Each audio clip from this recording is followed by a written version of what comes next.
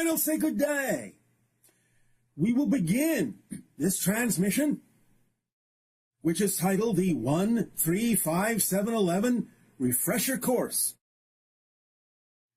Because passing now through this time, this passage, the eye of the needle, as we have called it, stripping away those fear-based negative beliefs that don't serve you, so you can streamline yourself and get through this passage more easily, and then coming out the other side, which you will relatively soon, it is, from our perspective, a good idea to refresh your memory as to how to use the tools, specifically remembering all the tools that you have at your disposal, so that when you do come out the other side, you will be more prepared to apply these understandings, these concepts, these tools to your life, having stripped away, ideally, some or all of the fear-based beliefs within you, will allow the application of these tools to be more effective, more accelerated, more noticeable in your reality as you accelerate forward on the other side of this passage that you are going through now. So, we will now remind you and refresh your memory as to the 1, 3, 5, 7, 11 concepts. We begin, of course, with 1, in the understanding that everything is one. Everything is made of one thing. There is nothing else to make anything from. There is no outside to it. There is no beginning to it. There is no ending to it. What we are referring to is existence itself. It is what is, and it can never become what is not. That is not its quality. As we have said many times, that which exists cannot become that which does not exist, because non-existence, by definition, doesn't exist. That's its quality, to not exist. So that which exists, which you are a part of, because you exist, is worthy of its existence on the fact that it exists, and no other reason is required to know that you are necessary and needed and worthy of being a part of existence, or you wouldn't exist. You are needed for all that is to be all that is.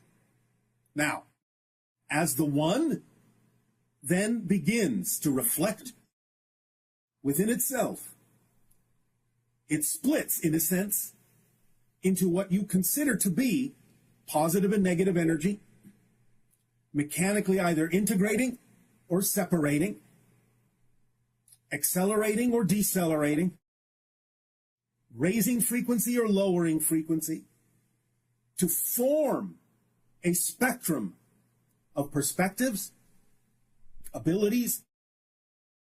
But the idea, as we have said many times, is that it doesn't jump from 1 to 2, it jumps from 1 to 3, because the line that splits them is a third component.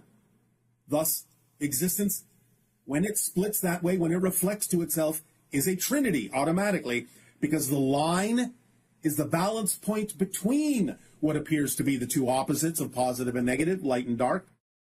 That line is always there. And as we have mentioned, forms a third component that gives the energy of existence a slightly positive bent, more than negative, because in the positive side, you are free to choose. You know you are free to choose. You are conscious and aware of the idea that you belong, that you're a part of all that is. And the center line, the balance point between the two, still allows you the freedom to know, the freedom to be aware that you have the ability to choose what you prefer. Whereas when you start dipping into the negative side, that awareness can begin to be experienced as diminished, becoming less aware that you have the freedom to choose, less aware that your belief systems are creating your reality. Therefore, because the balance point still offers you the opportunity to choose and have awareness of your choice in a positive way, existence is slightly, ever so slightly more positive than negative. And so, if you do nothing but allow yourself to then drift in the flow of creation, the flow of existence, you will ultimately be pulled by the current of existence back into the positive side, as long as you don't resist it, as long as you don't fight against it. So take advantage of the Trinity as the one becomes the three in going with the flow of the current of creation itself, and you will always, at the very least, if nothing else, be in the balance point in the center that will allow you the freedom to be aware that you can choose what you prefer in life. And then, going from the three, you become aware and remember that the description from that point forward in your reality of existence itself, the structure of it, the definition of it, is defined from our perspective as what we call the 5 laws of existence, being, again, that you do exist. That's number one, and there is nothing you can do to change that, because, again, as we have said, existence cannot become non-existent. You may change your form, but you cannot cease to exist as the unique perspective of existence that you are. So when we say you exist, not only are we saying that you exist, but we're saying you exist. Your unique perspective, whatever makes you you, the reflection of all that is that you are, that you consider to be yourself, your identity, your beingness, exists, always has and always will from a temporal point of view, but time is subject to existence. Existence is not subject to time. Therefore, it's more than you having always existed, more than the idea that you will always exist. It simply is that you exist now, and now is all there is. So you just exist. That's your fundamental quality. You exist. That can never change. That's a description of the fundamental quality, the structure of the one, of existence itself. Then, everything is here and now, law 2. Because again, time and space are creations within existence. They are illusions within existence. Everything is here and now. Everything is completely accessible to you that is relevant for you to access, for the you that you are, for the reflection of all that is that you are experiencing yourself to be right now. Everything is accessible here. Everything is accessible now. You don't really have to reach to anywhere else or any other time in order to attract what it is that you truly need. It's all right here. It's all right now. And you will experience, if you go with the flow of your true being, whatever it is that's relevant for you to experience will manifest, because it's all here right now and simply becomes visible to you. Number 3, as we have said, the one is the all, and the all are the one. You are, like in a house of mirrors, a combination and a collection of unique reflections of all that is. Everyone is connected, interlinked. You can access what you need from everyone else, and everyone is a reflection for you in life to guide you, to allow you to understand what it is that you can choose from as options and opportunities, so that you each support each other in being more of who you are. And in so doing, start to recognize the connections between all of you, not only the similarities, but also the differences. And by validating the differences, if every one of those differences is true to the person expressing them, then you create harmony and unity in the whole, even as you create the experience of harmony and unity for the individualized aspects that each and every one of you are as reflections of the infinite. And then, the idea being, again, as a reflection, what you put out is what you get back. That's the 4th law. So that you can guide yourself by understanding that what comes back to you, what you experience in your reality, is there to guide you, to allow you the freedom to choose whether or not you want to continue with those kinds of experiences, or whether you wish to change them to something that you prefer that's more in alignment with who you are. So what you put out is what you get back, because there really is no outside. It's just like a mirror reflection. The reflection, in a sense, isn't really over there. You are not over there. You are here, you are now. The reflection reminds you that you are here and now. And what you see in the reflection is what you're putting out. So if you prefer something different, change the you, the vibrational state of the you that you are, and you will see a different reflection. Now, because you have the experience of the illusion of time and space, you may see a little bit of a time lag before the manifestation changes, and that's all right. Because again, remember, the point is you're not really basing the change you're making on whether the outside changes.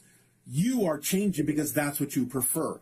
And you're not making the change conditional on whether the outside looks different, but understanding that the true measure of change is that you decide what you prefer to be, what state of being you prefer to be in, no matter what the outside looks like, because then you're not making the change conditional on the outside having to look different.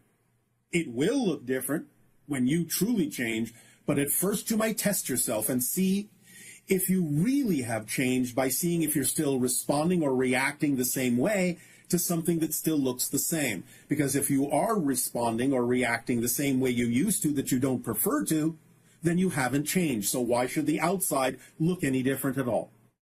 The idea is that you respond differently even if the outside still looks like it did, because that's the true measure of you deciding that you have changed regardless of what's going on in the reflection, the illusion outside of you. And if you do that, then you will see that the changes will be reflected back to you. But there may be a little bit of a time lag. The fifth law is that everything does change, except the laws themselves. In other words, you are experiencing a structure that never changes, but your relationship to it, your relationship with it, your experience of it, your perspective of it, that's what changes. That's what allows existence to experience the concept that you call growth and expansion. But the structure itself has never changed. It is what it is. And everything you experience as a difference is simply another perspective of the same structure, the same moment, the here and now, from another point of view that you create within your consciousness, so that your relationship changes to it, your experience of it changes, even though the structure never does.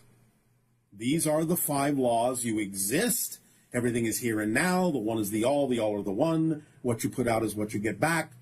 And everything changes except the structure of the laws itself, which are the very definition of existence from our perspective.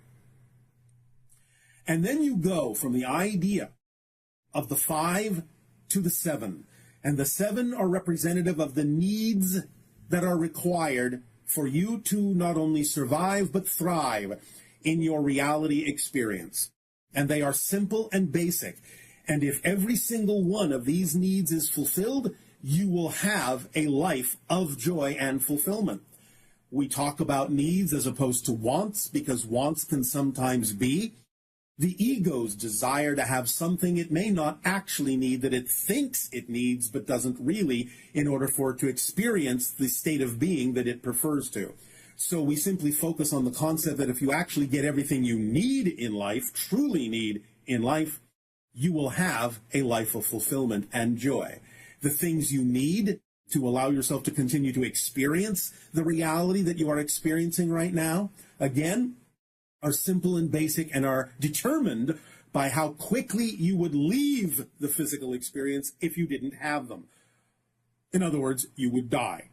And the quicker you die is the more basic of the need. So the first basic need of the 7 is simply that you need air. You need to breathe. And as long as you are capable of allowing yourself to continue to breathe, you will not only survive, but you have the potential to thrive. Next, you need water for your physicality, because you are mostly made of it. You need to keep yourself lubricated, and so you can flow in your reality more easily. So water is the second basic need. Now you need sleep. You need to reconnect. Once you have air, once you have water, you need to reconnect to the idea of your spirit in non-physical reality. And in about 11 days or so, give or take, without sleep, without connecting, without dreaming, without making that recharging of the battery of your soul and spirit to maintain the concept of your physical perspective, again, you would find yourself deteriorating mentally. You would find yourself deteriorating in many different ways, losing the idea of your focus, losing the idea, so to speak, of the experience of desire to continue to live. You would find yourself going quite insane and not being able to focus in physical reality, at least not the one that you chose. And you would find yourself heading down the hill toward the idea of physical death. After sleep comes the idea of food, because you can actually last longer without food as long as you have air and water than you can without sleep. So the idea then is you have sustenance going into your body to maintain yourself, to survive and thrive. These are the first four basics, the idea of air, water, sleep, and food. Now we switch gears a little bit into things that you won't necessarily immediately die from if you don't have them right away, but they may create what would be experienced as a kind of diminishing of the spirit, a diminishing of the soul, a diminishing of the desire to thrive, a feeling of disconnection if you don't allow these things to come into your life. And the first one is the idea that we will loosely title shelter. Now, this doesn't necessarily mean you have to have a physical building to shelter in. It could just be an environment that is conducive to you thriving, because there are outdoor environments on your planet that many people live in that are very conducive to their not only survival, but being able to thrive in that environment. So as long as it is conducive and compatible with the idea of your life form and allows you to experience a thriving in that environment, it can be an outdoor environment, it can be a shelter, but some form of compatible environment is also necessary for you to continue in your physical reality environment experience. And then the idea of relationship or connection is the sixth idea. You must allow yourself to feel connected or having a relationship with something. It doesn't necessarily have to be a physical human person. It can be an animal, it can be a tree, it can be the cosmos, it can be all that is. But it is important for you, it is critical for you to have some kind of sense of connection and relationship to the reflection of existence itself in some expression, no matter what that is. And that will allow you to continue to feel that you are connected, that you can access what you need to bring it into your life, to manifest it from the here and now. And that allows you to continue to thrive and survive in your reality experience. And finally, the idea of true self-expression, creative expression, being yourself and putting it out into the world, allowing yourself to truly express who you are, to not hold back, to not let fear-based beliefs diminish your ability to act on the idea of your passion. And this is what leads to the idea, after the 7 basic needs, directly into the 11 elements of excitement or passion. Because the 11 elements begin with the very fact of acting on whatever it is that contains more excitement, more passion, more curiosity, more attractiveness, in a sense, more love than any other choice at that particular moment. And again, we remind you, it doesn't necessarily have to be a life-spanning career. It doesn't necessarily have to be some gigantic project that takes years and years and years to fulfill or come to fruition. At every moment, you have all sorts of options available to you, even the ones you would consider to be ordinary or everyday. Taking a walk, talking to a friend, eating a meal, reading a book, watching a movie, whatever it may be. As long as you are taking action to the best you can on whatever it is that contains even just the tiniest bit more excitement and passion, curiosity and attractiveness than any other choice, and you just keep doing that to the best you can for as long as you can, you will be fulfilling that requirement of the 11 elements of excitement that will then lead you down the path that will fulfill your life automatically. So, the 4 steps, the first 4 steps are to act on your passion to the best you can. And when we say to the best you can, we mean taking it as far as you can till you can take it no further. And when we say take it as far as you can until you can take it no further, we mean that you need to also pay attention to what your society has established as an ability to do something. So if it countermands the laws you have agreed to abide by, if it countermands the ethics you have agreed to abide by in your society, if it countermands the morality you have agreed to abide by in your society, as well as the physical limitations that may be there for a variety of positive reasons, you cannot take it any further than that. And when you find coming up against that idea where you can take it no further, realize that's there for a reason.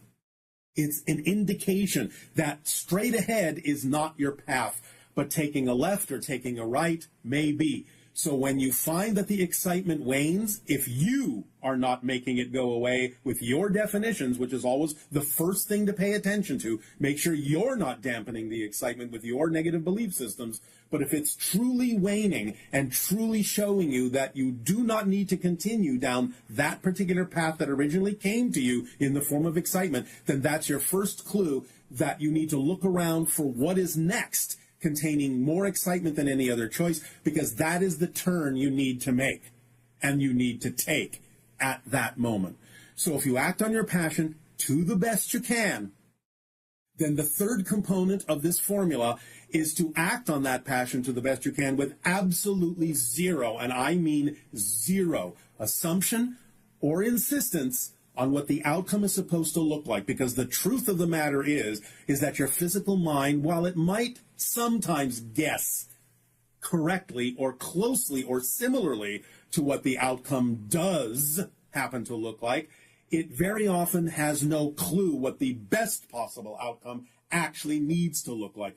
So if you understand that your insistence on a particular outcome is actually limiting you from what an outcome could be that might be many times better than what your physical mind was capable of imagining, you won't insist, you won't assume on what that outcome needs to look like, because you really will finally be humble enough to let go of the idea that your physical mind knows for certain what the best outcome for you is. It doesn't in most cases, but your higher mind does. It's on the mountaintop, guiding you in the valley below, helping you turn left and turn right on the path that is truly you by sending you the language that is translated from the higher mind to the physical mind in the form of energy that your body experiences as passion and excitement. But the actions that you take are the response that need to happen. There must be a physical action, because physical action is actually the language of physical reality. And if you're not actually acting on the passion that your higher mind has sent you as a message, then you're not speaking in the language of physical reality. And if you do not take those actions on your passion, then there is no purpose in your higher mind sending you more opportunities to act on your passion if you haven't acted on what it's already sent you. So the idea, again, is to act on your passion with no insistence, no assumption as to what the outcome should be, and know for a fact that whatever manifests will be the outcome that at that moment you need to experience for whatever reason. You have to know it's there for a reason. And this brings us to the fourth point of the 11 elements, and that is to choose to remain in a positive state no matter what manifests from the actions that you take, because even if what manifests is, in objective perspective, something you don't prefer, objectively speaking, you have to know that it's still got to have manifested for a reason that can serve you. There's got to be a reason why that particular thing showed up in your life at that moment. Even when you chose to act on your passion, something showed up, perhaps, that is representative of what you don't prefer, but it's got to be there to serve you. If you stay in a positive state, you will understand how to use it in a positive way, and you'll be able to extract the benefit from it, and you will see and start to understand why that showed up. If nothing else, it can be as simple as something you don't prefer showing up to give you more contrast between what you don't prefer and what you do prefer, and make what you do prefer more clear in your mind. And that's a positive way and a preferable way to use what you don't prefer. And as soon as you use it up in a preferable way, it will go away, because you have, in fact, used it for the reason it showed up. If you refuse to accept that what showed up has any part in being in your life, you're the one that makes it stick around longer than it needs to, because you're refusing to validate something that is actually a part of your life that has shown up and manifested before you. So the idea, again, is to come from the positive state as the fourth step, to allow yourself to know that it has to have manifested for a reason. And if you stay in the positive state, you will get to use it in a positive way and get a benefit from it. Now, that's the first 4 steps of the 11 elements of excitement. You act on your passion to the best you can, no insistence or assumption as to the outcome, and you remain in a positive state so that you can get the benefit from whatever it is that manifests, because you know it's got to have manifested for a reason that can serve you. When you do that, when you act on these 4 steps and stay in that positive state, you then unlock all the automatic tools that will serve you and act to your advantage in life. And these are the remaining elements of the 11 elements of excitement. Your life becomes a driving engine. You have the energy to move forward, because when you are excited about acting on your passion, it gives you the energy to do so. It becomes the driving engine. You can't wait to act on it. You can't wait to get up in the morning and start doing the things that you love to do. It becomes the organizing principle of synchronicity, which literally brings you things in the order in which you need to act on them by showing you which ones contain more excitement, more passion than any other choice. Whatever it is you didn't have time to act on at the end of the day, when you are excited about going to sleep, you didn't need to act on that day. It literally organizes every facet of your life and allows you to experience a monumental flow of perfect timing in terms of how things and opportunities come to you that you need exactly when you need them. Not a moment before, but not a moment later than you need it. And then the third thing is it becomes the path of least resistance. Your life starts to flow more effortlessly. You don't have the idea of resistance, of pushing against things, of forcing things to happen. It's just an automatic function that you start slipping and flowing through your life more easily, and you see that the manifestations happen more easily, more automatically in your life. It becomes the path that connects you to all expressions of excitement in your life that are relevant for you to experience. Whatever it is that will be relevant for you will come in perfect timing. Whatever doesn't come isn't relevant for you, at least not at that moment. So don't stress, don't be impatient, don't push, don't force, thinking that something has to happen right now or something is wrong. Let it come to you automatically in the form it needs to come, and remember that whatever form your excitement and passion does come in doesn't mean that that's the form that actually has to come to fruition. Sometimes the idea will come in a certain form just to get you to make a move, because your higher mind knew that if it came to you in that form, you would take action on it, and then perhaps it will lead you to where you need to be so that what really needs to happen can happen for you that serves you best. So never assume that the form the excitement comes in is the form that has to actually come to fruition in physical terms, because you don't know that that's the case. And again, that's why it's important to drop the insistence that a certain outcome must happen, because you don't really know why your excitement manifested the way that it did, but you'll find out if you just go with the flow of whatever it is that excites you at the moment more than any other thing. The idea is that your path may seem to be winding, but if that's really the path of least resistance and the path of connectivity for you, that's relevant for you, it will actually be the fastest path. What may appear to be a shorter path that may seem to be straighter, if it's really not your path, will contain so much resistance that you'll actually go more slowly on that straighter path than you would on the winding one, which is really the path of least resistance for you. Then the next element is the idea that it is the path of support, where it will bring you whatever form of abundance you need to allow you to continue to keep acting on your excitement. But you have to remember that abundance can come in many forms. Yes, on your planet, you have a form of exchange that you call money, and that's fine. It's equally valid to any other form of abundance, but it's not the only form. Being given a gift is a form of abundance. Having something to trade with someone is a form of abundance. The idea of your imagination is a form of abundance. Synchronicity is a form of abundance, and communication is a form of exchange and abundance that can bring you everything you need if you allow the different forms to work together. Sometimes you may need just a little bit of money, and then sometimes you may need to be added to that, something that someone gives you, or you find that you have something to trade with someone to add to it, or you find that communicating something to someone will give you the information you need to move forward.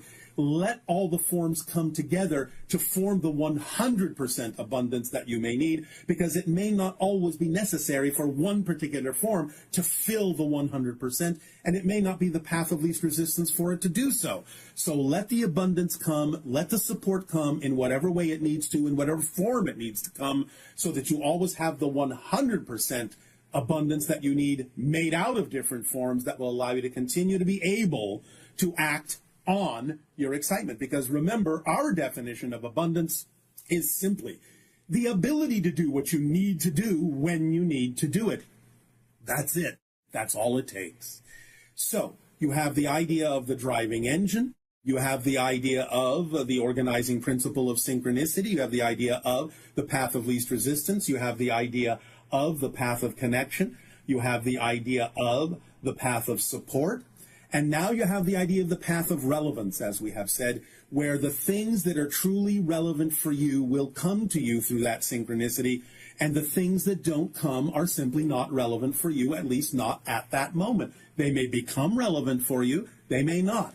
But the point is you have to know that you have to trust the way your life unfolds. And what it brings you is, if you're operating on that frequency, what you actually need. And nothing else will come because you don't need it. Again, at least not at that moment. If you do need it at some point, the organizing principle of synchronicity will bring it to you, will bring you the opportunity, will bring you the doorway to walk through, will bring you the information you need at that moment to do what you need to do when you need to do it.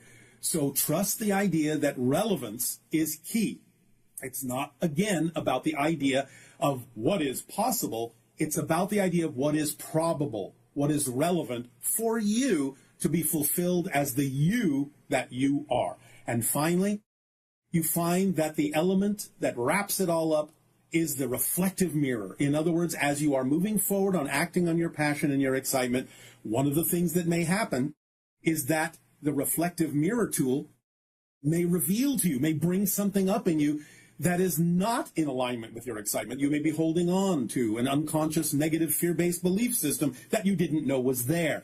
So when you move forward and accelerate on your excitement and raise your frequency, you are more capable of handling in a positive way what the reflective mirror may reveal to you has been lurking inside your unconscious mind that you didn't know was there, so that in bringing it to your conscious mind, you can realize that there is something out of alignment with who you prefer to be, and recognize that if you analyze what the actual belief is saying to you, you will realize it makes no sense. And when it makes no sense, it's gone. That's the end of the process of letting it go. If you still behave the same way that you don't prefer to, then that's your first clue that you haven't found the fundamental belief, or that some belief is making you believe that this belief that you don't prefer still makes sense somehow.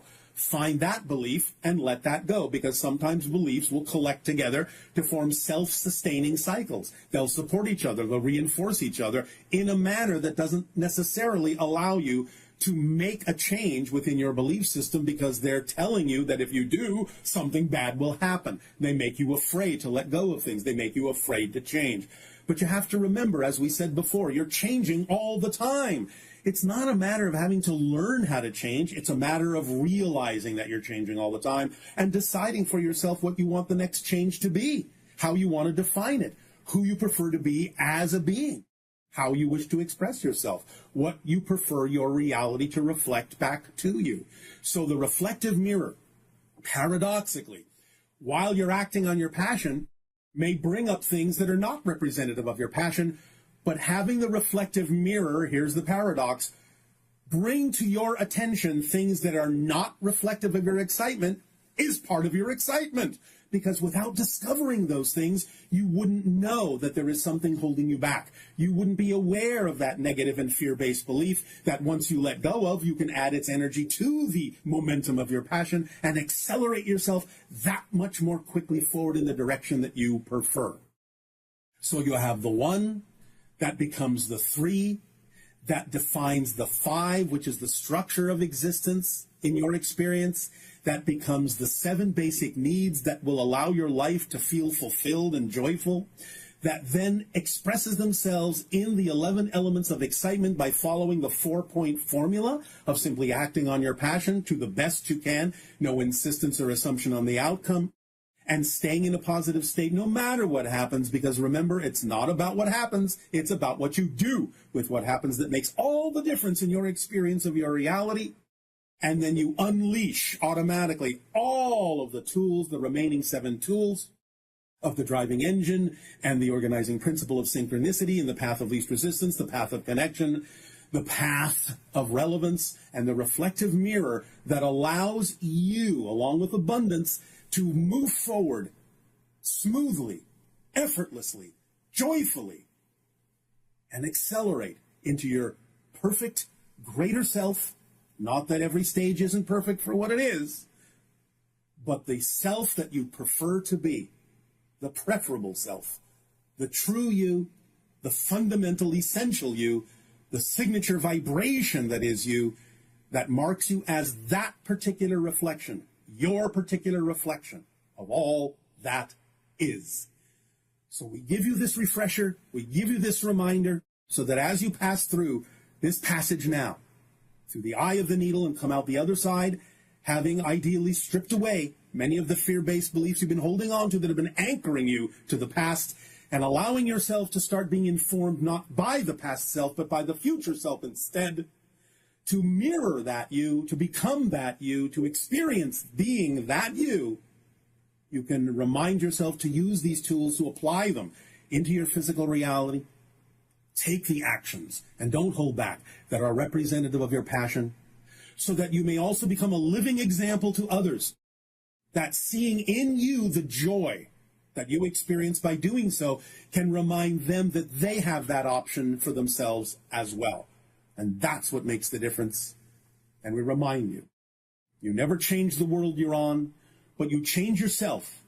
And since you're always constantly shifting through billions of parallel realities every second anyway, by allowing yourself to be the vibration you prefer, you navigate yourself through the parallel realities that are more and more and more and more every day in every way, taking you to different Earths, different versions of Earth that already simultaneously coexist together, that are more and more and more representative and reflective of the version of Earth you prefer to experience.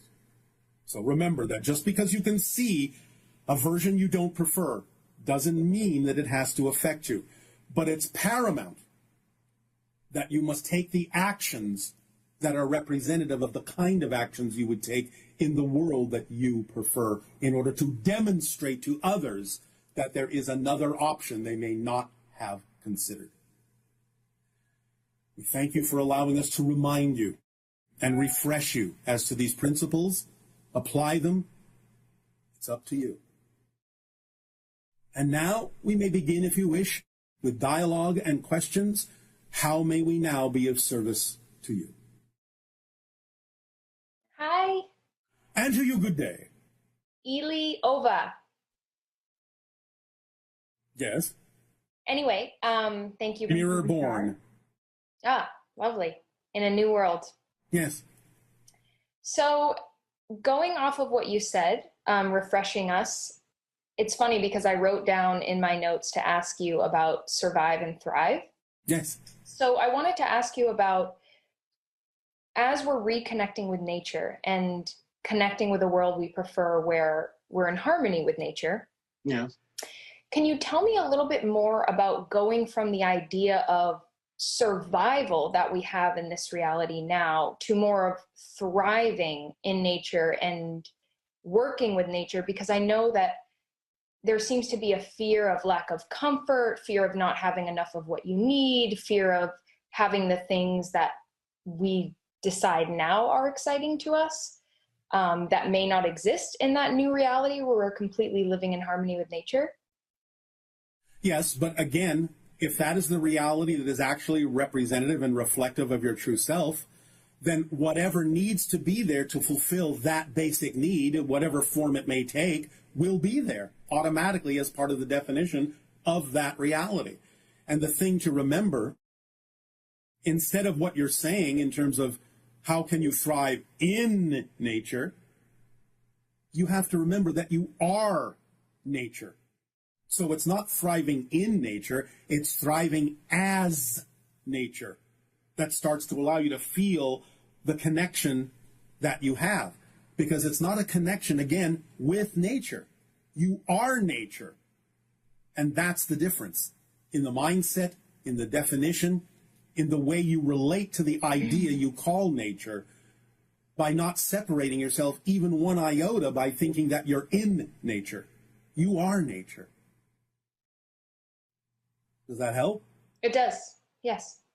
Remember, Gaia, what you refer to as the world soul, the world spirit, you are an extension of that, just as any tree or rock or stream or animal or anything is. You are an extension being made out of, so to speak, physically speaking, the atomic structures that are available on your world from Gaia. You grow like any plant, like any flower. You are an aspect of nature, of Gaia, of your planet, of the universe. So it's about knowing that, behaving more like that, and you will experience the communion that automatically exists between all life forms or expressions of Gaia that know that they are nature rather than thinking that they simply exist in nature, which is a separate definition. Does that help? I understand. It does. All right. Thank you. You're welcome. Okay, so kind of along the same lines, I'm aware that I've been connecting with many beings, but one in particular recently who's been communicating to me through the moon. Yes. Is there anything you can say about that or add to that? Well, what are you experiencing in that communion? What's it opening up within you? My curiosity in exploring what's in the dark at night, quite literally. All right. And my ability to connect with the cycles of the moon and what that represents. All right. So a deeper connection and understanding to not only your emotional component, but also the idea of the mysteries of the night, the mysteries of the deep, the mysteries that exist within parts of your consciousness, the mysteries that will allow you to open up and understand both the light and the dark within you in a way that can be used more positively. Because remember, you never leave the dark behind. It's always with you. No matter what level you're on, it's always with you. But it's about maintaining a balance, understanding the mystery of the balance between the light and the dark that allows you to explore and express those abilities in your physical reality more effectively. So light and dark, allow yourself to know that they blend in the balance point between you. As you explore these mysteries, that's where you will find the answers that you seek, in the balance point between the light and the dark. Yes, because it feels that as we open up to more beings and realize our communication that we're already having, it seems like there's an imprint that's made where it's almost like you can now access that at any time, I suppose. Yes. We call that a simulacrum. A third reality identity is formed that allows there to be the experience of sharing between what you perceive to be two other realities. Understood. Does that help? It does. Thank you, Bashar. You are welcome. Hi. Good day. Hi. Good day. So wonderful to be with you again. It is our passion and our pleasure to interact with you as well. Please proceed. Thank you. Thank you for wonderful reminders and reflections that you just gave to us. Yes. You said about one to three jump and harmony link, taking you to the structures. So I'm a big fan of what's so-called descriptive geometry, and can get overly excited over the Metatron cube, as I love to derive platonic solids out of that. Yes. Of course, we know that the two representation of each platonic solids in the Metatron cube, and so what I see it as a living organism that kind of playfully arranges itself and also moves and rotates and breathes. Yes. And although I understand I don't comprehend completely everything, but I try to observe. So can Metatron cube be an expression of absolute consciousness? Or is there something else that needed to be added for a reflection of such expression? It's an expression of the connection of consciousness from a higher state to a lower state and vice versa. So it's more like a gateway between different levels of consciousness. Oh, okay. So that's the all that represents for us. It's the way it expresses itself in your reality, yes. Okay. And you also marked that what is relevant to us will come at the perfect moment and not a minute early and not a second too late. Yes. So that the time component has the ability to accelerate or slow down. And some instances, Yes. like it's doing it simultaneously at the same time. So Yes. Remember that everything exists simultaneously. Your perception of time is an illusion based on the state of being that you're in, so it will alter its perception for you in whatever way, shape, or form is relevant to the state that you're in. I wonder if it's possible to know how to stretch the dimension of time, or what time consciousness and how it's placed through our own density. Live in the moment, live in the now. The paradox is the more you live in the now, the less you actually age and the longer you live. That's the paradox. And the synchronicity of that?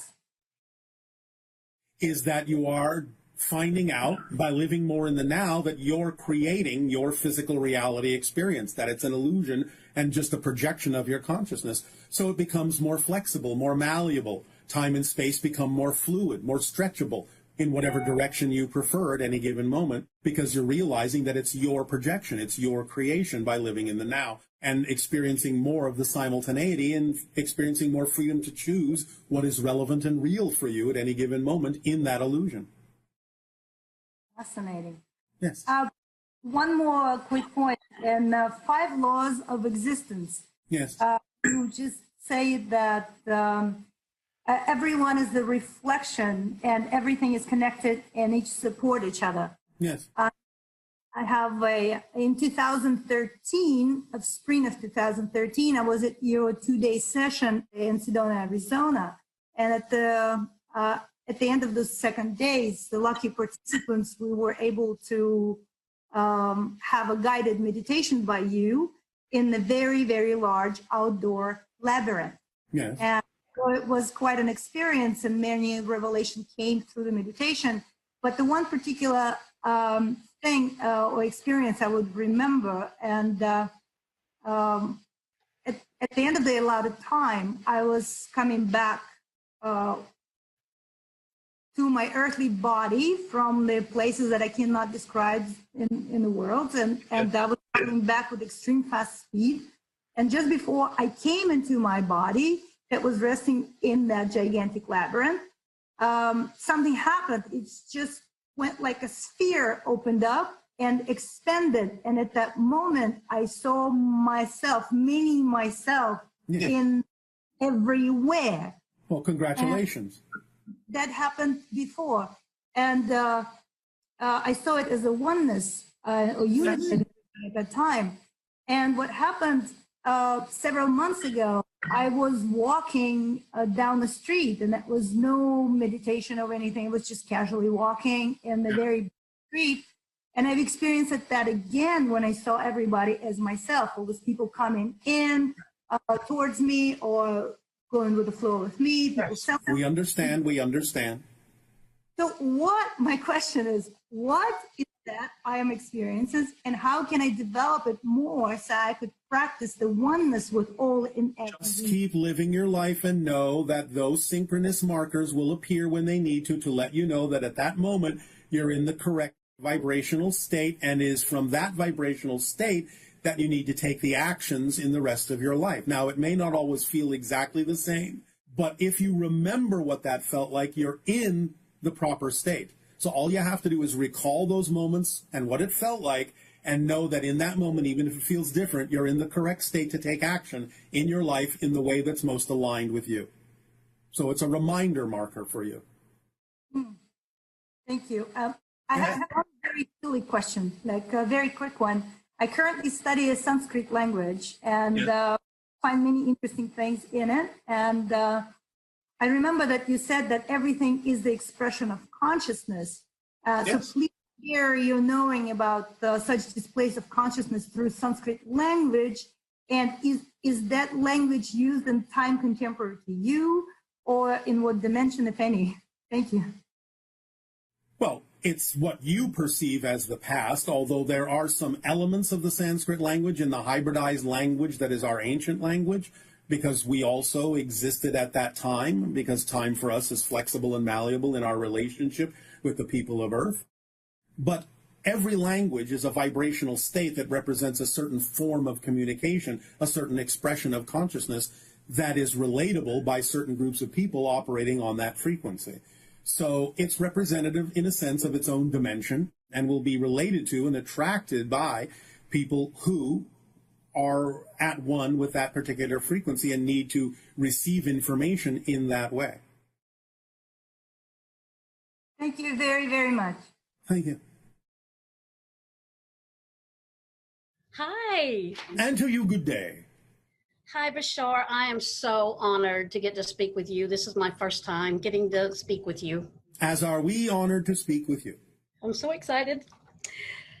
Recently, I heard you say that interaction with dolphins and whales is a good way to prepare for contact. Yes, because they're already connected telepathically to many other extraterrestrial civilizations, and you get the chance to experience literally an alien society on your very own planet. So learning to commune with them is going to help you learn to commune with other extraterrestrial beings as well. Not necessarily all of them, but some of them. So 7 years ago, I attended your cetacean transformation workshop. Emmy and April were there, of course. It was life-changing for me. All right. So I'm so grateful for that workshop, because ever since then, every single year, every spring, I have gone back to Hawaii to swim with the dolphins and the whales. Yes. And I don't even understand totally that the pull and the draw, but it's like I go every single year. It's like I need to be there. I feel so connected to them. I have a knowing when I'm with them. And it's like, I know this is exactly where I'm supposed to be. They're your permission slip for getting in touch with the aspect within you that is also vibrationally and energetically connecting to extraterrestrial civilizations, so that they remind you by plucking that cord within you how to center in those vibrations and apply them in your physical reality to your benefit, to your advantage. So you're using them as your permission slip to remind yourself how to stay in that frequency. So I've had this very vivid vision that the dolphins were taking me to a pyramid in the ocean. I had a job there.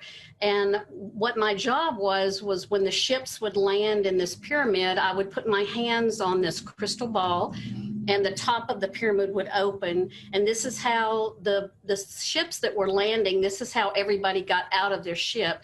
And as the beings would come out, everybody would thank me for helping them to have a safe landing. And I felt all this love coming from them. All right. So my question is am I remembering? You are connecting to the idea of a memory, as you would call that idea, of Atlantean times. So it is a memory that I'm having through the meditation. Yes, in a sense. But again, remember, everything exists simultaneously. So what you call a memory is simply a memory from your space-time perspective, because you are connecting now in the present to that person in the idea of Atlantis, which exists alongside you right now, and making the connection in a way that allows you to draw information, experience, and energy from them to aid and assist you in this life, as they may also be drawing from you to aid and assist them in their life. So you're two different people, but the energy connection is experienced by you as a memory, because that's how you experience space-time in your physical reality, as if it's a past thing, when in fact it's simultaneously existent with you now. Oh, wow. So my other question is, I'd like to expand on the experience. So I'd like your thoughts on how to do that. How do I keep this momentum going? By following the formula. That's why we give it to you. That's why we boil down the formula as the essential instruction manual for how you move forward and accelerate in your life. And that means automatically every bit of information and every experience that's relevant for you will come to you in perfect timing. That's why we give you the formula, so that you don't necessarily need anything else. If you want something else, it's up to you to attract it as a permission slip. But the 4-step formula of acting on your passion every moment that you can to the best you can, taking it as far as you can till you can take it no further, and doing that with no insistence or assumption on the outcome, and remaining in a positive state no matter what happens, and letting go of the beliefs that don't work for you, that's all you need to do to ensure that everything you need that's relevant for you will come to you in your life, including information, experience, and opportunity. That's why we boil it down to that simple 4-step formula, so you don't have to overthink it. Yeah, it's almost like I'm trying too hard. Yes. Just go with the flow. Follow the instructions. The machine of existence will work in your advantage as advertised. Just like any instruction manual would allow you to experience the operation of any machine to your advantage if you follow the instructions. Thank you. That makes so much sense to me. I know. That's why I said it. The other question I have is, given our current situation here on our planet, we seem to have a lot of upheaval at the moment. You're only assuming that you're on the same planet. Remember that just because you can see something that is representative of a reality you don't prefer doesn't mean that you're actually sharing that reality just because you can observe it. Okay. There are an infinite number of parallel versions of Earth that exist simultaneously. For now, most of you will see some of those different versions that may not necessarily be the ones you prefer. That doesn't mean you live in it. It just means you're capable of observing them through what we would euphemistically call a glass wall. So just because you can see through the glass wall doesn't mean that anything they do can reach you through the glass wall. So just continue to take the actions, learning from what you observe from others, and being the living example that they might be able to see through their side of the glass wall that lets them know there might be another option other than the ones they're already considering or choosing. And then ultimately, you will each navigate yourselves to whatever version of Earth is most representative of the state of being that you believe is most relevant for you, positive or negative. But it's not one planet. Okay. Does that help? Yes, that helps a lot, because I would really like to be of service. And to be your best self, because then you set the example for what others can do for themselves as well. You can share whatever information synchronicity shows you is relevant for you to share, but please do remember, whatever anyone does with that information that you share with them is none of your business. Because it doesn't really matter, because they're going to decide what version of Earth they're going to experience. And it may not be the same version of you, but that's all right. Remember, you're all infinite and eternal beings. There's no hurry. Something that is not learned today will be learned tomorrow, or a year from now, or a millennia from now. Thank you, Bashar. You're welcome. That's all my questions. Thank you. Our unconditional love to you. Yes, love to you as well. Good day. Good day. Hello, Good day. Bashar. Good day. Good day to you. Right here, I have the 0-point gravity that you described a few years ago. And behind me is the pyramid again. You said that the pyramid is a feedback system. So what in particular, in terms of frequency or voltage, would attract more sightings of UFOs, if you will? That's the first question. Those things will not attract more sightings. The idea is that if you are working with what you prefer to work with and are allowing those things to reflect the vibrational state within you that you prefer to be in, that's what will allow you, the raising of your own vibration, to perceive more of the traffic of UFOs, as you say, that's around you all the time, which may simply be normally invisible to you. So it's not the devices themselves that are doing it, but the device is acting as permission slips to allow you, by interacting with them, to raise your own frequency and make your own senses more capable of seeing what was heretofore invisible. Beautiful. So on this journey, on this breatharian journey of needing less in terms of food, I can perceive more in what you're also saying in terms of electrons and the frequencies around me.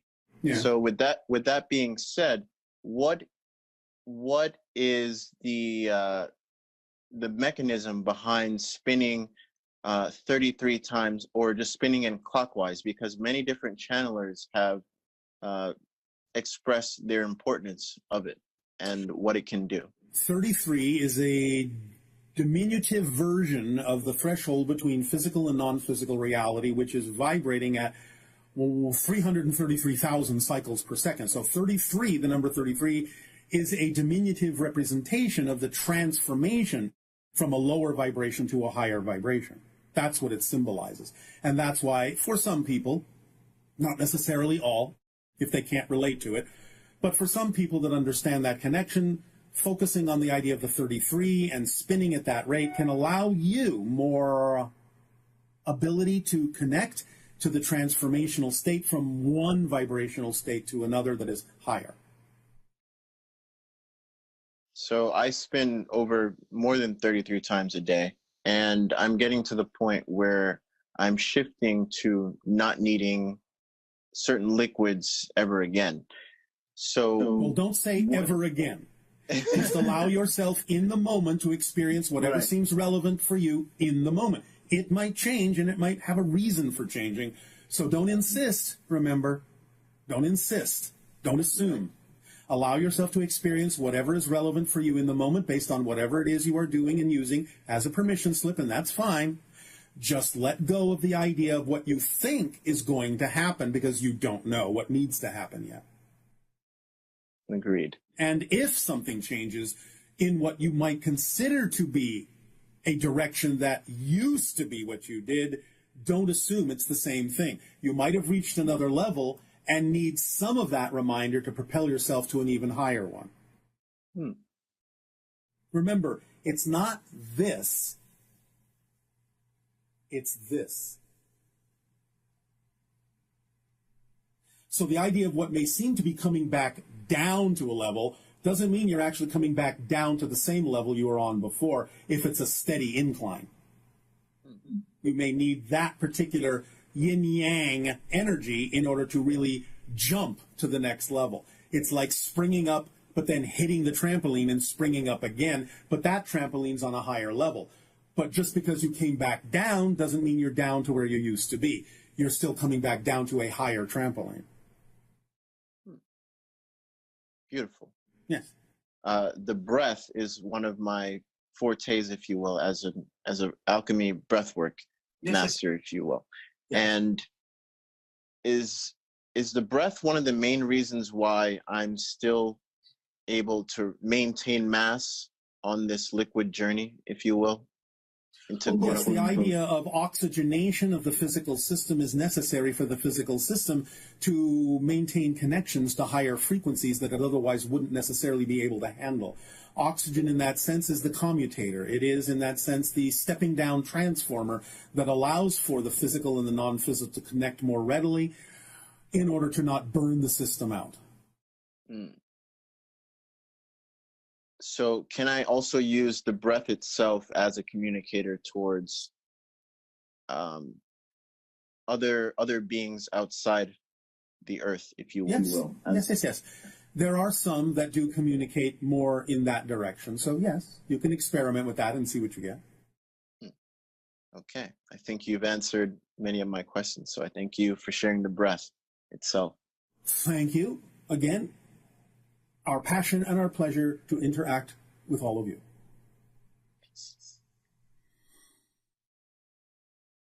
Good day, Bashar. Thank you so much. It is our passion and our pleasure to interact with you. What would you like to discuss this day? Well, I would like to start by going back a little bit to what you were sharing. Yes. In the elements of excitement, where it feels like right now a lot of people are feeling that this idea of putting masks on is restraining, and you were sharing that we need to use the limitations that we're placing collectively upon ourselves. So what could you share to those people that are feeling uncomfortable about these restrictions that we're experiencing right now? First, to recognize that not all limitations are negative. That's the first step. And to go within themselves to understand what the source of their discomfort is. The idea being that you have made agreements within physical reality that allow you to know what the path of least resistance truly is for you. But many people on your planet are making certain choices from refusal, not from recognition of their true path. They are making some choices from negative fear-based reasons, even though they may think they're doing them for positive reasons. So this requires an extremely clear, extremely transparent understanding of what your true deepest belief systems are as to why you would choose or not choose to do a particular thing that is representative of agreements you may or may not have made to abide by in your physical reality to allow you to go through a certain experience. It requires a deep, clear, transparent understanding of your motivations and the belief systems you're operating on. That's one of the reasons why this is happening, to give you the opportunity to investigate your belief systems and see what is truly true for you, rather than something that you just hope is true for you, which isn't true for you at all if you're honest about what you really believe. Thank you. You're welcome. The other thing would be the reflective mirror and this pandemic reflecting something that we don't prefer. Yes. And so the question being, what are you going to do about it? Remember that some of this comes from the idea of the destruction that many people on your planet have created in nature. Correct. Therefore, you're getting a reflective consequence of the idea of creating an experience of disconnection from nature and allowing certain opportunistic organisms to go beyond where they would normally have gone. And as a day-to-day thing or activity, or what are some things that we can shift daily to follow the formula? Yes. Yeah. All right. Thank There's you. There's nothing simpler than that. Yeah. Why overcomplicate it? Right. Thank you. Yes. Does that help you? Yeah, a lot. All right. I would like to get your perspective on the mudras that are. Do you mean like this? Well, yeah, that one, that and the yogic mudras that. Yes. I would like to know how they were received, where did they come from, and. Well, again, they came from higher mind. They come from higher mind because when you allow more of your energy through yourself, your physical body automatically takes forms that are sort of representative of circuitry, in a sense, to allow the energy to be focused and connected in a certain way that then translates into your physical reality. So it's really a physical reaction to certain levels of energy, certain expressions of energy that then function like the completion and connection of circuitry in the body. Right, thank you. Yes. And with that same topic of the yoga, I had a dream where I was receiving these mantras from a monk. They're called bijas, or seed mantras. Yeah. Can you expand on that idea? Well, different societies have different ways of expressing those ideas or defining those ideas or ensconcing or clothing those ideas in ways that make sense to their particular culture. So it's kind of the same thing that we just talked about, but expressed through a particular culture. Okay.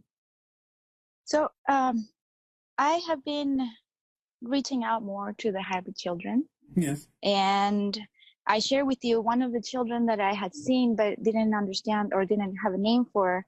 I now have a name for that somebody shared is Star Sage. Oh. I have a question about all three of them, Brayer, Effervescence, and Star Sage. Yes. What do they like to eat, if they eat? They do, to some degree, eat. One of them very much likes ice cream, although they are limited in the amount they can have. Why? Because their bodies cannot really absorb such things in the way that your bodies have learned to do. Okay. They need very limited amounts of certain things. One of them very much likes the idea of softened carrots, and another does, in fact, very much enjoy the idea of sunflower seeds. Okay. Thank you. Yeah. And could you share how they spend their day? What do... A lot of it is about acclimating to your society for the time that they will come and live among your people. But a lot of it is also exploring ideas that are given to them by those that go out into the cosmos and bring them understanding and information about how to connect to things in ways that they will need to remain in connection with when they come and live among you. And many other things. Sometimes they just play. That was my next question, actually. What kind of games do they play? And is there Well, there are many different kinds. Is there something that we can play with them? Well, not exactly right now in the way that they do. Yes and no. It depends on you. One of the games they play is Find the Portal. So in other words, portals, for the most part, seem to be mostly invisible. But if they enhance their senses, they can actually begin to see them. And so Find the Portal is a way of honing their skills, honing their senses, to be able to see the connections between different dimensions. Thank you very much. Yes. When I was in the Redwoods last year, we offered an apple, hoping that would enhance the connection to creatures or Sasquatch or nature beings. That's fine. You can use whatever permission slips you wish and just see what happens. Well, we found a sand dollar. Yes. And I would like to know. Sometimes you will be given brought that? acknowledgement and gifts in return. So could you share who provided that? And if there's a name? No. So we can... No. Not yet. No. Not yet. An elemental is all you need to know. All right. For now. All right. Continue your relationship. Continue your exchange. You will know in time what you need to know. Thank you. Yes. Thank you very much. You are welcome. Good day. Thank you. Good day. I love you. Our unconditional love to you as well. Hello, Bashar. Good day to you. Good day, good How day. are you? Perfect. And you? Perfect. Oh, what would you like to discuss with us this day? Well, I have a few. Thank you for being able to ask you these questions. Yes. The first one is, in your 5 steps, the first 2 steps are about forgiveness. Yes. How do you know whether or not you have succeeded in forgiving others and yourself? You will feel a release. You will no longer feel the connection or anchoring to the idea that you must listen to the past self when it doesn't conform to the vibration you prefer. You will feel like the chains have been cut. You will feel freedom in a way you have not experienced it before. Okay. Sounds like I need to do some more rattling of my chains. All right. Rattle away. Thank you. The other one question that I have, Bashar, is probably rolled into another one, and it is to do with immune deficiency conditions. Remember, I cannot comment on health issues. I understand this. I just wondered why this is so prevalent at this moment. Because negative belief systems that exist on the planet have diminished your capacity in the sense of staving off what would be the vibration of non-preference. In other words, the idea of the pandemic is a representation and a reflection that you have, as a society in general, begun to crash your collective immunological system because of hard-held beliefs that are negative and out of alignment with who you truly are. Okay. So now it's compounded, global. Understood. So the question right into this is, I have read yesterday about someone who had an accident and used going back into nature as a healing process. Is it possible to do this, and how does it work? Yes, but as we said earlier, it's not going back into nature, it's remembering that you are nature, an extension of nature, that you function as nature. And by really remembering that and locking into that vibration, you start to harmonize your frequency with the basic fundamental frequency of Gaia, of nature, and the collective consciousness of nature itself. And when you harmonize that frequency, you go into a state that is naturally a healing state. Got you.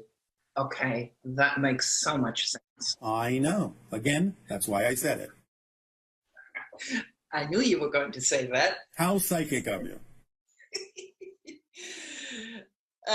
Okay, the other one is just a quick question. I drove back the day before yesterday and suddenly had this heart palpitation and like a premonition.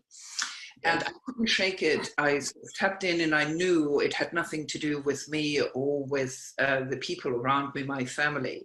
Yeah. And as we continued driving, we came into the scene of an accident. Yes.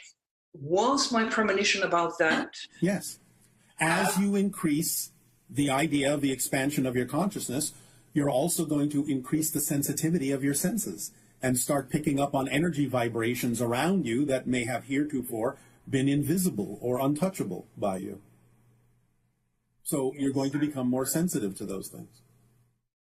Yes, Bashar, I remember that. I was, at one stage in my life, I was so sensitive. I literally had to close myself down before meeting people. And so I'm going back into that state. You are, but in a way that can serve you now. You don't have to be afraid of it. Okay. All right. Very good. I hear you.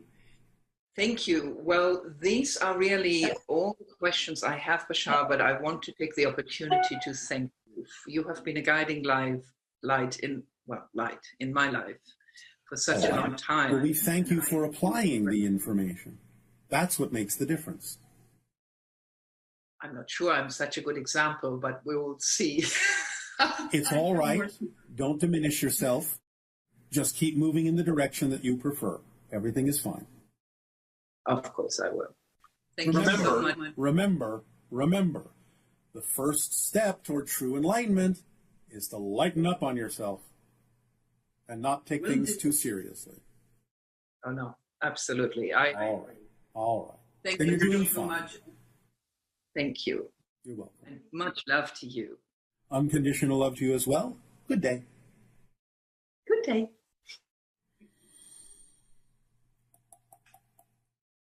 Good day. Good day. Radiant greetings to you, Bashar. And to you as well. First, I want to give my deepest, profound gratitude for you sharing your understanding of the consciousness mechanics of reality creation. Deep gratitude. Thank you. It is our passion and our pleasure to do so. Good. My first question has to do with the subjective experience of the flow of time. You explained how it's a consecutive series of still static frames in a rapid sequence, billions of times per second.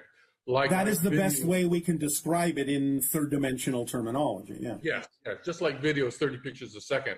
Yes. The question is, we have scientific equipment that can measure it faster than billions of times a second. Like, for example, the frequencies of light, different colors are 390 trillion to 750 trillion times per second. So how can we have measurements that are faster than billions of times per second, our frame rate? You don't. The idea simply is that when we say billions, we don't mean it remains in the billions. If you want us to say billions of billions of billions of billions, fine. Okay, got it. But really what you're dealing with is what your scientists refer to as Planck time. That's what I thought. So it's a specific frequency relative to this dimension, yes? Yes. Okay, it doesn't vary from person to person. No, not so much in that sense, no. The way you may experience it varies from person to person, but the frame rate is the frame rate of physical reality. Okay, Planck's constant, that makes perfect sense. Thank you. Yes. I have one other question that has to do with people that have had a near-death experience. Yes. Or going through a tunnel of light or a tube of light, Yes. and then entering a very heavenly realm. Yes. But I've gotten other sources of information that say that if you go through that tunnel of light, that puts you in a loop of continuous Earth reincarnations. Nope. So I'm wondering, would you recommend? Nope. Okay, well then you've answered my questions. The idea sometimes is experienced by people. This idea sometimes is not experienced by people who have near-death experiences. The idea is that you always have a choice if you understand you always have a choice. It's only by a very, very powerful belief system that you don't have a choice that you may experience what many people will refer to as an automatic reconnection or return to the idea of an incarnational experience in sequence or reincarnation. But the idea of reincarnation is an illusion because everything exists at the same time. Exactly. Yeah. Therefore, you can create that experience as an illusionary experience, and it's mostly done, again, if you have a very strong belief that you don't have a choice to pick something different. But if you now are beginning in this day and age to realize you always have a choice, then no matter whether you experience the tunnel or not, you may be able to simply decide for yourself what you would like to experience next. And by the way, the so-called tunnel of light is just the way you experience a shift from one dimension to another. It's just the way you perceive that. Yes. I've heard you talk in other times where you talk about when you make this transition, you can go anywhere. Yes. If it's relevant for you at that moment, yes. Well, you've answered my two questions. All right. I love you, Bashar, so much. Our unconditional love to you as well. Thank you and good day. Good day, Bashar. Good day. It's a good day when you get to Zoom with Bashar. It is always a perfect day when we get to interact with each and every one of you. What would you like to discuss? Well, first of all, I just wanted to extend my deepest gratitude to you, for you, and the information you have shared with us. It has particularly prepared me for this time, and I just want to thank you so much for that. Well, again, thank you for applying it, because we can talk and talk and talk all day, but if people don't apply it, it makes no difference. For sure. With all the possible realities that I could be experiencing at this time, I am not mad at this one. I'm enjoying it. All right, thank you. It's a benefit for sure. Thank you.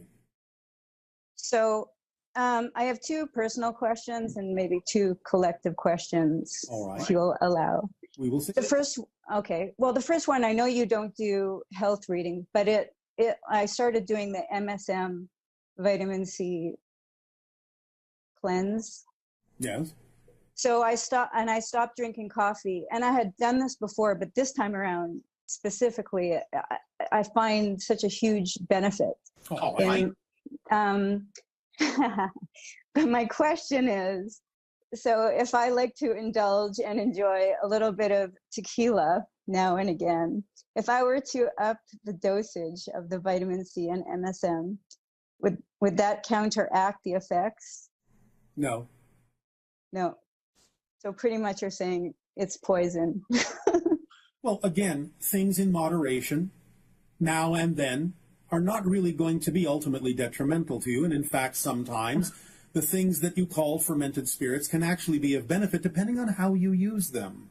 Correct. Well, again, overdoing it is a matter of looking at the belief systems that require you to feel that you have to overdo it. Understand. Okay.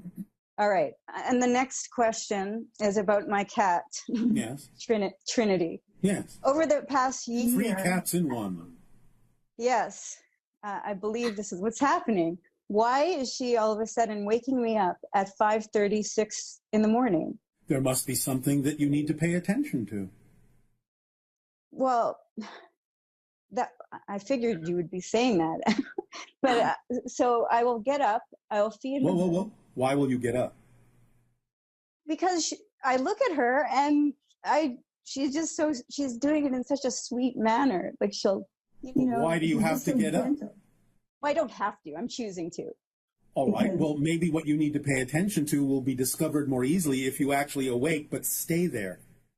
Right. Remember what experiences you may have had in another realm, another reality that your cat is helping you realize by timing the moment of when you awake. Stay there and ruminate in it and see what happens. Don't get up. Okay, don't get up. Don't get up. Otherwise, you break that cycle in your mind.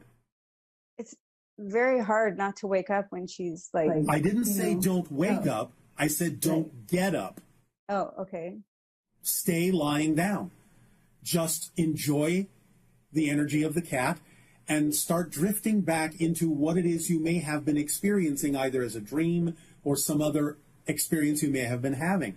But stay lying down and go back into what you were experiencing before the cat woke you up. Right.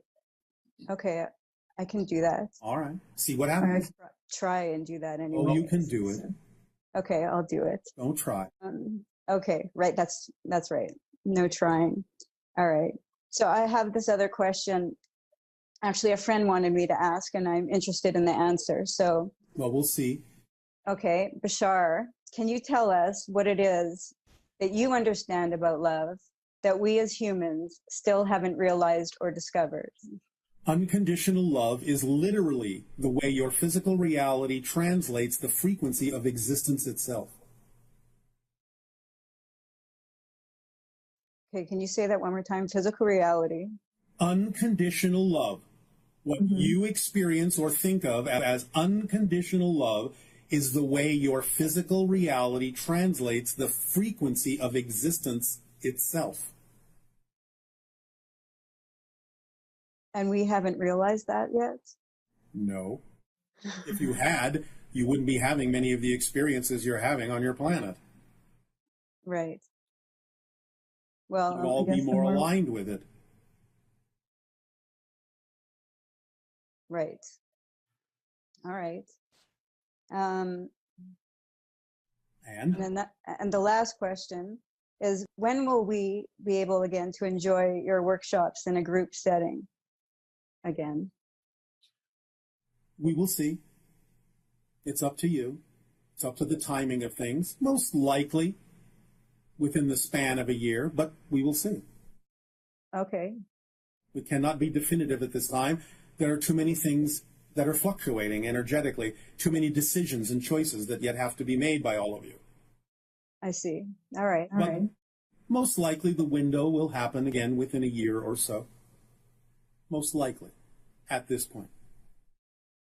All right. Thank you so much, Bashar. You are welcome. Good day. Love you. You too. Bye.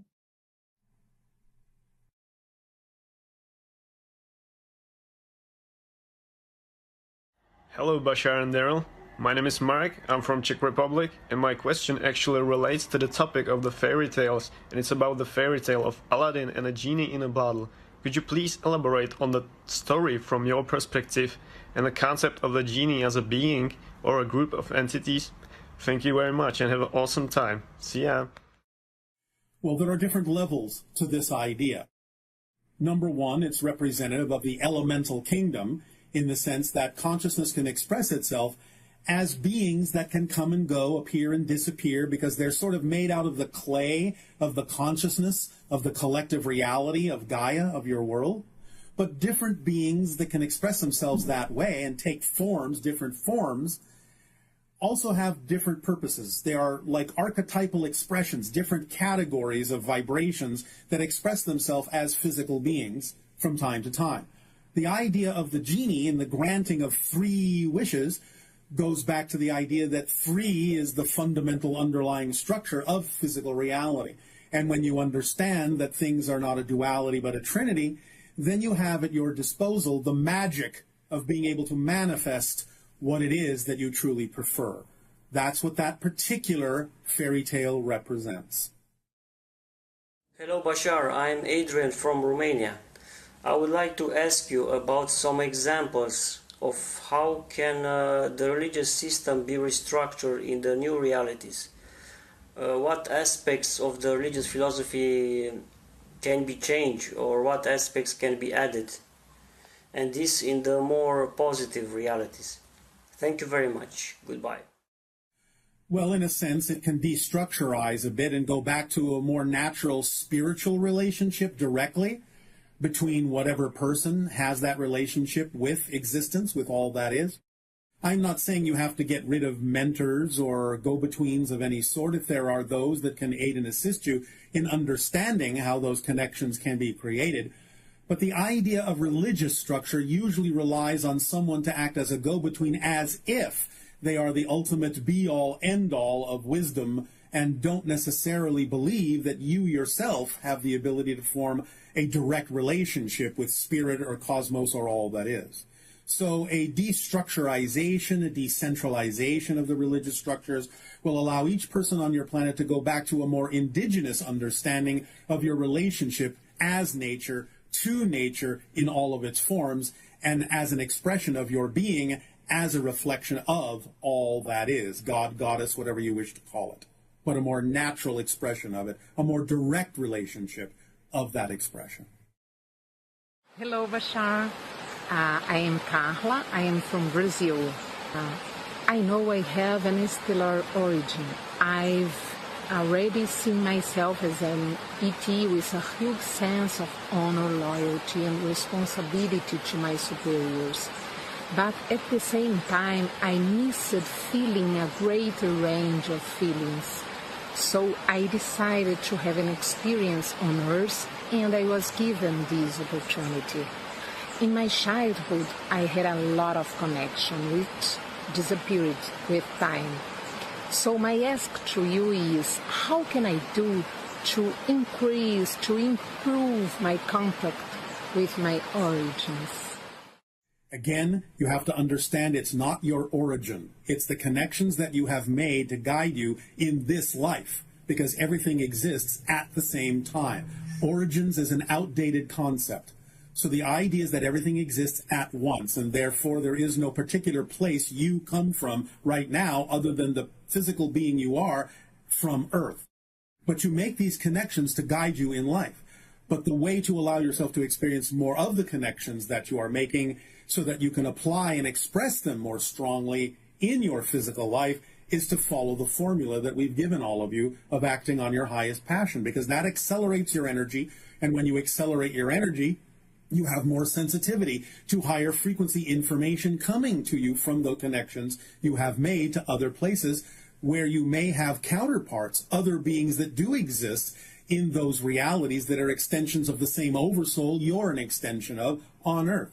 But you wanted to have the experience of getting down into the dirt, down into the earth, to experience the space-time reality, so allowing yourself to transform in new and exciting and different ways and discover new perspectives of yourself that you couldn't necessarily discover in another way, in another dimension, in another reality.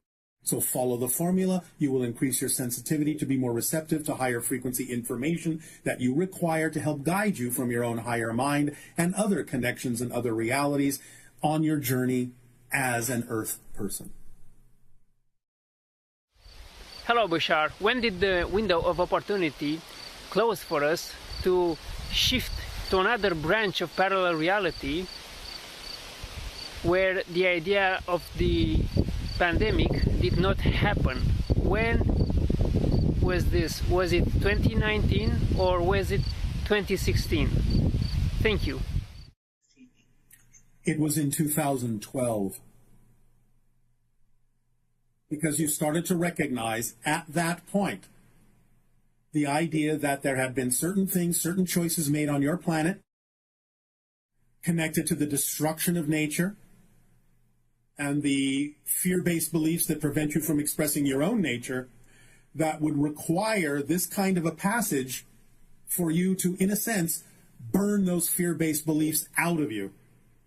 So that's why it's so important through this passage to take it upon yourself to let go of those fear-based beliefs and arrive on the other side more transparently, so that you can have used the decision you made to close that window to a reality where you didn't experience this in a way that serves you now so that you don't necessarily have to continue to experience these kinds of things. But it was back in 2012 that this decision sort of clicked into place more solidly. Hello, Bashar. This is Kenneth from Singapore. Recently, I have this feeling. I can observe a fearful self inside me that is being trapped by limiting belief. At the same time, I also can observe a joyful self that is full of freedom and expanding. And I'm using this joyful self to sort of communicate with this fearful self. So my question is, how can I improve on the communication between these two selves so that I can let go of the fears, let go of the limiting belief of this fearful self? Thank you so much. Well, don't invalidate the fearful self. Allow yourself to recognize it has brought you to where you are. It has helped you see the light by being able to see the darkness more clearly as well.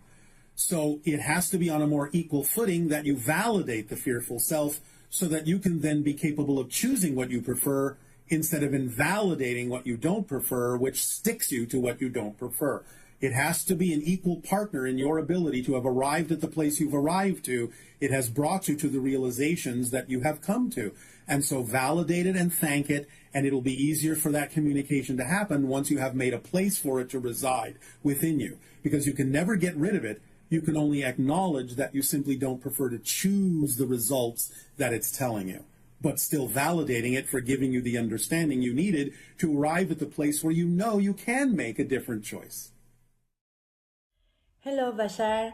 I am Paula from Belgium. My question is about shifting from parallel reality to parallel reality. When we shift to a reality that we do prefer, the reality that we don't prefer is still happening.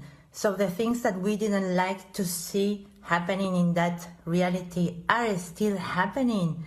And I ask this because I am an activist for the animals, and if I shift to a reality where animals are started to have their own rights and to be respected as individuals, what happens to the animals in the other reality?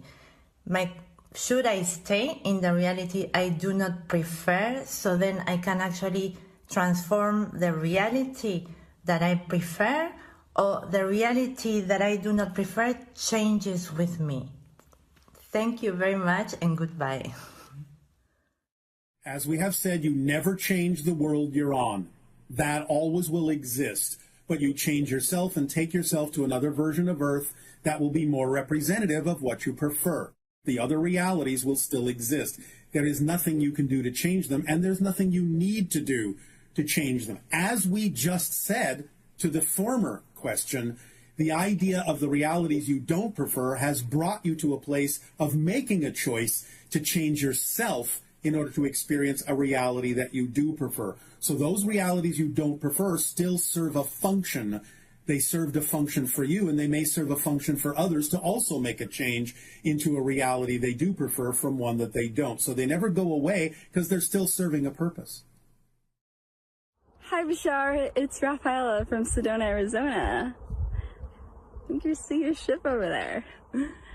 I have a question about how can we utilize the vortex of Sedona at this time to the best of our abilities? Well, again, the vortex of Sedona in particular is a magnifying, mirroring vortex that amplifies and magnifies whatever you bring with you into that vortex. So it puts you more in touch with the things you may need to deal with or let go of that don't serve you. And that's the way to use it most effectively.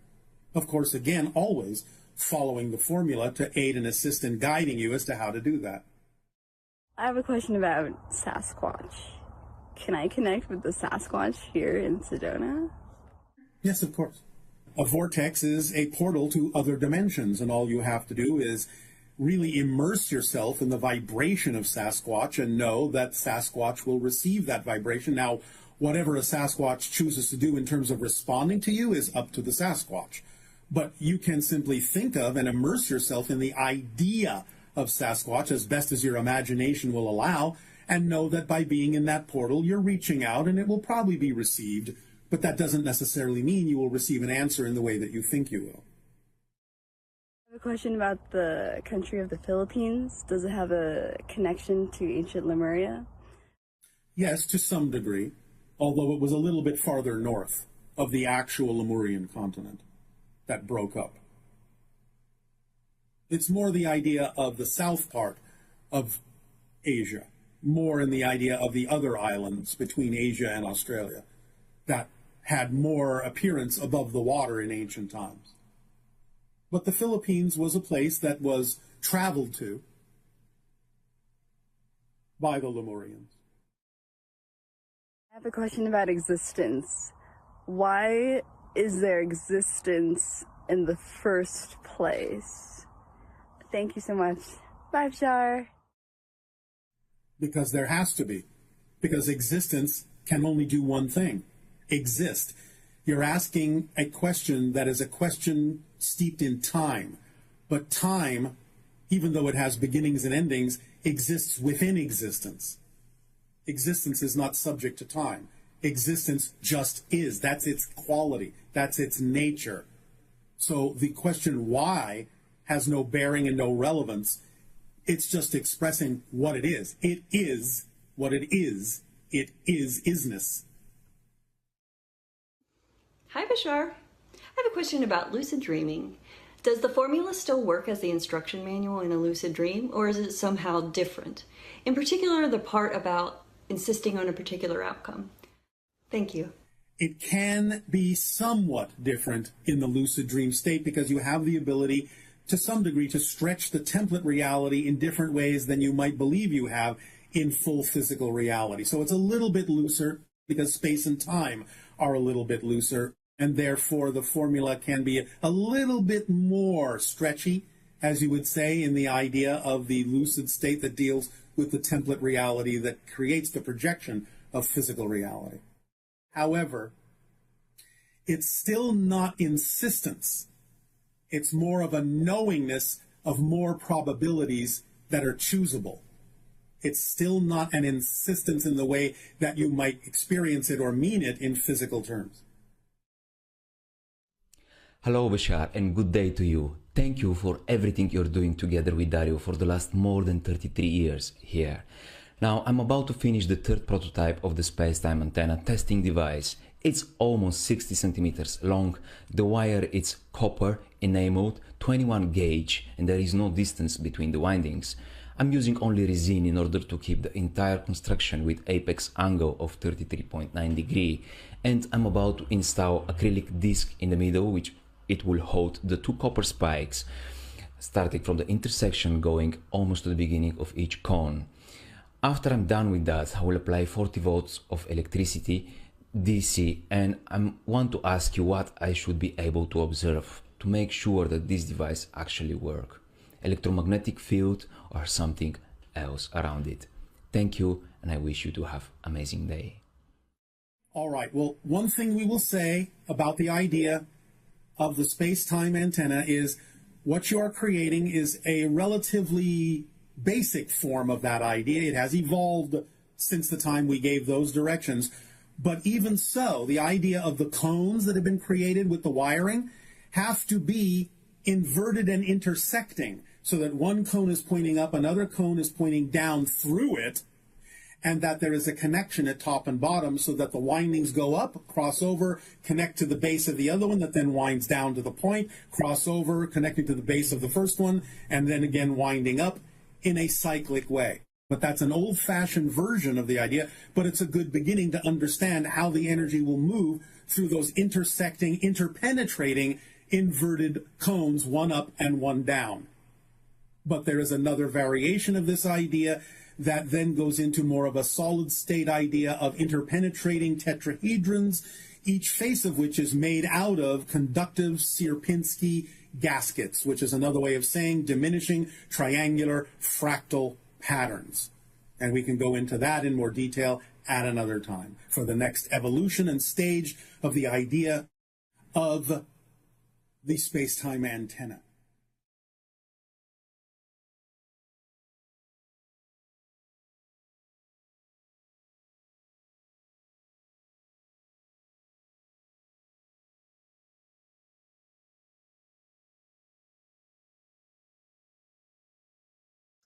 All right, but before we get into this particular batch of questions, we have a small and brief update for you regarding your pandemic. In the eye of the needle transmission, we talked about the passage that you're going through, and we mentioned that at that time, you were about halfway through, meaning that the other half, being as many months as began in January to the halfway point in April, and continuing to the same degree, the same amount of time thereafter, would have brought you into the end of your August month. But the reading at that time was based on conditions not changing in terms of the protocols you had established for controlling the spread of the virus. Since many people on your planet, after the April midpoint, decided to break with protocol and gather in large groups, not wear your masks, not social distance, this threw the time scale into a different format. And you have extended the idea now well beyond not only your August time, but perhaps even beyond this particular year. You may find, as the energy exists now, because of the break in protocol, because of the ensuing added factors that have been delivered now, and because of miscommunications, because of contradictory communications that exist now from different factions in your culture, you may find that this may extend into the first 3 months of your upcoming year. Eventually, when this virus has served its reflective purpose, when you have learned from it what you need to learn about yourselves and made some decisions to make certain kinds of changes, then you will find that it will fade itself away, it will burn itself out, mutate itself out, but only at such time as it has served its purpose. This ability to see this purpose, reflect into yourselves, make certain changes that will allow it to no longer be necessary, may begin with changes that might occur in your upcoming November month, but we will have to wait and see what decisions you make with regard to what kind of reality that you prefer. This is the update that we can give you at this time. You may begin with your next batch of questions if you wish. Okay, thank you. Does the 135-711 structure apply to this universe only or to everything? Many aspects of it apply to your physical reality. Some aspects are universal. Obviously, that everything is one is universal to many different kinds of reality expressions. The idea of the Trinity, in a sense, you could say, is multiversal, existing in many different kinds of universes. When you get into the 5 laws, that is also the idea of the nature of structure of existence, a description of the structure of existence itself, and therefore, again, multi-universal. With regard to the idea of the basic needs, you may find that some of these may start to differ with different universes and expressions of physics and what it takes to thrive in that particular reality. The idea of following your passion in the way we have defined it, in the way we have laid out that formula, also exists in a multitude of universes, but it is not necessarily existent in exactly that same way or experienced exactly in that same way in dimensions of reality beyond the physical. Though there may be some similarities or some replacements that would be the equivalent of some of those points, they are not necessarily completely equivalent across the board from one universal reality or dimensional reality to another. So it becomes a little bit more specific to your particular physical reality as you approach the idea going from 1 to the 11. Many of the principles cross multiple universes and dimensions, but not all of them do. Okay, thank you. A lot of people are experiencing strong negative emotions since the start of the pandemic, myself included, this individual says. I'm starting to experience anxiety and panic attacks around that time and has continued. What is the purpose of that? Why now, not before? And how do I stay positive and deal with the feelings that are coming up as I go through the eye of the needle? Stay positive.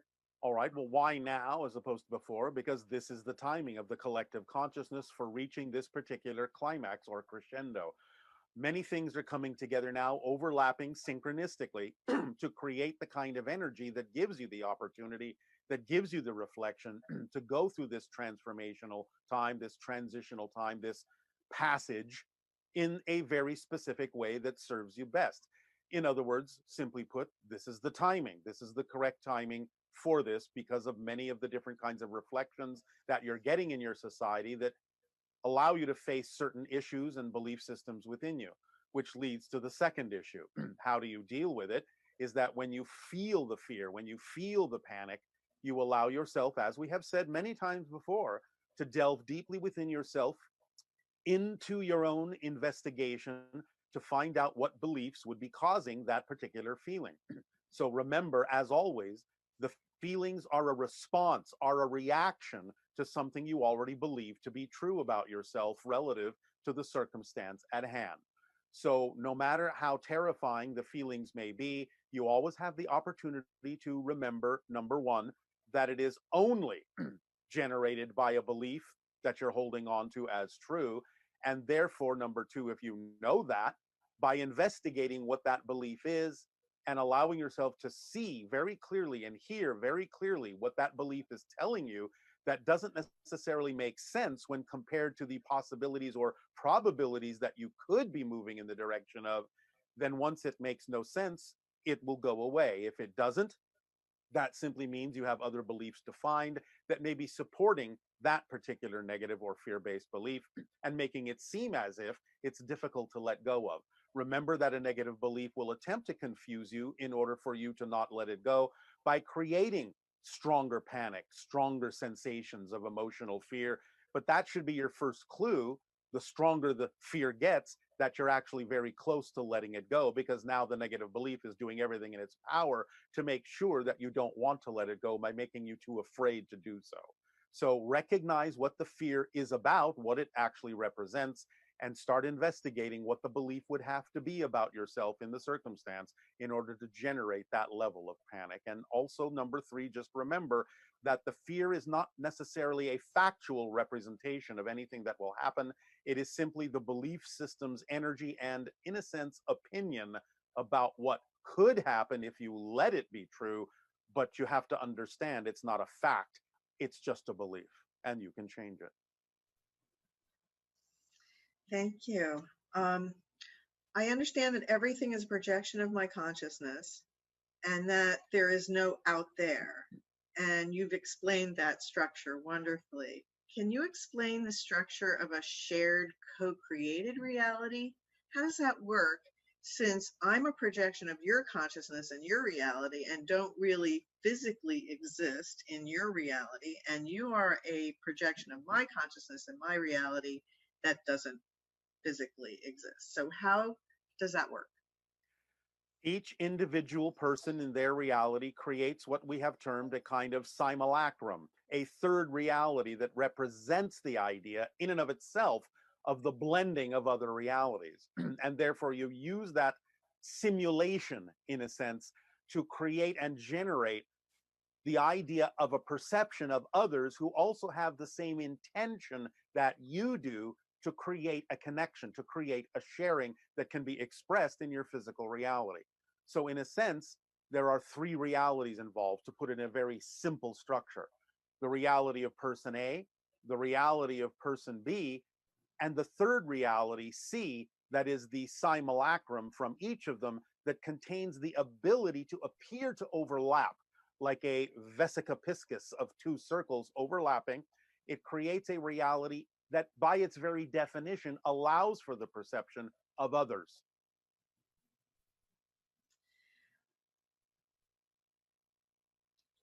Does everyone have the ability to communicate with Bashar, with you? If so, why is it that some people are better at doing it than others? And what steps can you take to strengthen or cultivate and become stronger in this type of communication? No, not everyone has the ability to communicate with us if they are not vibrationally compatible, at least to some degree, with our vibrational reality. Therefore, the way to make yourself more compatible with our vibrational reality is to follow the formula that we have given you, because it leaves nothing relevant out, including the idea of the expansion of contact with us and other beings like us. So following the formula of always acting on your passion to the best you can, with no insistence or assumption of the outcome, and remaining in a positive state no matter what manifests, so you can get the benefit from it, will allow you to continue to increase your vibration, accelerate your vibration, ascend your vibrational frequency to make yourself more compatible with our reality. So the idea is that those that don't choose to do that will not necessarily have the ability to communicate with us. We will be too different in our vibrational incompatibility. If there is infinity and limitless reality, why is there seemingly a closed window of time for contact?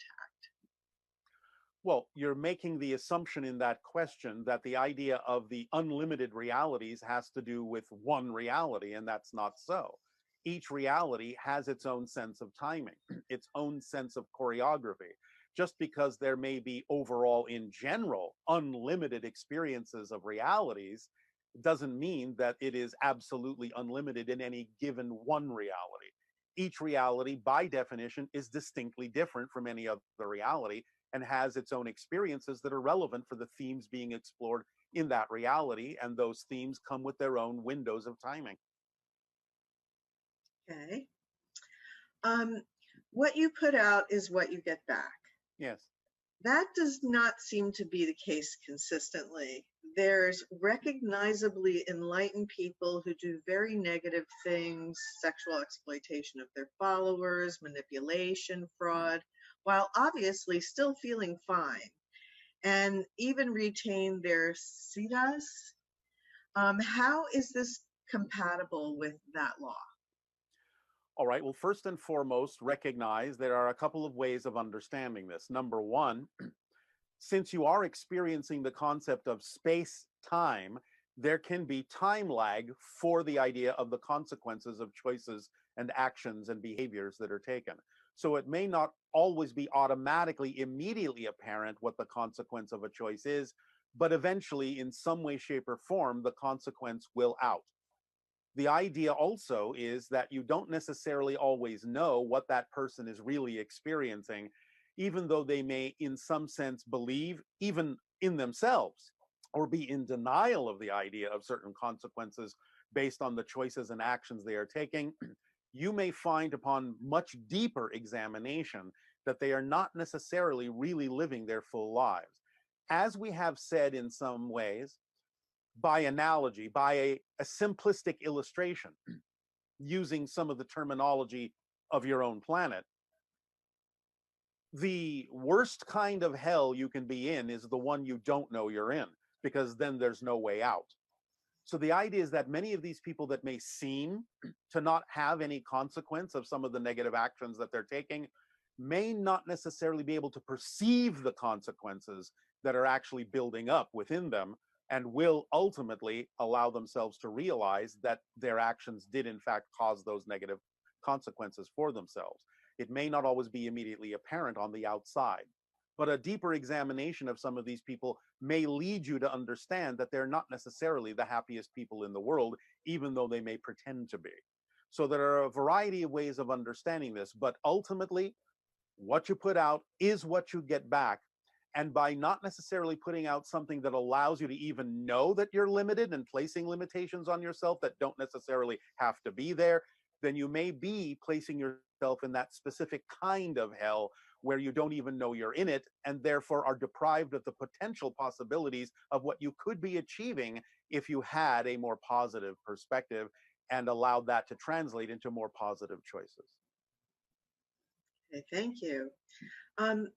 What is the healthy limit between passion and resistance/insistence? How can you tell the difference? Well, again, if anyone is really honest with themselves, they certainly can tell the difference between excitement and anxiety. It just takes honest self-investigation. But in terms of the way the question has been framed, it's not that there is a healthy limit. Yes, you have a little bit of wiggle room, but the idea is that the sooner you recognize that you are resistant to the vibration of your truth, to your signature frequency, to that which is represented by passion, the sooner you begin investigating any of those resistances and find out what the belief system would be that is causing the resistance, then you're using it in the proper way and you're well within the window, so to speak, of allowance for resistance to exist that doesn't necessarily slow you down. So the degree of willingness and the degree of immediate action you're willing to take to investigate what belief system you'd be holding on to that would be causing any anxiety or resistance will be the degree to which the window will work for you in a positive way. But denial of that, refusal to look at it, refusal to investigate, will allow there to be not as much of a window of play in your ability to use that resistance in a way that educates and, shall we say, gives you the understanding within yourself that you need to use it in a way that serves you. Okay, thank you. And can you explain the difference between a level of density and a dimension? For example, the difference between fourth density and fourth dimension. Yes, we have given this definition, but we'll give it again. The idea of dimensions are more like the idea of entire countries, whereas densities are sort of like states of being within that country. So you are transitioning now from third density, a certain level of vibrational frequency of energy, to fourth density, but that's happening within the fourth dimension, the 4 dimensions, 3 of space, 1 of time.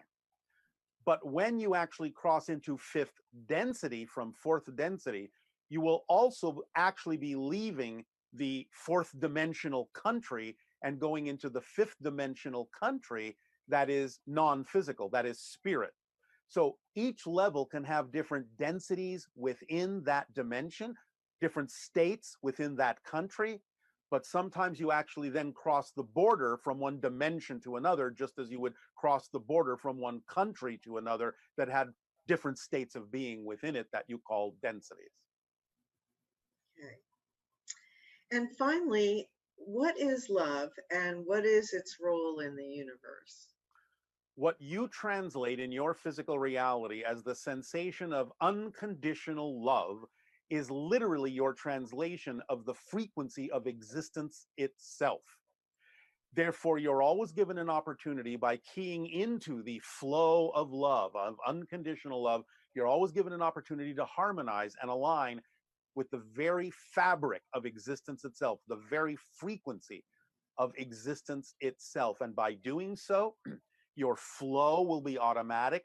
You will automatically, in a sense, be magnetized toward the slight positive bias in existence, because a balance point in the center between negative and positive is also slightly positive because it gives you the freedom to choose. And therefore, it adds to the idea of the positive side slightly, so that by simply going into unconditional love and acting from unconditional love, in the way that we have described the formula, you will always be harmoniously, as best as you can be, in alignment with existence itself, and it will always accelerate you and allow you to move in the direction of positive energy, positive reflection, positive experience in your reality. Well, thank you so much. We love you so much, unconditionally. And our unconditional love to you all. We thank you, and now please enjoy the meditation we have provided for you.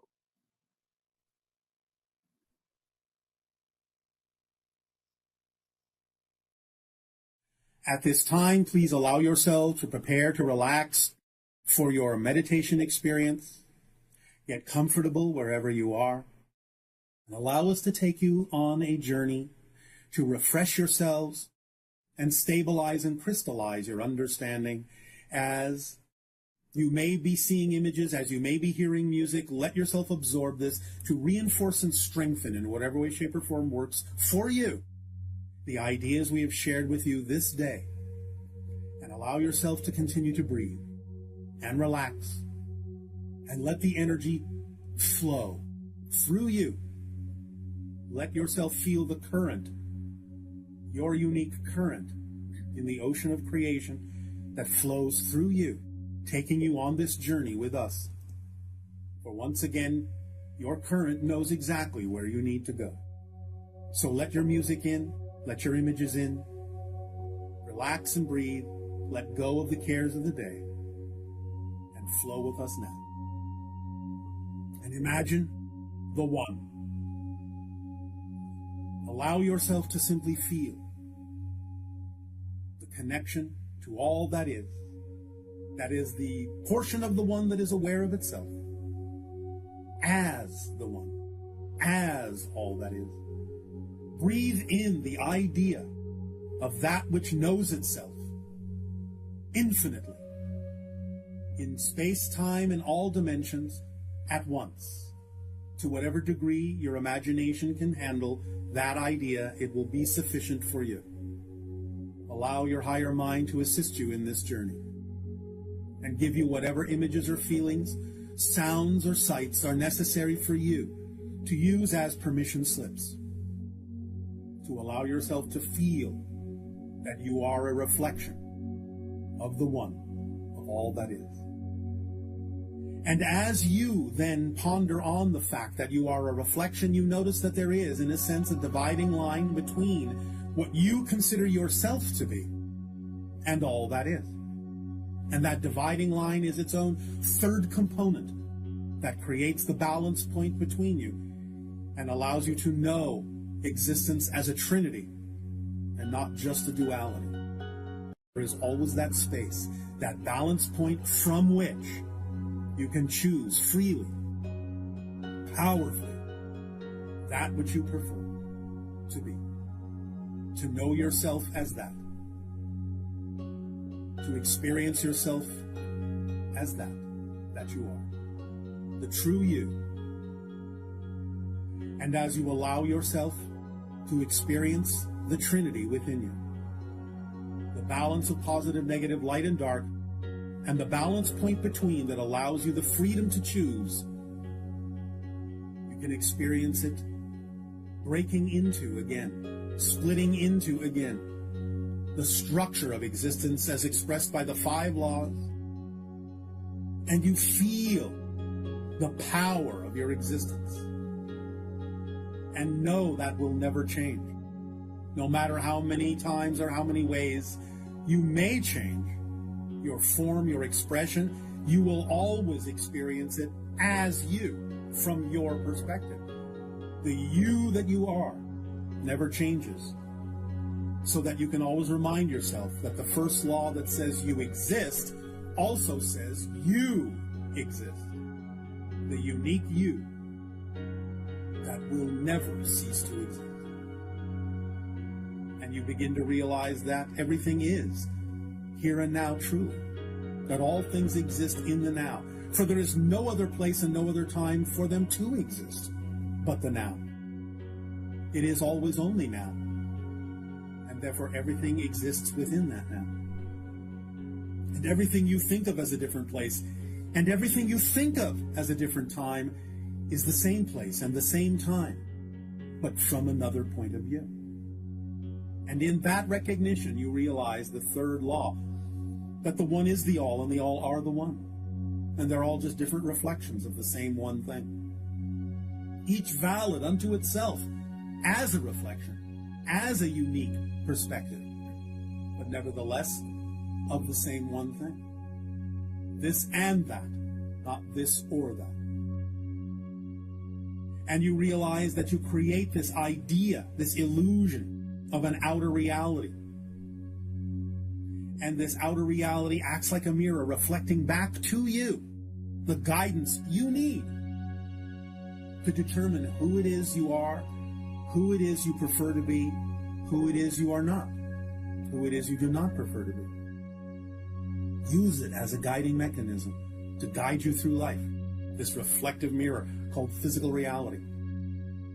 Allow yourself to be transparent to yourself, so that you understand what you believe to be true about yourself and why that is what you are experiencing is coming to fruition in the way that it is. Know thyself.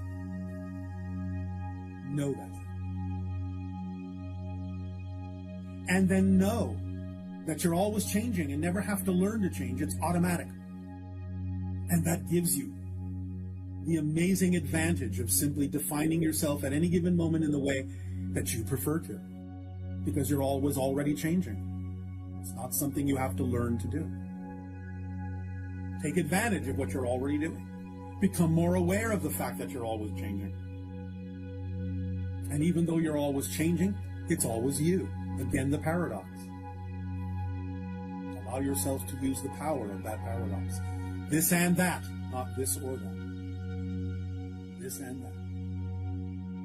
And it moves you into life, into knowing the basic needs that will fulfill you and allow you to experience joy and beauty and creativity and stability and certainty and confidence and love in your life. By simply allowing, not making, not forcing, but allowing those 7 basic needs to breathe as fully as you can, to whatever degree you need to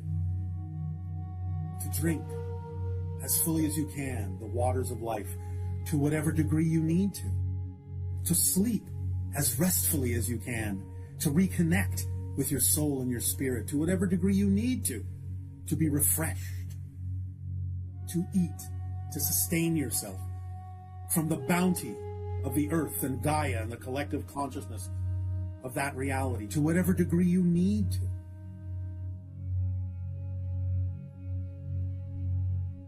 to be sheltered, to be nurtured, to be supported by the environment, that it allows you to thrive and be comfortable in your own skin, to whatever degree you need to connect, to relate, to have communion, to whatever degree, with whatever, with whomever you truly need to, but not with those with whom you don't. Not with that which is not vibrationally compatible. Be true to yourself. Know yourself and be true to yourself. And know that it is the most loving thing you can do to show the consequences to others of their choices. Because even though you may not necessarily physically be together, you're still in a relationship and still reflecting. As long as you are being true to yourself, then they are in a relationship with you and not who they think you should be. And not who you have been made to believe you should be, but who you truly are. And the expression of yourself, the creativity, the actions that you perform that are representative and reflective of your true self, your true being, that allows you to become a living example in the world to others who may not know they have such an option. That is how you share. That is how you help. At the same time, allowing them to do whatever they will with what you have shared with them. For what they do is none of your business to that information.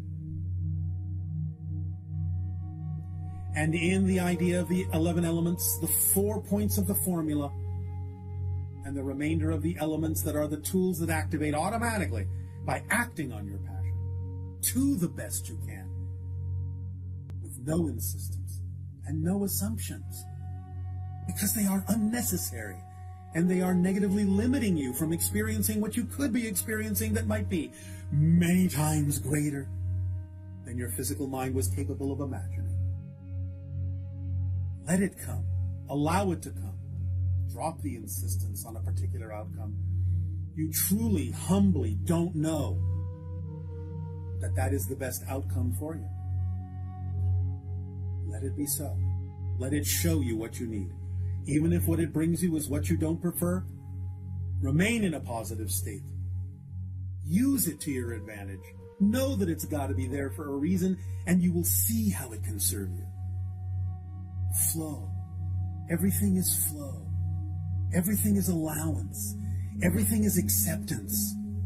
Not of what you don't prefer, but acceptance of the fact that you are being presented with an awareness of something to use to your advantage, to recognize, to discern the difference between what you do and don't prefer more clearly. That's how you use it, even if it's what you don't prefer. As has been said, you see the candle flame more clearly when it is surrounded by darkness. So even though something appears that is negative or dark, it's there for your advantage if you know how to use it. And then all the other tools will fall into place automatically, synchronistically, perfectly and beautifully.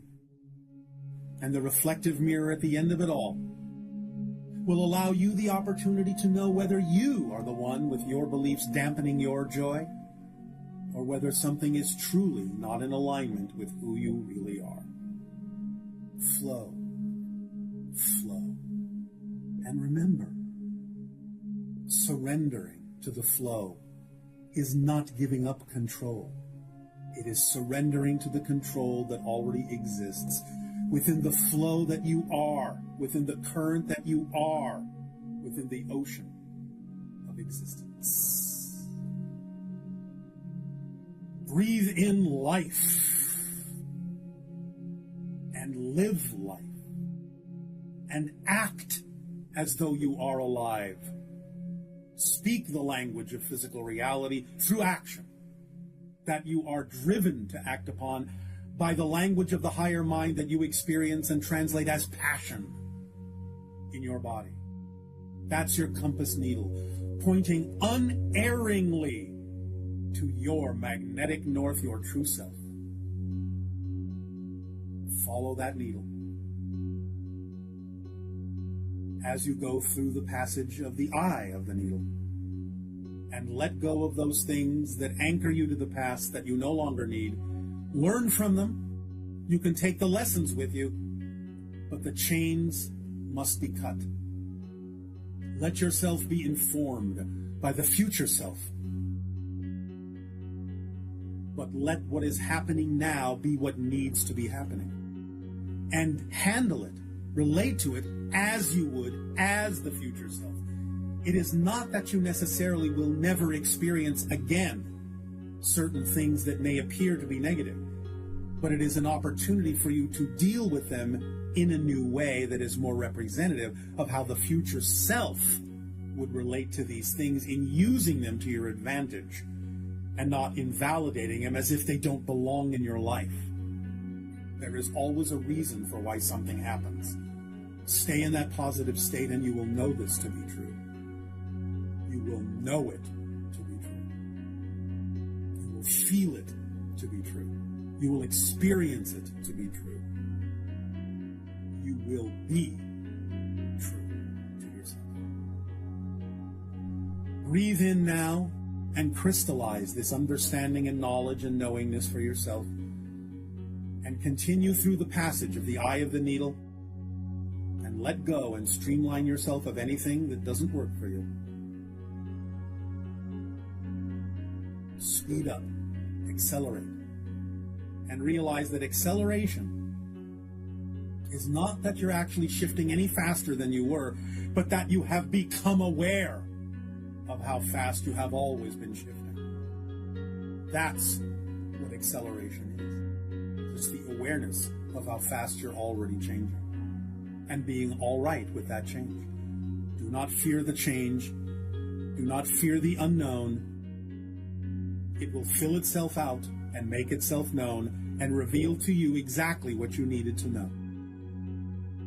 All the mysteries and all the secrets are solved and answered within the unknown.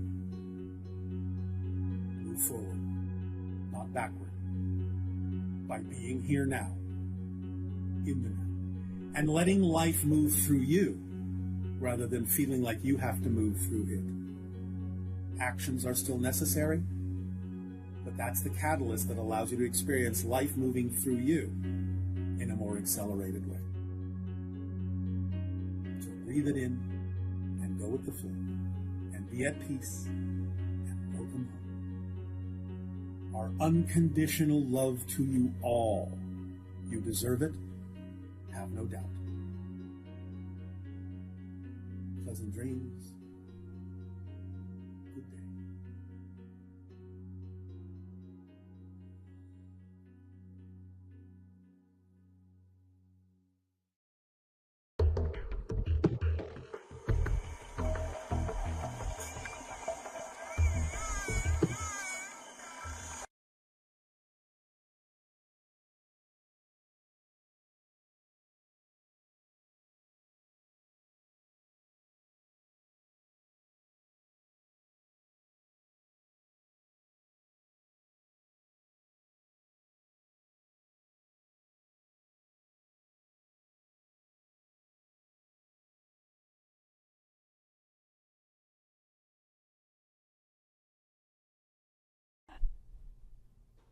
I'll say good day to you this day of your time.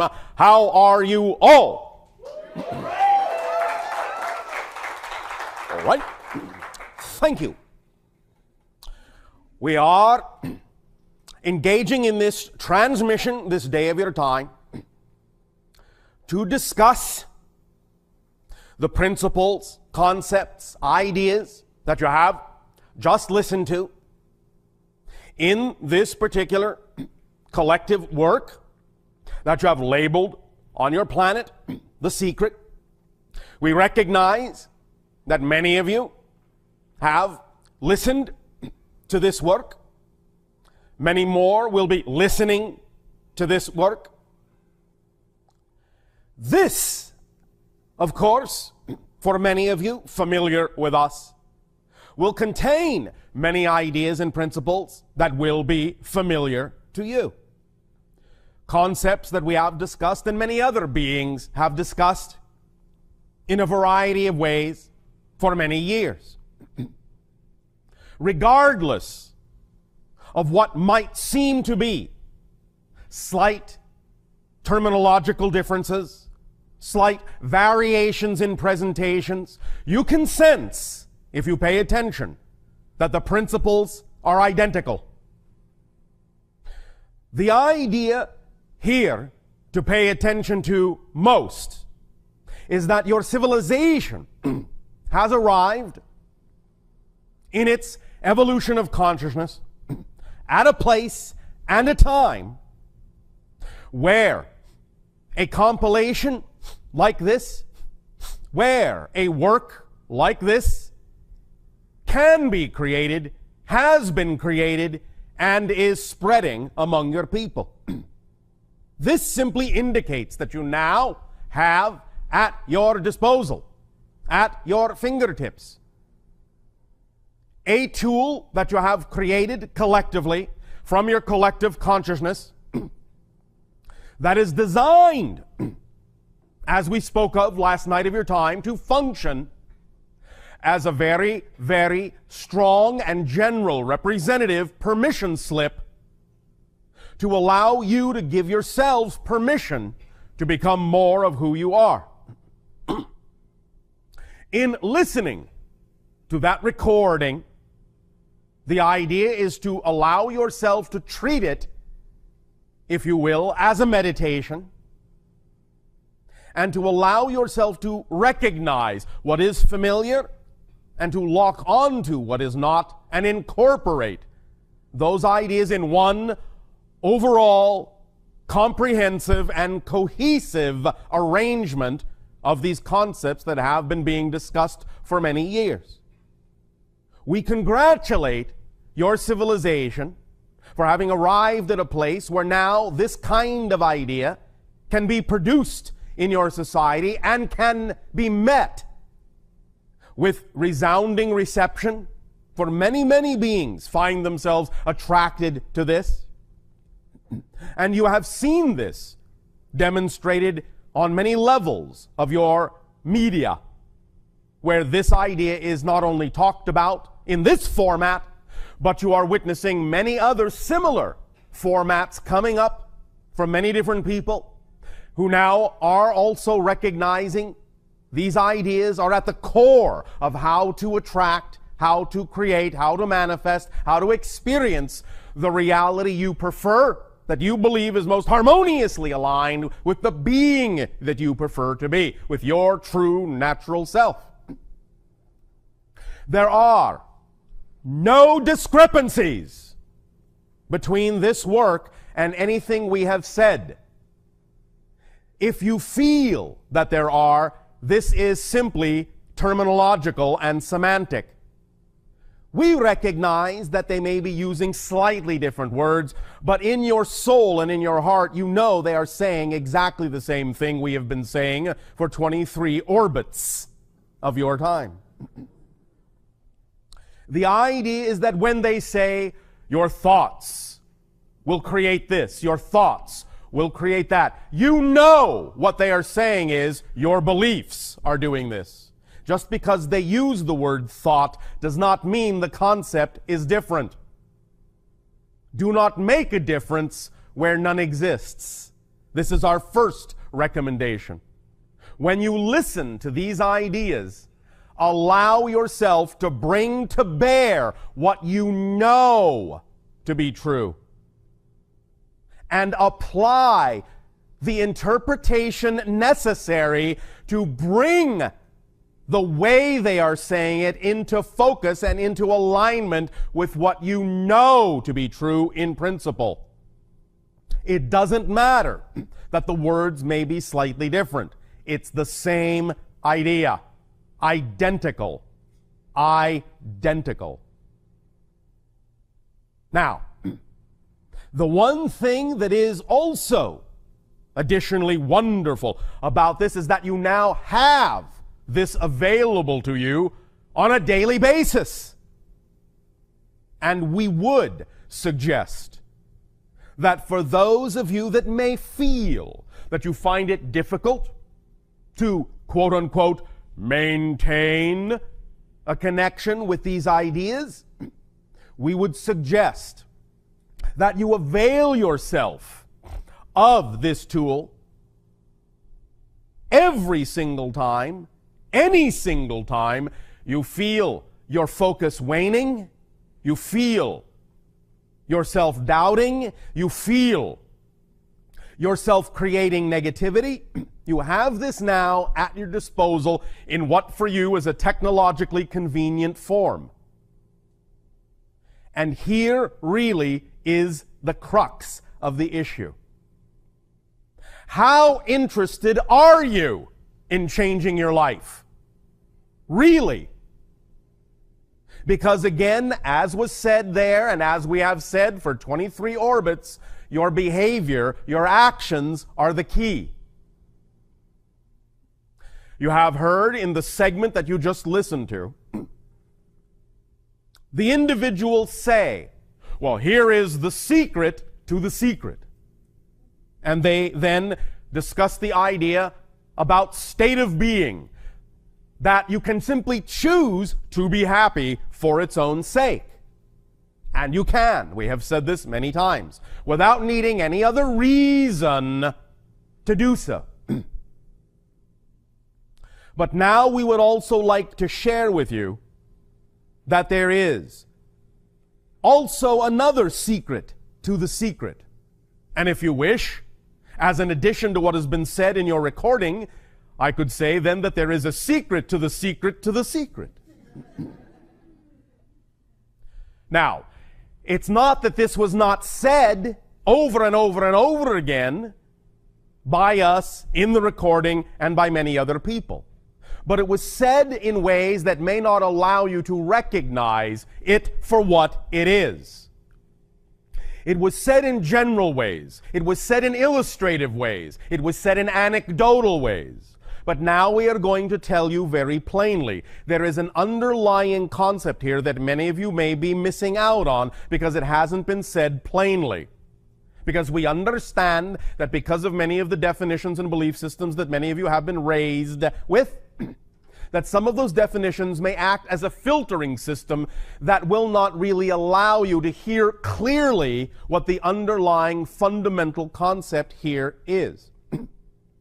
We know that many of you get it when we say, follow your passion, act on your passion.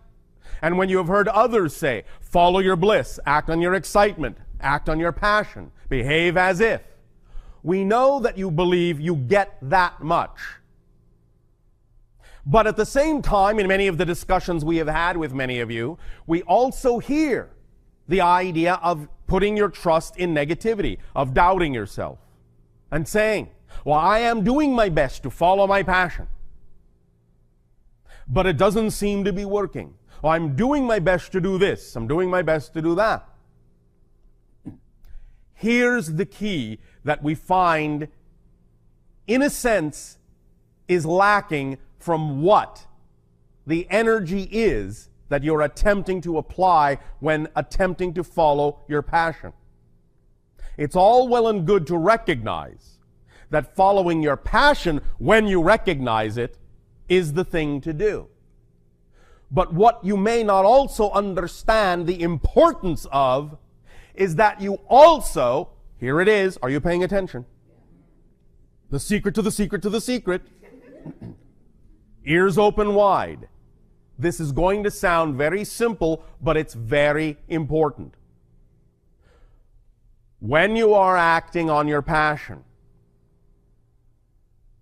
you must also be passionate about being passionate, which many of you are not.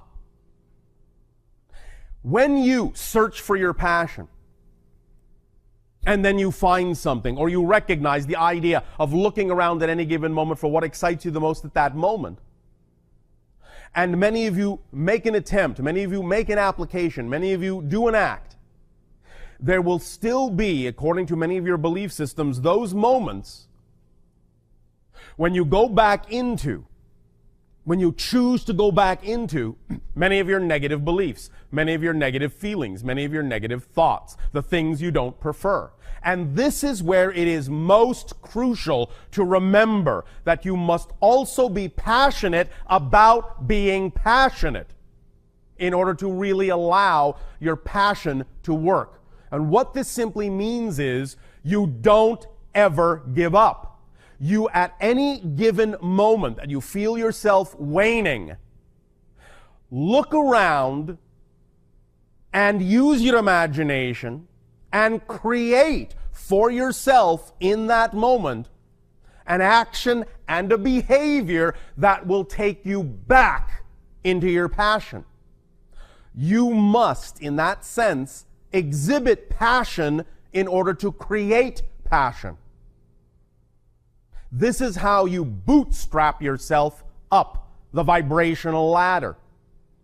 To put it in another way, you have heard us say, you have heard them say, when you have a vision, when you have a dream, when you have a picture, when you have a visualization, act it out as best as you can. Do all the things as best as you can to allow yourself to create the frequency of the reality you prefer, even if it isn't literally, physically manifesting yet. This is the willingness to be passionate about being passionate, instead of choosing to feel the idea of the inertia tugging at you from the beliefs you don't prefer. The willingness to act differently regardless of the recognition that you have those beliefs. For example,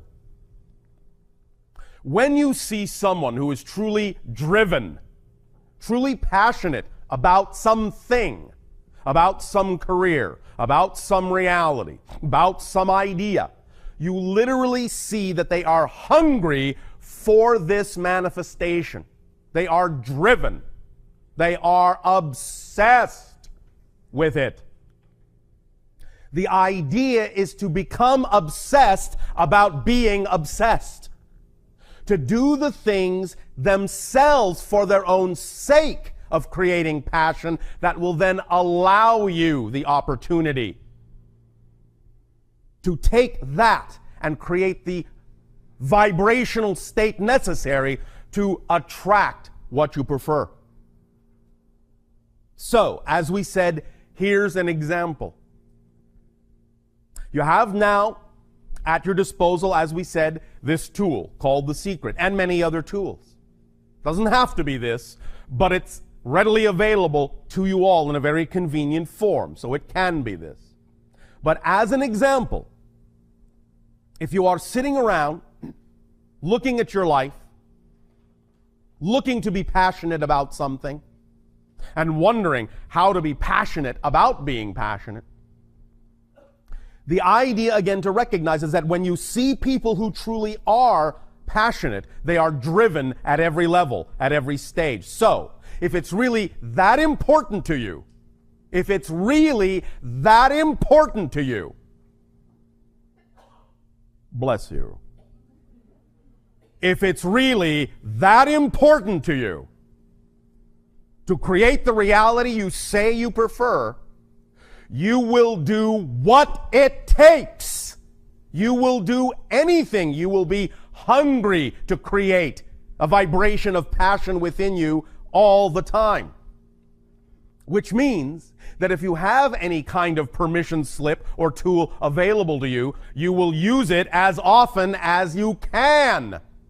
You will inundate yourself with it until there can be no other thought, until there is no other choice. To put it in pragmatic terms, if you find yourself one day feeling that your energy is waning, listen, put on your headphones and listen to the secret again. If the next day you find your energy is waning, put on your headphones and listen to it again. And again, and again, and again, and again, and again, and again, and again, until you get it. Until it sinks in, until it becomes second nature, until it becomes your first thought, until you don't think any other way. Inundate, immerse yourself in all the things that are of that nature, to the exclusion of all other techniques, all other offerings, all other tools. If you're really passionate about something, and passionate about being that passionate, you will do what it takes. You will allow yourself to be completely submerged and obsessed with the very idea of creating the state itself that is representative of the reality you prefer. Now, you don't have to do this. It's up to you. But what we are saying here now, and what we will be repeating throughout this particular transmission, is the recognition that whatever stage, whatever level of frequency, whatever level of commitment, whatever level of drive, whatever level of hunger you decide you choose to have for being passionate is completely what will determine the level of reflection you get, the level of effect you get. So if you say to yourself, I don't have to listen to that again. I already know it. Still not working for me. I'm still not happy. Still not getting the reality vibration. Still not creating the state of being I want. But I don't have to listen to that again. Then that's the state you will remain in. When you remember a time when you became passionate about something, anything, you couldn't get enough of it. Every day, every waking thought, you ate it, you drank it, you breathed it in. You looked for anything that had to do with that thing, to learn more, to feel more, to absorb more, to immerse yourself, surround yourself more with that idea. The idea is that that in and of itself, that activity in and of itself of immersing yourself in a passionate state is paramount, is very important to the generation of attracting all the things that are then representative of that passion. So if you're not going to be passionate about being passionate, you are going to remove for yourself a very strong stepping stone, a very strong connective link to attracting the things themselves that are representative of your passion. Does this make sense to you? All right. Now we understand, and we know you understand, that even with this knowledge, there will still be portions of your mind, portions of your physical mind going, oh no, that's just too much. So be it.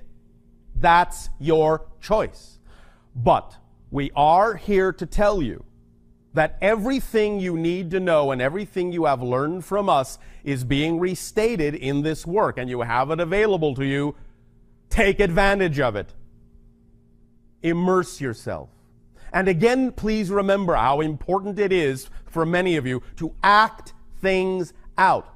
We know, it's no secret to us, that when we have often suggested to many of you that the way to allow yourself greater opportunity for manifestation, greater ability for manifestation, is to actually go and physically act out the scenario that represents your highest joy. And we know, as we said, it's no secret to us that most of you simply don't. Why not? That's the question. That's the true, honest self-assessment that really needs to be investigated. Why not? Because what that simply means is you're not really that passionate about creating that reality. It's not really that important to you. You're not really consumed by it. You're not really obsessed by it. You're not really immersed by it. Why not? That's the question. Why not? That is the most important question you can ask yourself with regard to what you say is your passion. Why am I not more passionate about my passion? Why am I not willing to do the things that everyone says will work? Why not? And that's where you need to come face to face with your own identity, your own physical mind, your own belief systems, your own definitions, your own issues about what it is that you are allowing to define you as a personality. What it is you are choosing to believe in as a personality. Now, you also heard in that recording an idea that we began to discuss last night of your time, and this is the idea of what the job of your physical personality mind actually is and what it isn't. Many of you have been taught to believe that your physical mind is in charge, that it's supposed to control everything and figure out how everything is supposed to happen in order for everything to work. But you heard in the recording, and you heard us say last night of your time, that this is not your job description. Your physical mind is not designed to understand how things happen. It is only designed to perceive how things happened. It is not designed to perceive how things will happen. It is only designed to perceive how things happened. The higher self, that level just above physical reality that is also part of your personal being, is the level of your being that has the ability to understand how things happen.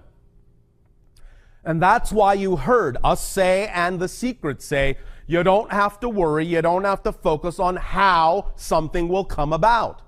There is no way for you to know.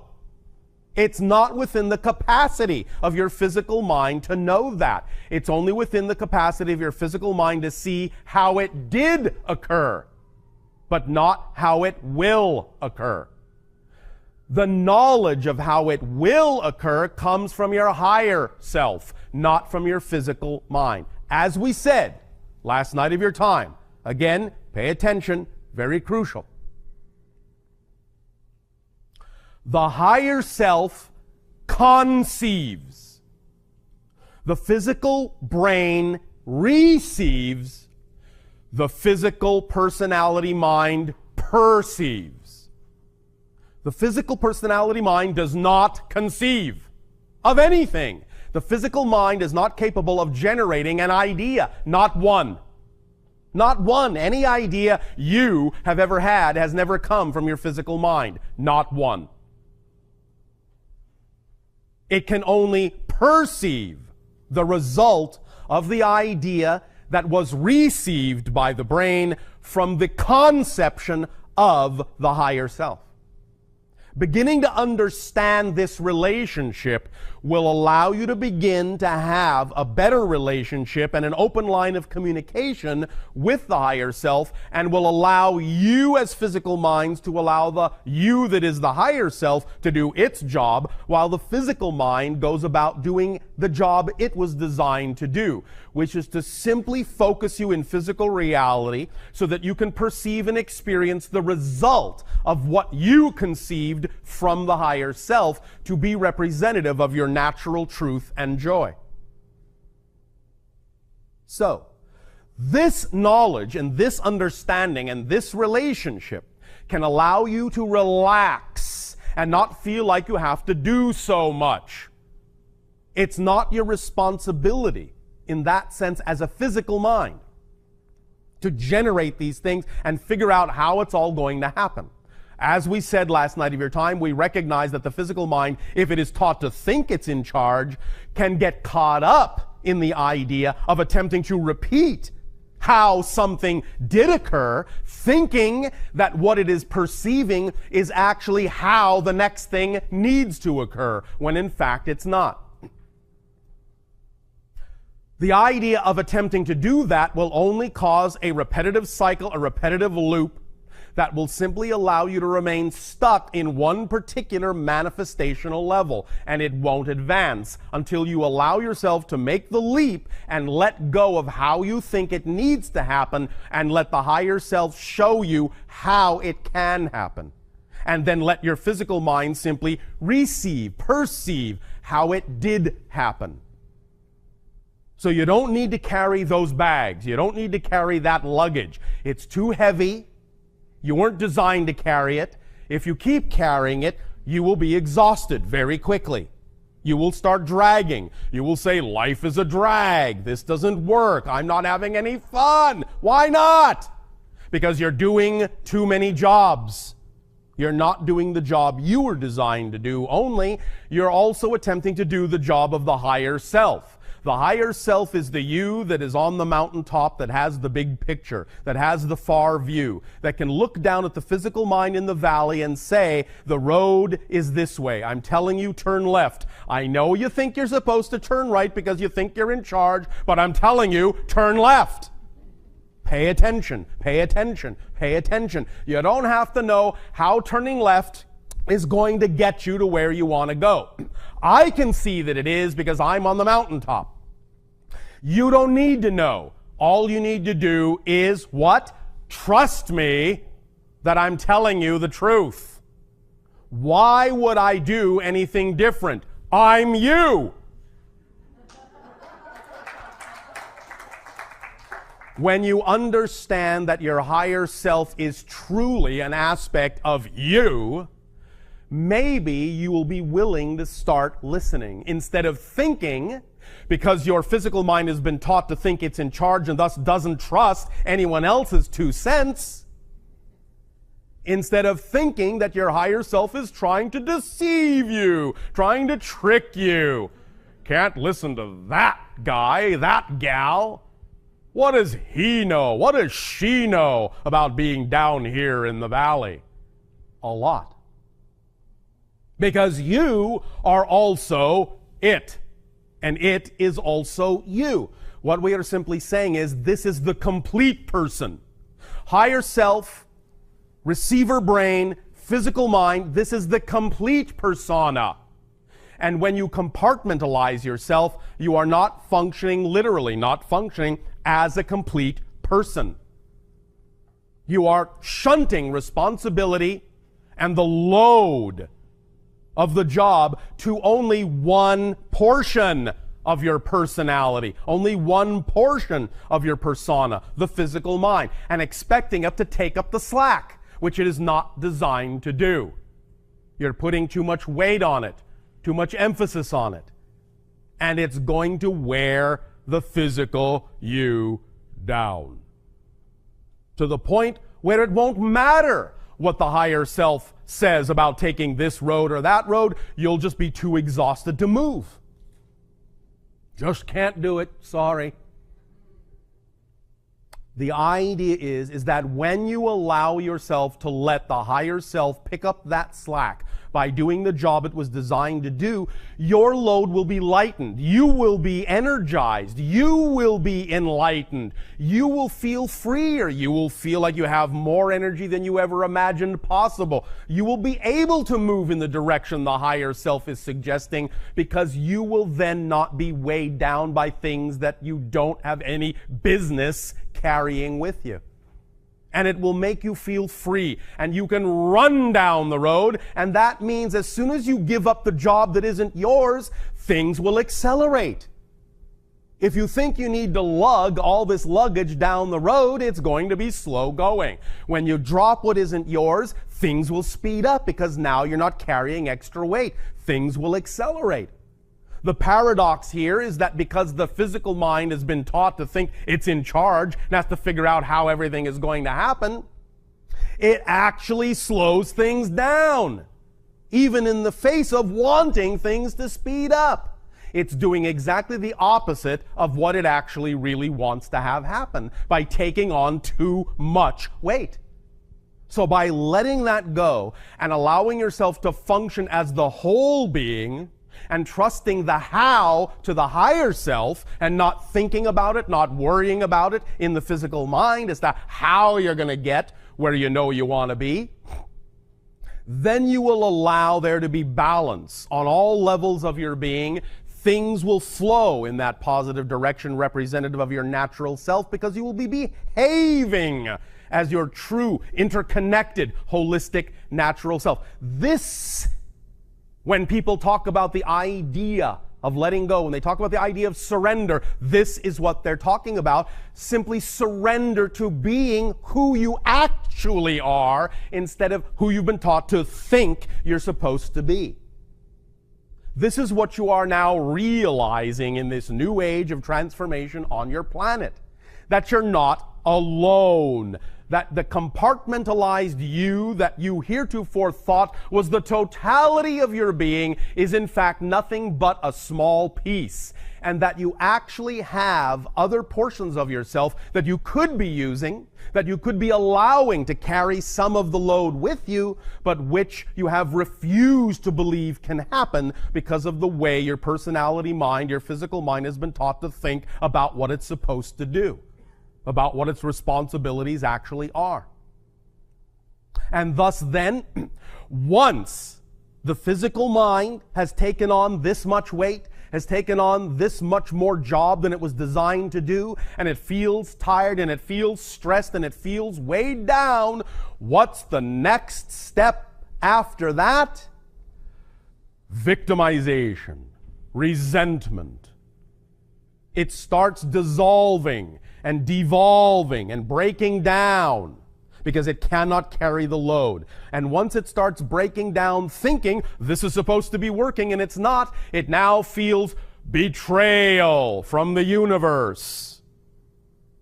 The universe isn't supporting me, it's not working for me. No, you're not working for you. You're not working for you because you're working too hard for you. Lighten up on yourself. The universe does not expect you to have to struggle. It does not expect you to have to, in any way, shape, or form, suffer. Challenges, yes, but those are exciting. Activity, yes, but that's exciting. Struggle, suffer, no. There is no expectation on behalf of the universe that you should have to struggle and suffer to be yourself. All the struggling, all the suffering, all the doubt, all the fear comes from the misunderstanding of who you are, and thus resisting your natural self because you're afraid to give up that control from the physical mind to the greater self for which it was designed.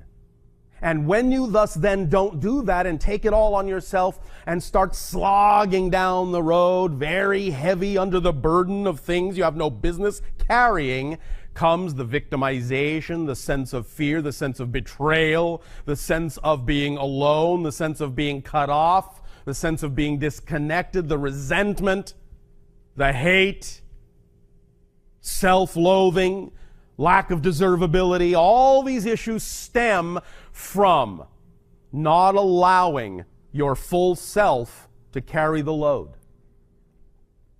All of it. Bless you. There are, as we said, now many more different, shall we say, permission slips being created by many different people with regard to ideas such as abundance and living your passion and so on and so forth. They are all saying the same thing. Choose whichever one seems to work best for you. But when you make a choice as to what permission slip is most reflective and most representative of what you believe works best for you, then take that information and inundate and immerse yourself in it to the point where you are truly exhibiting a passion for being passionate.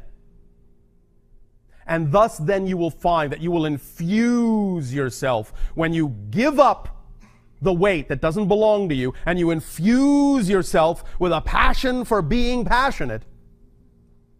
The levels of synchronicity will explode in your life to such a degree that you will find staggering, miraculous, enlightening, uplifting, levitating.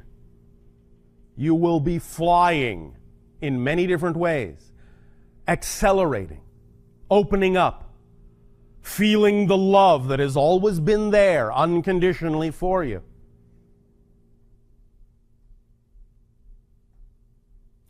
Now, we, last night of your time, also mentioned that we would be speaking about the idea of the transformation itself, the accelerating wave of collective consciousness that many of you have intuitively recognized reaches a critical mass threshold in and around your cycle that you call 2012. This simply represents the idea of crossing into critical mass, where you have the potential for total positive reality. You have that now, of course. But after 2012, the idea of positive energy will be so much more available to so many more of you that if you should choose to ride the crest of that wave, the leading edge of that wave of consciousness, you can accelerate so rapidly, you can attract to yourself so rapidly the things that are representative of your passion, of your joy, without knowing in any way, shape, or form how these things could have happened, beyond reason, beyond logic, that again, your life will become literally so dreamlike, it will be at first dizzying and disorienting until you get used to it. Literally, you'll be walking through life like it's a dream, marveling at the miraculous synchronicities that just are popping up as a matter of course. Yes. When you ride the leading edge of the wave of consciousness. If, however, you choose to continue to compartmentalize your physical mind and make it responsible for being in charge, and have to know the how, and have to know the why, and have to know all the details before you'll be willing to believe that the higher self can simply bring this to you, then you will, by choice, position yourself somewhere down the line from the leading edge, in some of the eddies and currents and backwashes in the wake of the leading edge. Now, it doesn't mean that you cannot find benefit in those locations, in those gradations of frequency behind the leading edge. But wherever it is you position yourself, you simply have to understand the effect you create will be absolutely directly commensurate with where you have positioned yourself, and it will not be any more than that. By definition, it cannot be any more than that. As an analogy, your visible spectrum of light. You understand that in the visible spectrum of light, red is a low frequency, the lowest visible frequency you can perceive with your eyes. Violet is the highest visible frequency you can perceive with your eyes in general. We understand many of you are beginning to stretch these boundaries, but for the purpose of this illustration, let's just stick with the common labeling of this visible spectrum. Now, you know, if something exists on the frequency of violet light, it's at a very high level of frequency, very high level of energy. And it will experience the things that go hand in hand with that level. If something chooses to exist on the other end of the spectrum, in the red frequency, it will be functioning at a lower wavelength, a slower wavelength, a lower vibration, and will only experience the things that are commensurate with that level in the spectrum. It's all energy, it's all light, it's all the same stuff, as you say, but the difference in gradation of the vibrational frequency will ultimately determine what is capable of being experienced on that level. If you're operating at a certain wavelength toward the lower end of that spectrum, you will only perceive red. Only! You will never perceive violet at that end of the spectrum. If you are operating at the violet end of the spectrum on a high frequency level, you will only perceive violet. You will never perceive red at that end of the spectrum, ever.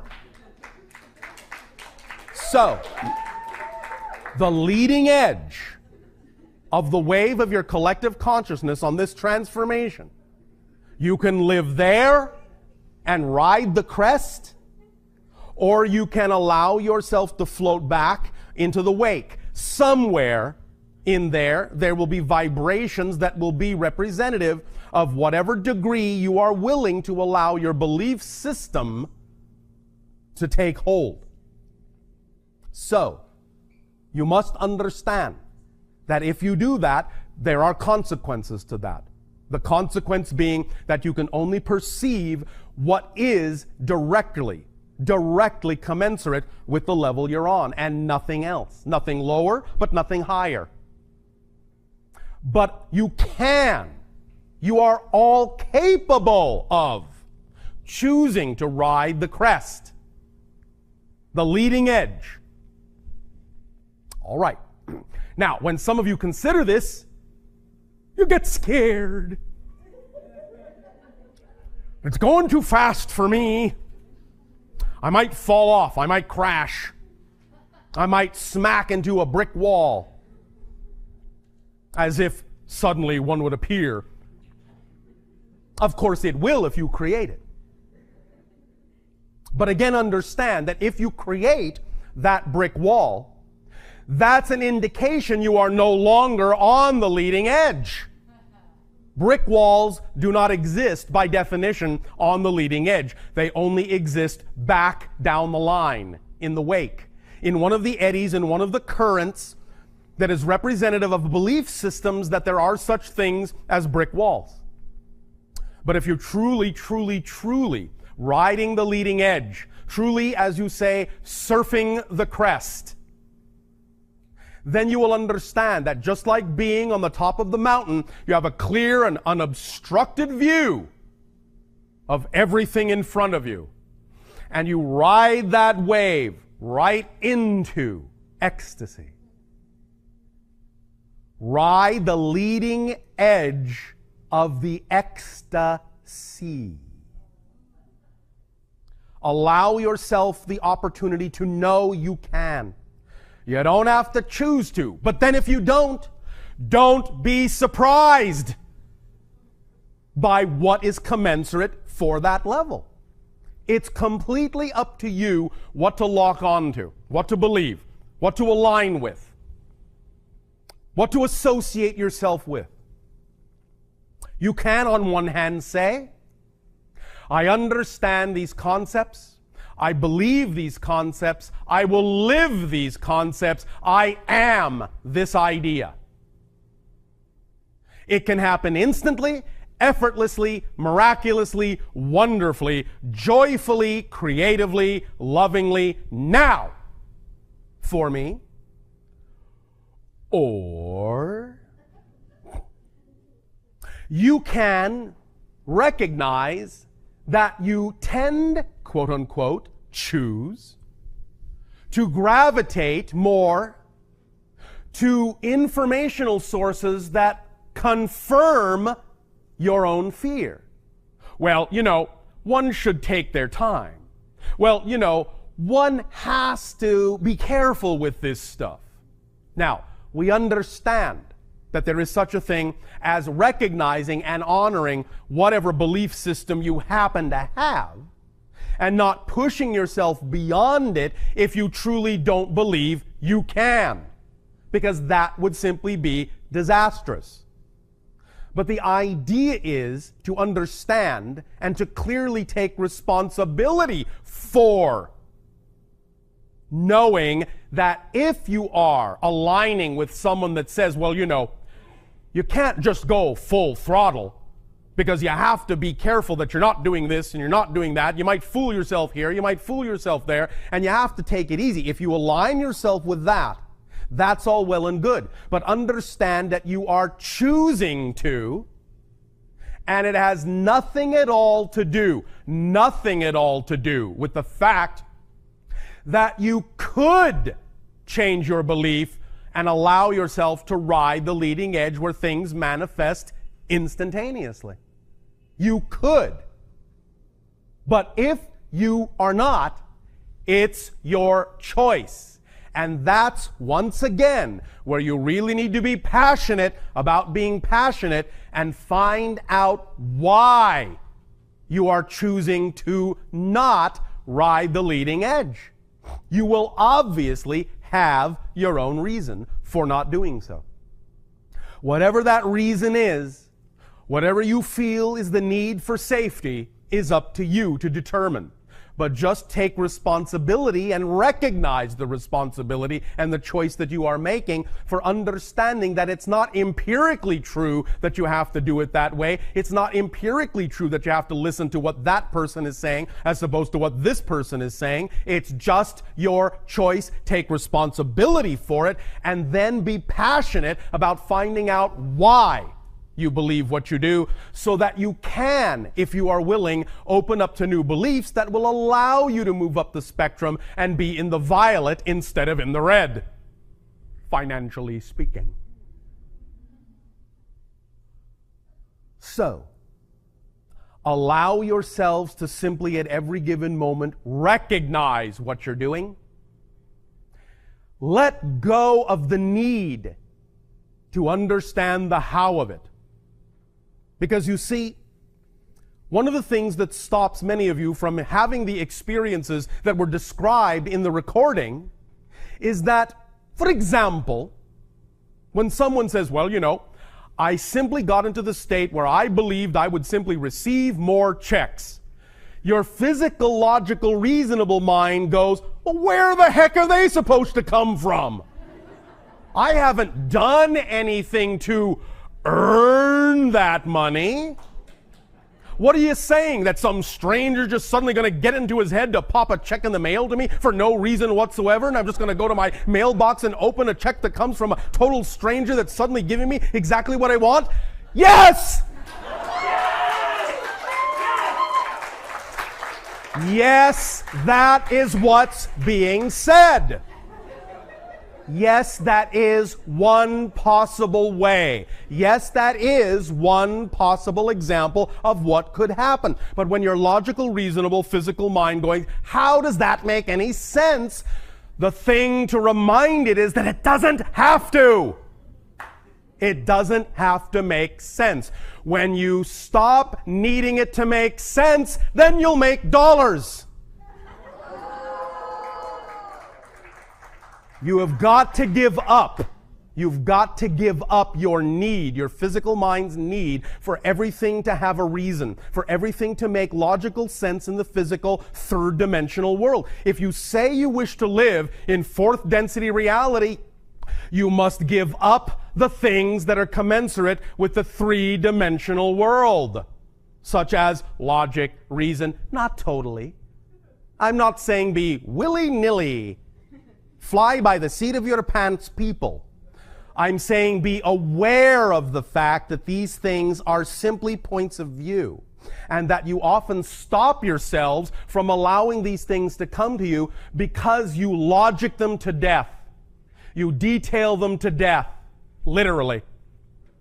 You look for a chain of reasonable connection, and believe me, in fourth density reality, there are many chains that to a third density mind are not reasonable or rational at all.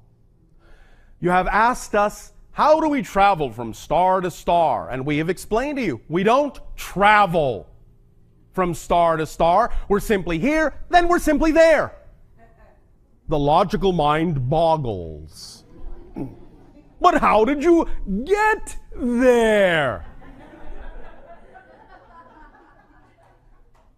How is it possible to go from here to there without stepping on all the places in between? That's not rational. That's not logical. Yes, it is from a different point of view. I'm talking about not abandoning logic. I'm talking about higher logic. The logic that comes from standing on the mountaintop where you can see the entire valley, the entire network, and where it makes sense to you on the mountaintop to say, if you actually go back 3 steps and then to the left, you're actually going to get there more quickly than if you just go straight ahead. Whereas down in the valley, the logical mind self is going, but everyone knows the shortest distance between 2 points is a straight line. And if I go backwards, how can I get there sooner than if I go forwards? How? And the higher self goes, ugh.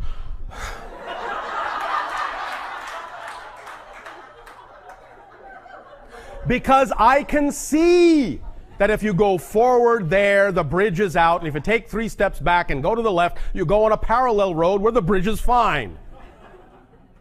But the point is that the language of the higher self cannot always communicate all those specifics to the physical mind, because the physical mind does not always have the capacity for that kind of translation. The only way that dialogue, most often than not from the higher self, translates to the physical mind is simply suddenly the urge to go back.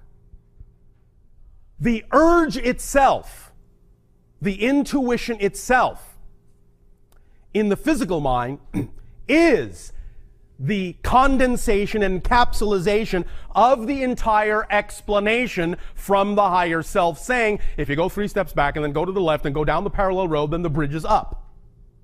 But all the physical mind will get is the tug.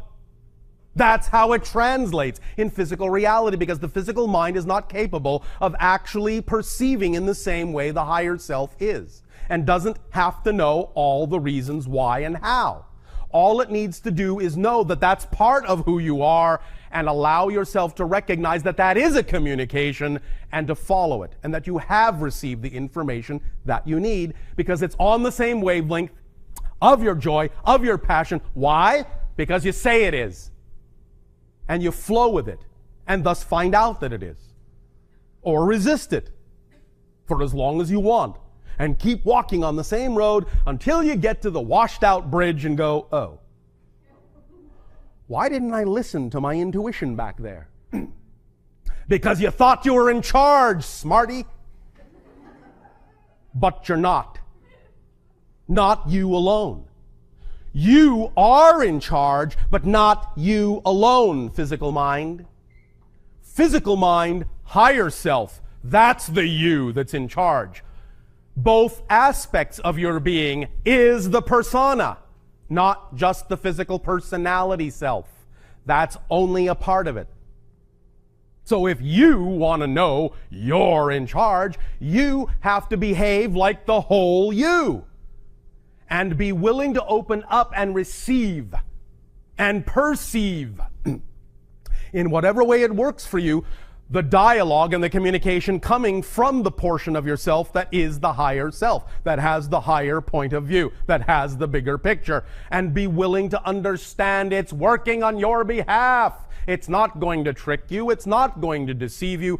The only thing in your reality that can create the idea of tricks and deception is the physical mind's belief system, not the higher self. Because it is only in physical three-dimensional reality that you can have the experience of a personality structure that can actually deny its own truth. So any tricks, any deception that you may be afraid of encountering can only actually be coming from the personality aspect that's actually afraid it's going to be deceived. That's the paradox. It can't come from the higher self because that's a bigger picture point of view. And it can clearly see the road. And there is no reason, there is no logic for the higher self to go, yeah, take the left road. Watch and see how my lower self falls into the river. This ought to be fun. Oops, I went with it. You are under the assumption that the higher self is immune from what you experience in physical reality. Incorrect. You are one being, and the higher self will suffer the slings and arrows that the physical mind shoots itself with. You are one being. And it is not detached from you. And it is not immune to the consequences of the physical mind's choices. But because the higher self is closer to the vibration of unconditional love, it will overlook it. Again and again and again and again. Attempting to unconditionally loving you, reminding you, please take the other road, please. Oh, here we go again. It is not immune to the consequences of the physical mind's acts and choices. Do not assume that it is. But it is close enough to unconditional love to forgive it and to keep giving you the benefit of the doubt. That's the relationship of your higher self. That's its job. To keep on guiding you no matter what. Because it is the vibration of unconditional love that the physical mind often refuses to allow itself to perceive. Through the belief systems it chooses to buy into that deny its truth to itself.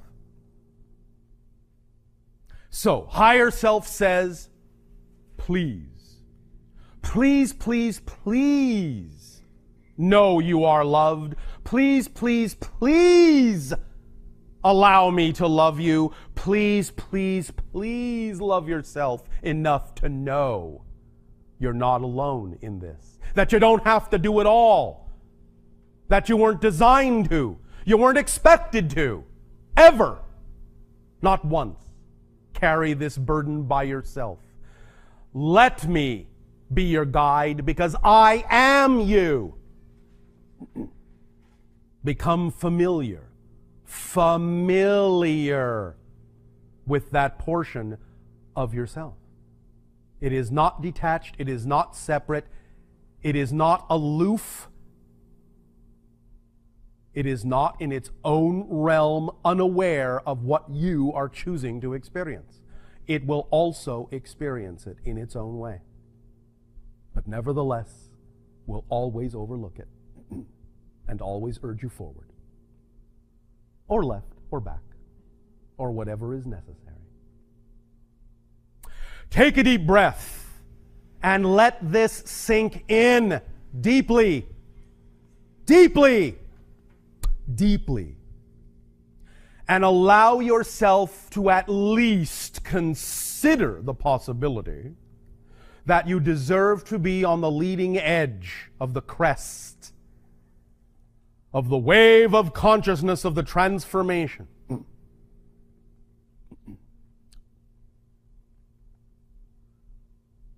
Take another deep breath.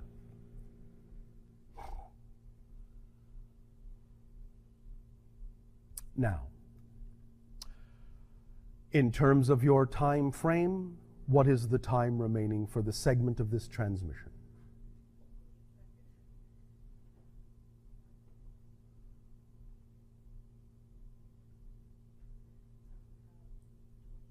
All right.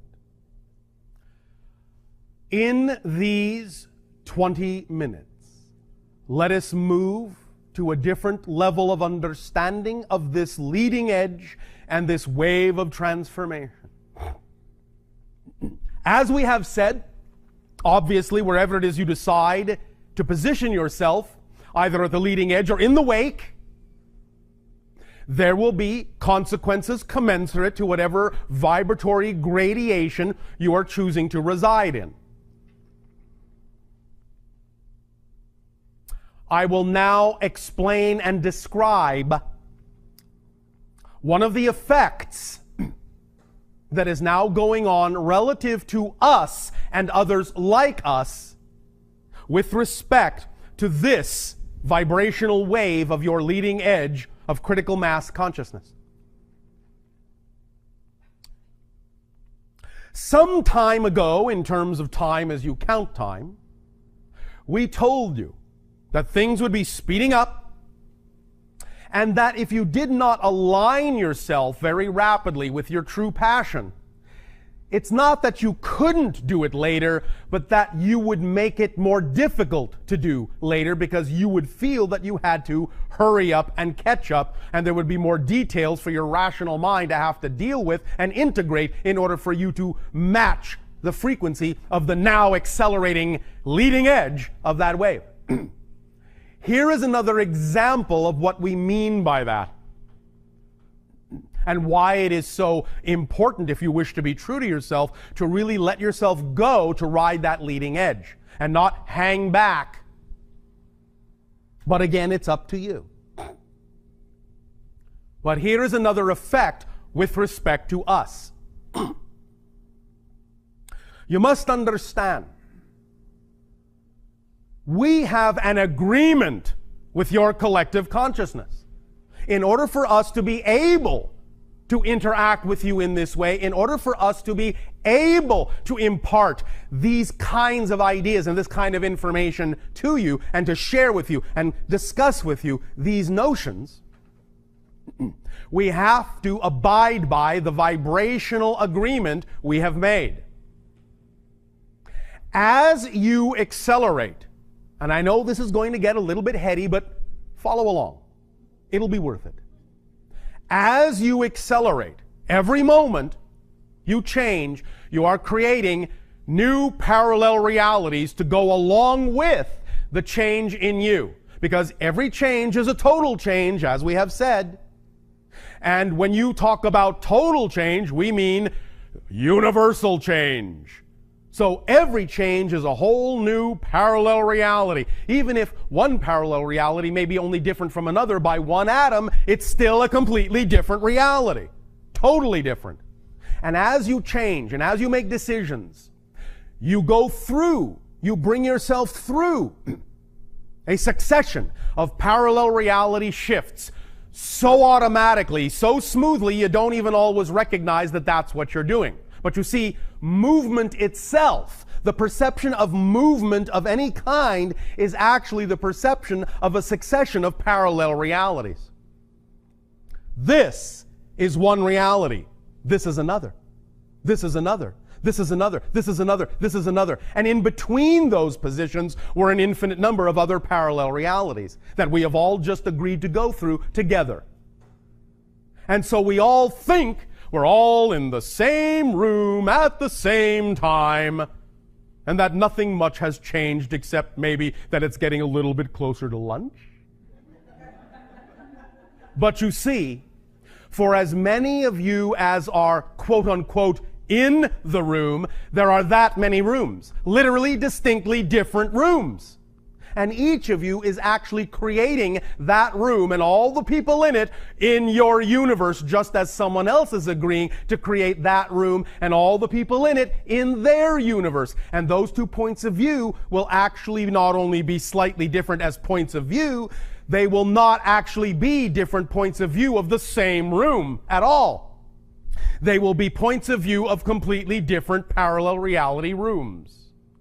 The only reason you have a common experience at all is that you agree to in any way, shape, or form. But here is the thing.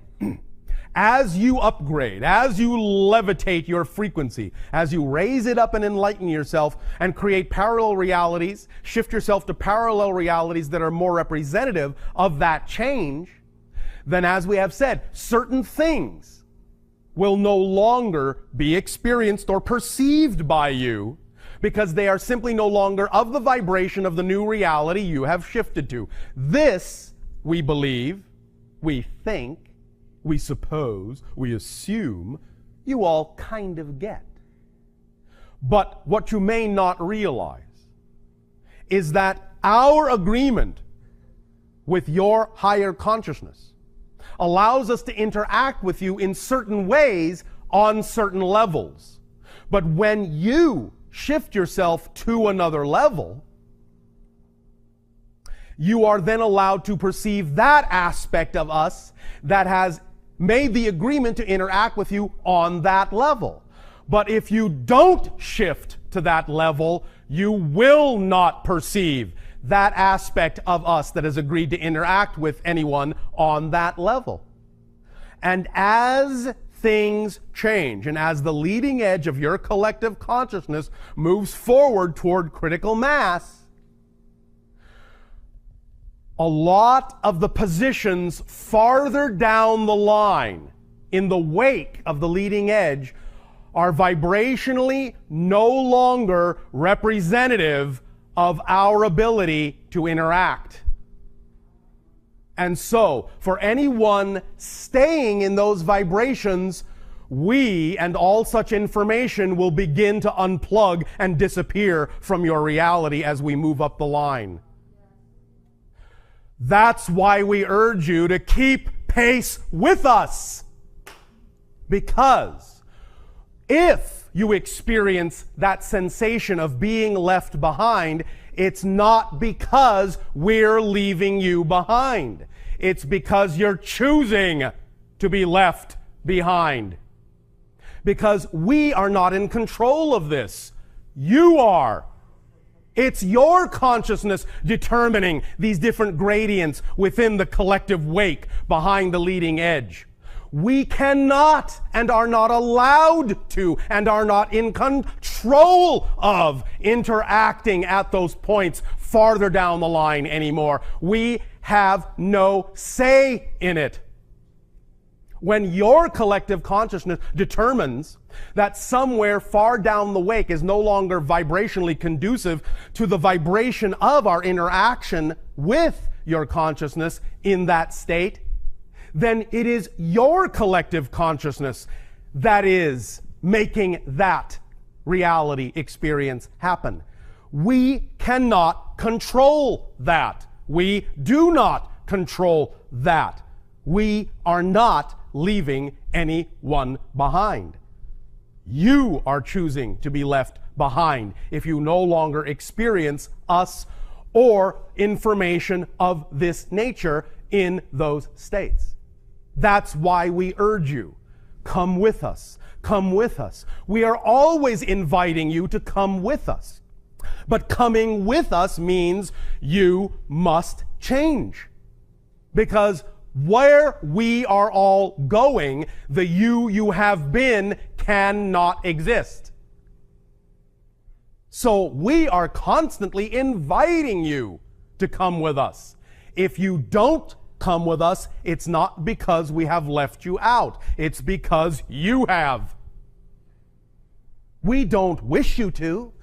That's why we constantly invite you to change and are constantly constantly reflecting the nature of that change so that when you pick up on it and when you match our frequency, you can change in that way and be equals with us on that level and move forward toward more and more and more and more and more crystallized realization and manifestation of contact, wherein we will then be on a similar enough vibratory level that we can simply continually interact from that point forward.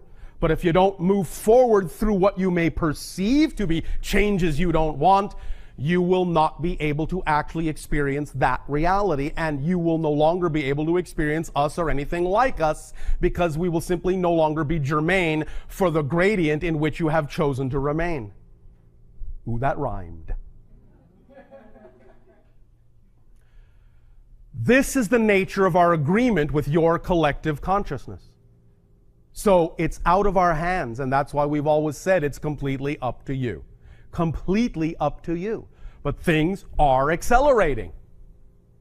Things are changing. That's the reason why you perceive changes in us, changes in our agenda, changes in our accessibility, our availability. Come with us. Come with us and learn new ways of accessing what we are, what you are, what the universe is.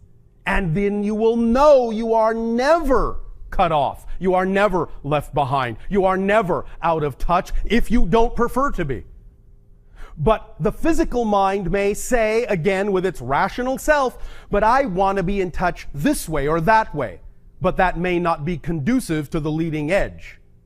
Therefore, in its insistence to be in charge, it will remain where it chooses to remain, and it will receive the consequences of the vibration of that gradient.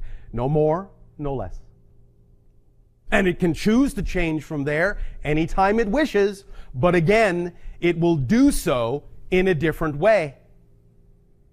And it will not necessarily have available to it the same things it did have when it had the opportunity to take advantage of the things that existed in that gradient for as long as they did. Move with it. Move with it. Ride the wave. Come with us. Come with us. Come with us. We invite you. We invite you. Your higher self invites you to be whole, to be a whole person.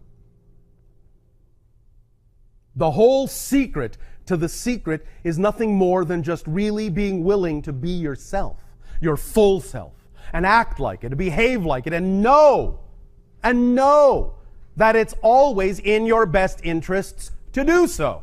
Always in your best interest to do so. Because that's the definition of being whole. The only way it would not be in your best interest is for the physical mind to make that assumption and behave as if that's true. And of course, if the physical mind believes that's true, then for the physical person, it will be true. And that will be the experience. But it doesn't have to be. It doesn't have to be, but it's in your hands. It's not in ours. We are not in charge of your collective consciousness. You are. So make up your mind where you wish to be. Remember who you are. Remember that you are equal. Let go of the reasons you are not. There is on your planet another, shall we call it, methodology, permission slip, style, technique, exercise, seminar, that discusses the issues of, again, money, as a symbol, as an idea, to discuss all these things.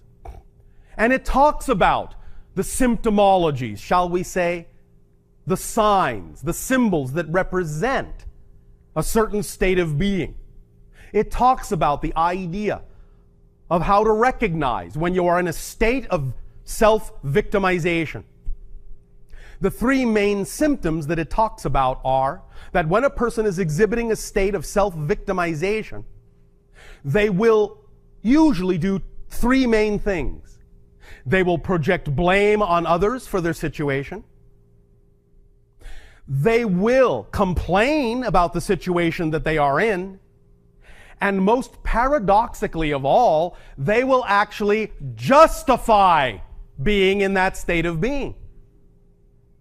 Blame, complaint, justification are the three main symptoms of self-victimization.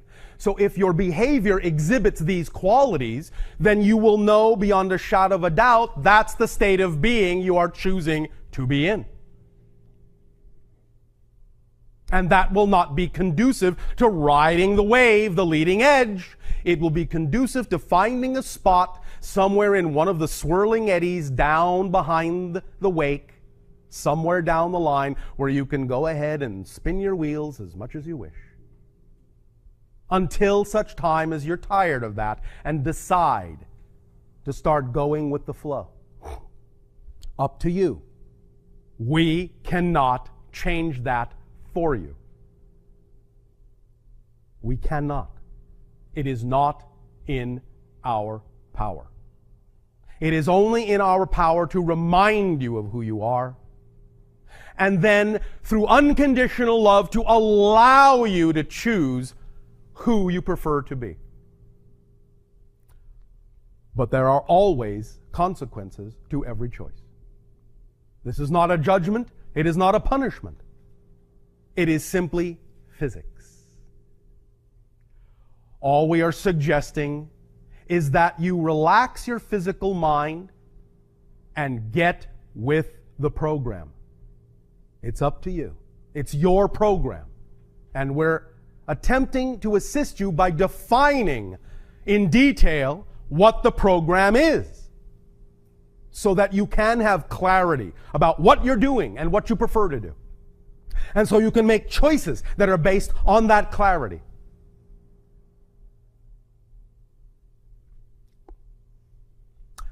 After your lunch break, we will continue to discuss the notion of the difference between circumstances and state of being, the profound difference between these two concepts, and how to use it in a way that will serve you. And also, we will invite question, discussion on these subjects so that you, if you have anything rattling around in your physical mind that wasn't clear to you, either in the recording or in what we have now said, that you can bring it up, because we know those questions are there. He said this, she said this. What does that mean? I didn't think it was that way. What about this? What about that? Yes, all of that after your lunch break. So gather your minds, gather your questions, gather your discussions if you have them during your lunch. Enjoy it, relax with it, absorb it. And love yourselves, love yourselves, love yourselves. We will resume this transmission after your break. We thank you. Enjoy.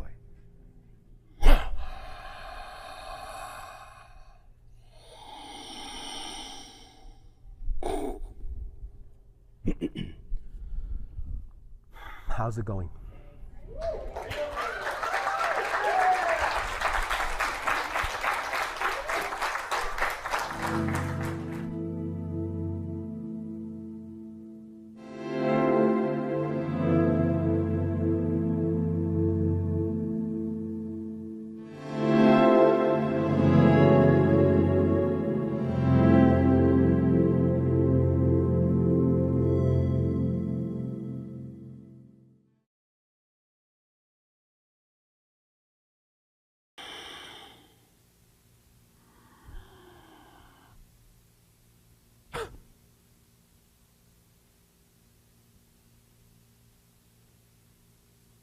All right, I'll say, let us continue with this transmission in the following way.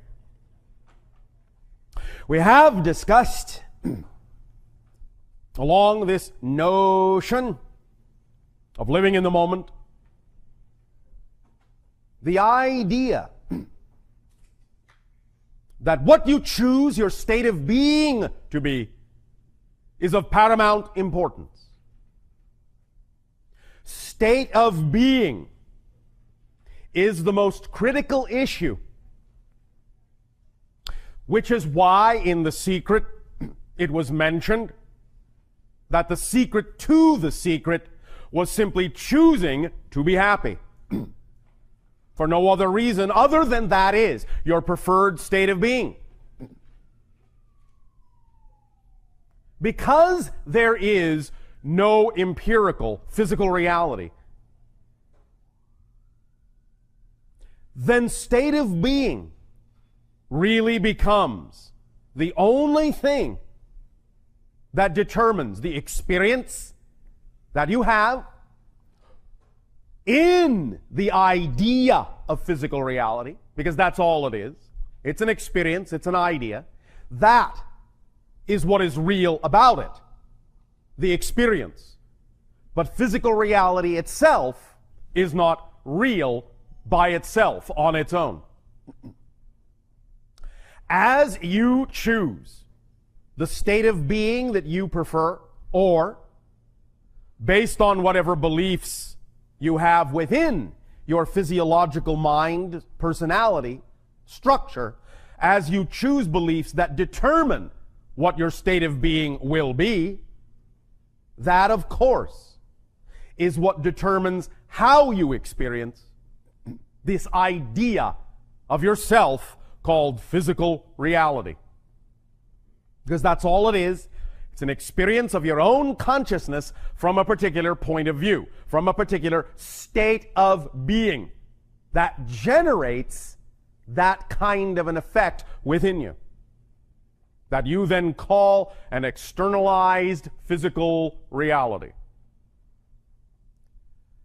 Circumstances in physical reality, thus, are illusionary. They're just symbols. Again, as we have said many times, it's just a reflection based on what you are giving off. Now, The Secret calls this idea law of attraction the primary law. We refer to it as the third law of creation. It is, however, the first law of action, even within the four laws. Because the first law, that you exist, is simply a description of a state of being. The second law, that the one is all, the all are one, is also a description of the nature, of the structure of that state of being. But the third law, what you put out is what you get back, is the first law of action. And that is what is being said and the difference being made in The Secret by calling the law of attraction the first or primary law of the universe.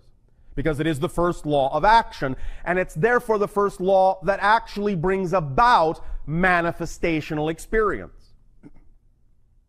Then the fourth law, everything changes except the first three laws, is what qualifies and colors that experience, what allows you different perspectives of the experience of creating the idea of physical reality. You will remember that what was also very important in The Secret was this idea that we talked about before about being passionate, as expressed in the concept of play, of playing with everything that happens in your reality, really having an attitude of gratitude toward it so that you receive every experience you have in a playful way, and thus by receiving it in that playful way can do that much more with it, be that much more creative with it, allow it to be that much more flexible, malleable, stretchable, changeable, formable. Play. That energy is what allows physical reality to become like clay. So play with the clay of physical reality. If you approach it from an energy state of being that is of a lower vibration, that's when the clay hardens. That's when it's unchanging in that state. But as soon as you start to be more playful with what's going on in your life, it softens and becomes clay-like, plastic, malleable, formable, changeable again, and gets in step with the fourth law. As you do. Change is the only constant. So in that sense, when you become more playful, you become more changeable. And as a result, your physical reality will mirror that changeability. Become easier to transform from one kind of reflection to another. Now, very important, very important, very important. This is where physical mind, once again, can sometimes get caught up in its own sense of control. And that is that when we talk about the idea that what you put out is what you get back, the physical mind, because, again, of how it looks at physical reality being the only thing there is, will assume that if it doesn't see an exact one-to-one reflection in the circumstances that surround you with what it is you believe you're giving off, you will think that something has failed. Again, I remind you, this is where you get caught in your own paradoxical trap. Even though it is true that what you put out is what you get back, and that by being in a certain state of being, that will determine what the circumstances around you are, the first stage of that, the first manifestation of that will be usually, especially in your world of space and time, usually the first reflection will look the same as it used to. Because this gives you an opportunity to reinforce the state of being by responding to the circumstances that look the same differently than you did before. And that is where you then allow the circumstances to truly reflect that you have changed and demonstrate that you truly have changed by responding to the circumstances differently, even if they look the same as they used to. That's how it works. So the first reflection will usually be an echo of how it used to look. You must not respond to the echo as if that's the representation of your new state. You must respond to it, in a sense, as if you know it's just an echo, and that what you're putting out now, the new response to the old circumstances, that will solidify the vibration of your preferred state of being and truly allow the circumstances to change themselves and take their cue from the new vibration you're putting out, which is the absolute certainty that you are different. Because if you respond to the old echo in the same way you used to, you are not different. So in a sense, it's like you're testing yourself. It's like you're giving yourself an opportunity to decide whether you really do want the circumstances to change by first presenting yourself very often with the same set of circumstances to see if you respond differently to them, making a clear commitment that you have, in fact, vibrationally changed your state of being. Once you have then done that and respond differently to the same set of circumstances, then you have established that you truly have changed, and then the circumstances can reflect that change. So don't be fooled by the echo into thinking you've done something wrong by labeling it in the same way you used to. Oh, I didn't see what I wanted to get immediately. It looks the same as it did before. The same people are here giving me the same kind of feedback. I must have done something wrong, or something's not working, or you find that you're reacting to it in the same way you used to, because if you do, you have not changed. So that's the self-reinforcing mechanism that gives you the opportunity to decide whether you really want to change that circumstance or not. Because again, remember, all belief systems by definition are self-reinforcing. They have to be. If belief systems were not self-reinforcing and making themselves seem like the only thing there is to believe in, you wouldn't be able to have an actual distinct, discrete belief system experience. If beliefs did not come with a self-reinforcing mechanism, you wouldn't be able to have a discrete physical experience. And because they come with a self-reinforcing mechanism, when you change your vibrational state, one of the last things to fade will be the self-reinforcing mechanism. It will present the same scenario to you once again, but it will be presented not as a concrete reality, but only as an illusion, only as an echo of what was, to give you a chance to really decide that you will break through that self-reinforcing mechanism by defining and labeling it differently than you used to, proving that you have changed, thus allowing the reflection to then truly come. That's how that works. Use that mechanism to your advantage by understanding very clearly.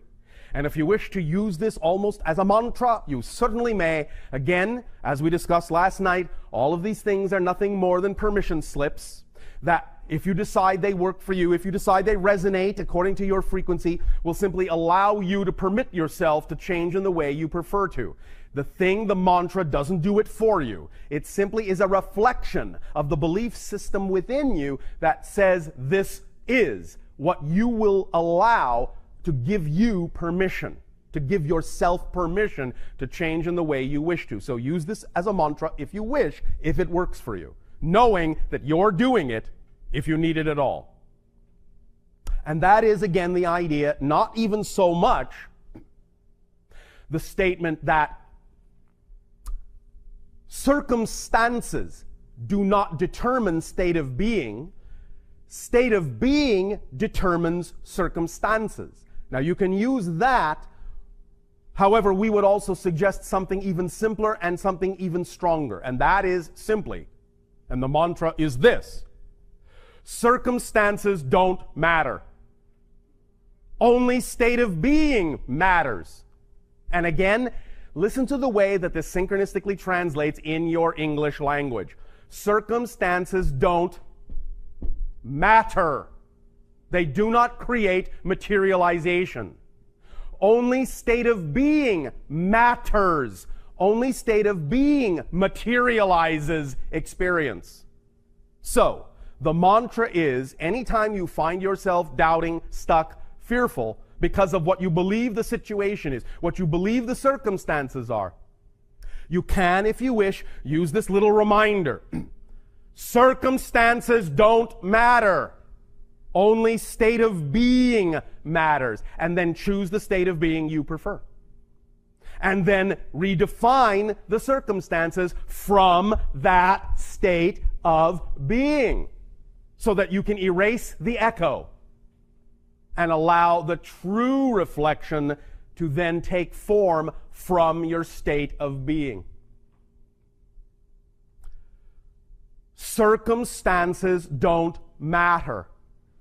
Only state of being matters. Now,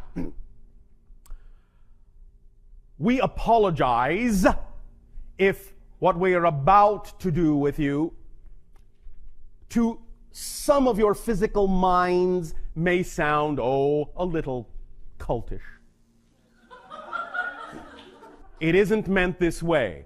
It's simply meant to express to you something very important. It's one thing very often to your physical minds when you hear someone else's voice say something. It's another when your own voice says it. So, repeat out loud after me. Circumstances don't matter. Circumstances don't matter. Only my state of being matters. Only my state of being matters. Now, do it with excitement in a calm way. Because what this begets is simple certainty. Repeat. Circumstances don't matter. Only my state of being matters. One more time. Circumstances don't matter. Only my state of being matters. One more time. Circumstances don't matter. Only my state of being matters. Understand. Understand. When you say this to yourself in your own vibrational voice, you will start to listen. Because what you're doing by making this statement is what we talked about earlier. You are voicing a message from the higher self in language the physical mind understands. This mantra and all mantras of this nature are exactly that kind of tool.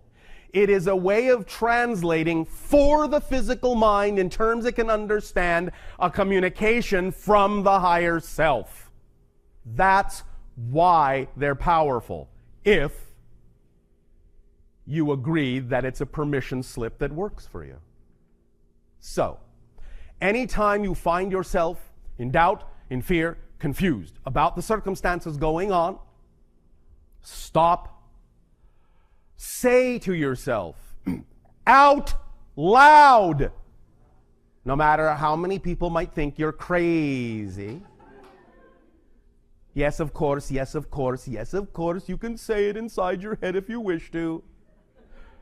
But if you're really being bold, and if it's really important to you to have the reality you prefer, then make a commitment and say it out loud. You don't have to shout, you don't have to scream. But stop and say, circumstances don't matter. Only my state of being matters. What state of being do I prefer? Then choose. And as you choose, behave that way toward the circumstances. You will be amazed at how quickly it will evaporate. You will take people off guard. At the very least, they might say, "Oh, she's crazy," and move away. And then you won't have to deal with them anymore. So one way or another, it will create the bubble reality of your preferred vibration and will act as an organizing principle and driving engine to move out of that bubble any vibration that is incompatible. It is one of the strongest, most centering statements you can make for yourself. Circumstances don't matter. Only my state of being matters. What state of being do I prefer? Then behave that way. That's all there is to that idea of centering. That's all there is to the idea of redefining, re-identifying yourself and remaining on the cutting edge, the leading edge, the crest of the wave of the transformation. That's really all it takes.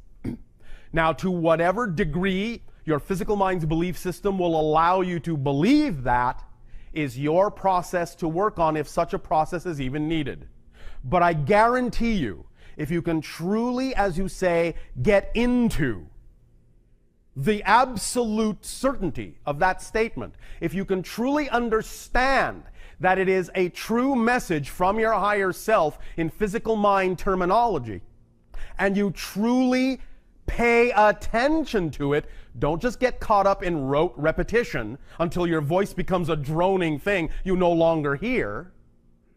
But when you truly say it in your own voice and truly listen to your own voice and pay attention to the vibration of your own voice saying it, you will hear the truth in it. And as soon as you really hear the truth in it, you will feel your entire physical being go, "Oh, I don't have to try so hard. It doesn't matter what the circumstances are. Only my state of being matters. Oh, oh, joy." What is this feeling? What is this feeling? Oh my gosh, it's so foreign. Joy? Unbridled, unconditional love and joy. I'm tingling. You know, I like this sensation. I think I'll create more of it.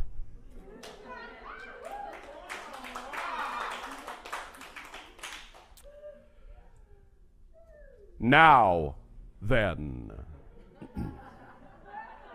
We love your paradoxical language.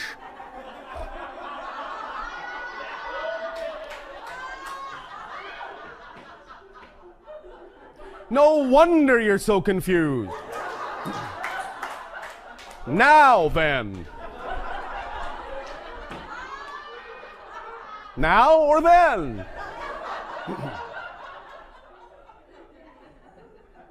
All right.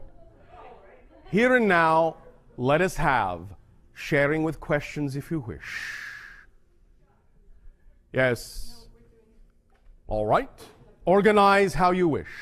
People can come up here to the mic. There's 3 seats here. Hi, Bashar. And to you, good day. Thank you so much for this session. It is just hitting the spot for me, and I think other people here. Thank you for allowing us to hit your spot.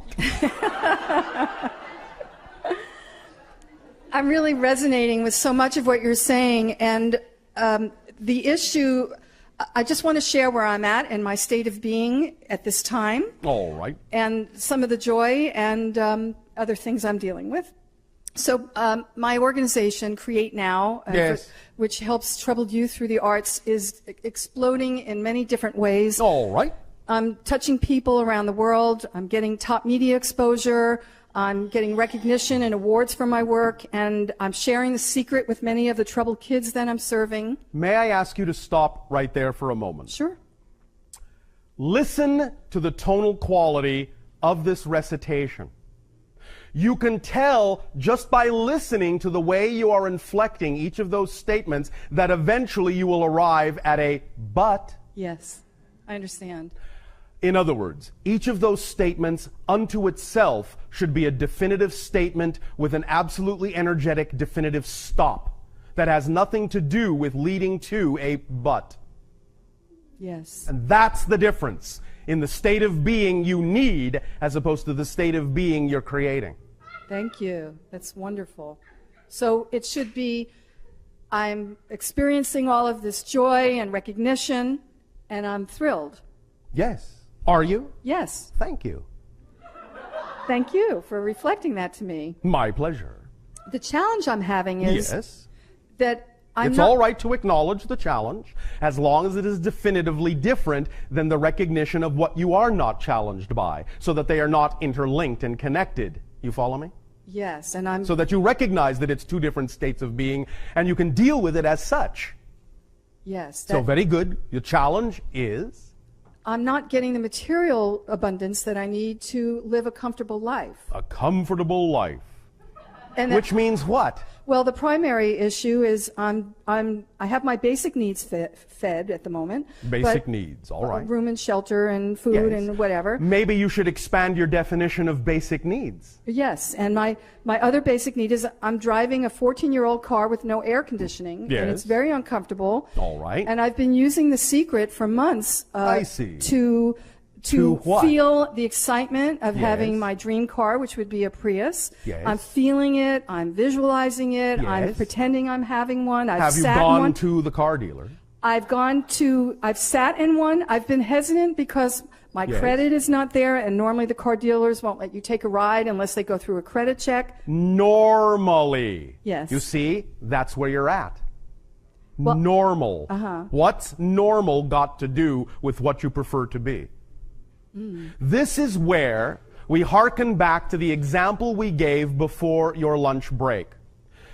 Can the rational mind actually imagine the possibility that something could happen out of the blue with any logical appearing connection?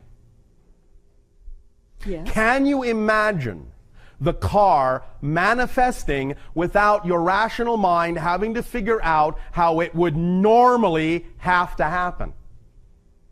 Yes. Because you see, that's what you're muddying this up with, is no matter how excited you get, you still bring to bear the idea of the rational mind's need to know how the heck is this going to happen.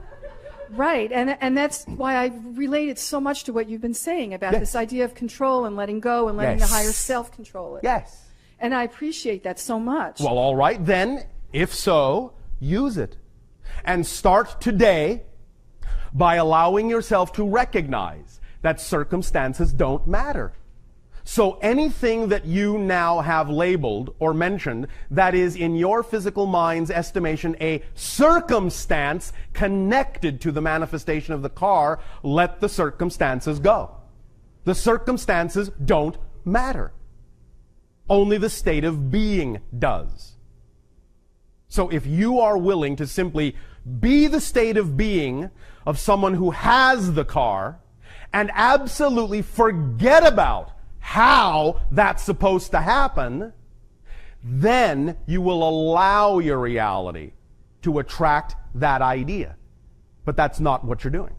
Well, for instance, I received a card in the mail from a credit card company through my business offering me a loan to go get a car at any car dealer. But that means I have to go through my board of directors and take out a loan. You see, you have used it enough to attract an opportunity within the realm of your belief system, yet at the same time, because it's only within the realm of your physical mind's belief system, it always comes with a caveat of how. Right. You need to disassociate this completely. You have proven to yourself you can attract by attracting the loan. But the idea is that it only came in a form that is reflective of the fact that you still think there are strings attached. Yes. Well, you have to let that go. You have to completely let go of that concept entirely in order to experience the kind of manifestation that we and the secret are talking about. So would that mean pursuing the loan and not worrying about the strings attached? It depends on what you think your belief system can handle. But what it actually empirically means is allowing yourself to simply let go of how you think it must happen at all, and being in a state of freedom that way, being inspired to allow your imagination to move you to do things you would otherwise not normally do. Go to a car manufacturer and say, I am doing this in the world. We would love it if you would donate a car for our use. Okay, here you go. Thank you. There are many, many, many things you could do that would not be, in your mind's estimation, normal. That's just one small example. But the point is you will never be creatively inspired to even think of those kinds of things if you are not actually willing to be in the state of being you want to be in and forget the circumstances. It will never come to you to think about that, to ask something that other people would think that's outrageous. Who would ever just give us a car? That'll never happen. I have to do this. I have to do that. It must come with this string. It must come that way.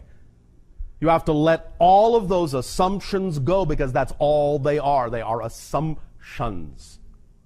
And again, don't get caught up in it again by saying, oh, all right, I'm just going to let all that go. And now I'm just going to be in the state of being. Oh, my car didn't show up today. Something's wrong. Once again, you went right back into assumptions. Just be the state of being. Use the car as a symbol. Let it come to you how it will. Let the higher self bring it how it needs to come. And just get on with your life, staying in the state of being you prefer to be in, and acting through inspiration and imagination on the things that pop up symbolically that have to do with that when and where you can, again, without expectation, without assumption, and without needing to know how that might actually work. Just do it because you're moved to do it.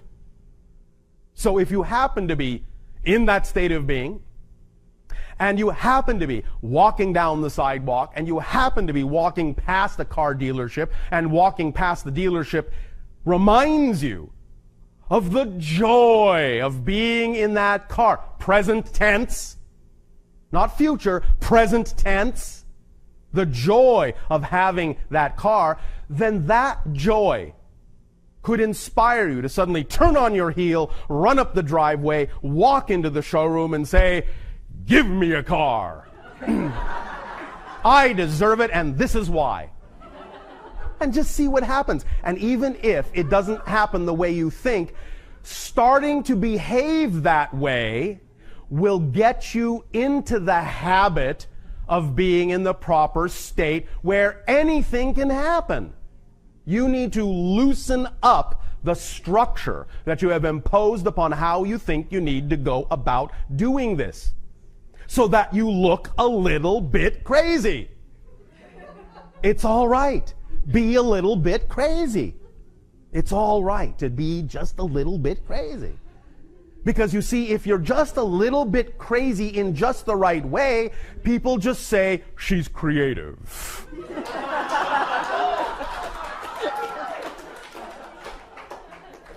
Being creative is being a little bit crazy in just the right vibration. With that in mind, you should understand God's completely insane.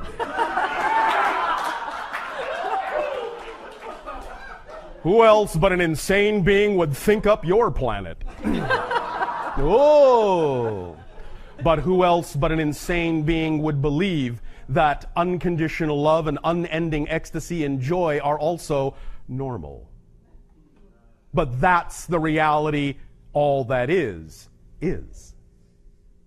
Does this make some sense? It does, and it relates to the second part of this, which is all coming into place for me, which is that the other passion that I have are my screenplays and the book I'm working on, and the fear that sometimes creeps into my thoughts that how can I do both when I have so much to juggle now? But you already do understand, as we have said many times, that your passion and your joy and the thing that excites you the most is not only the driving engine, but also the organizing principle, which will allow everything to mesh in perfect harmony and synchronicity if it is truly representative of the state of being of your true self.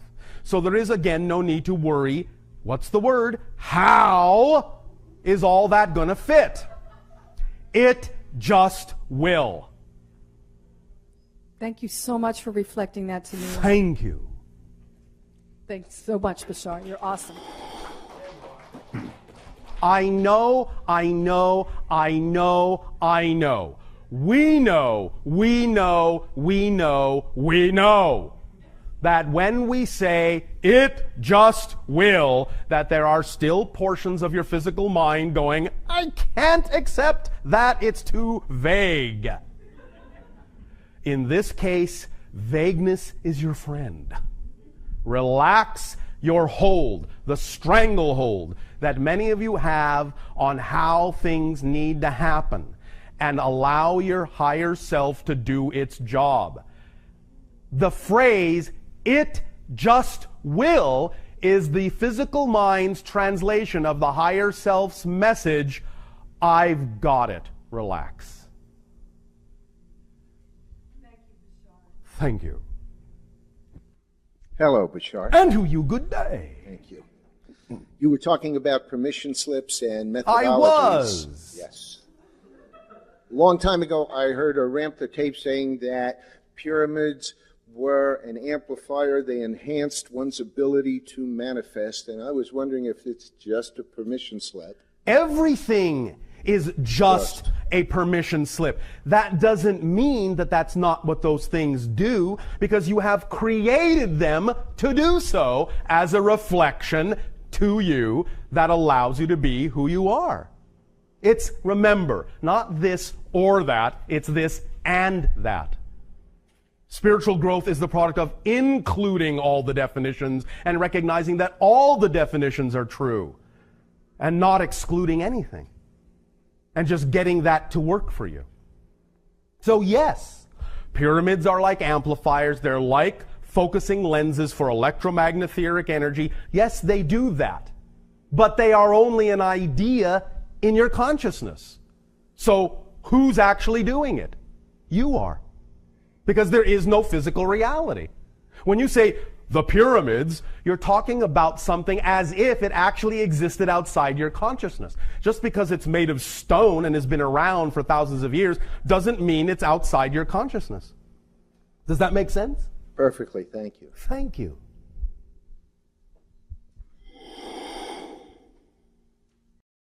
Good day. And to you, good day. I would love to own my own home. Oh, you go right ahead then. Now, in the secret, yes, it would seem, to my understanding, yes, that what one should do is focus on the exact perfect home for me. Yes. Now, This functions as a template. Because you see, again, it's a permission slip. The home may or may not look exactly like you imagine it. But whatever in your mind, whatever in your visualization is the ideal representation, the ideal permission slip, will resonate with your preferred vibration.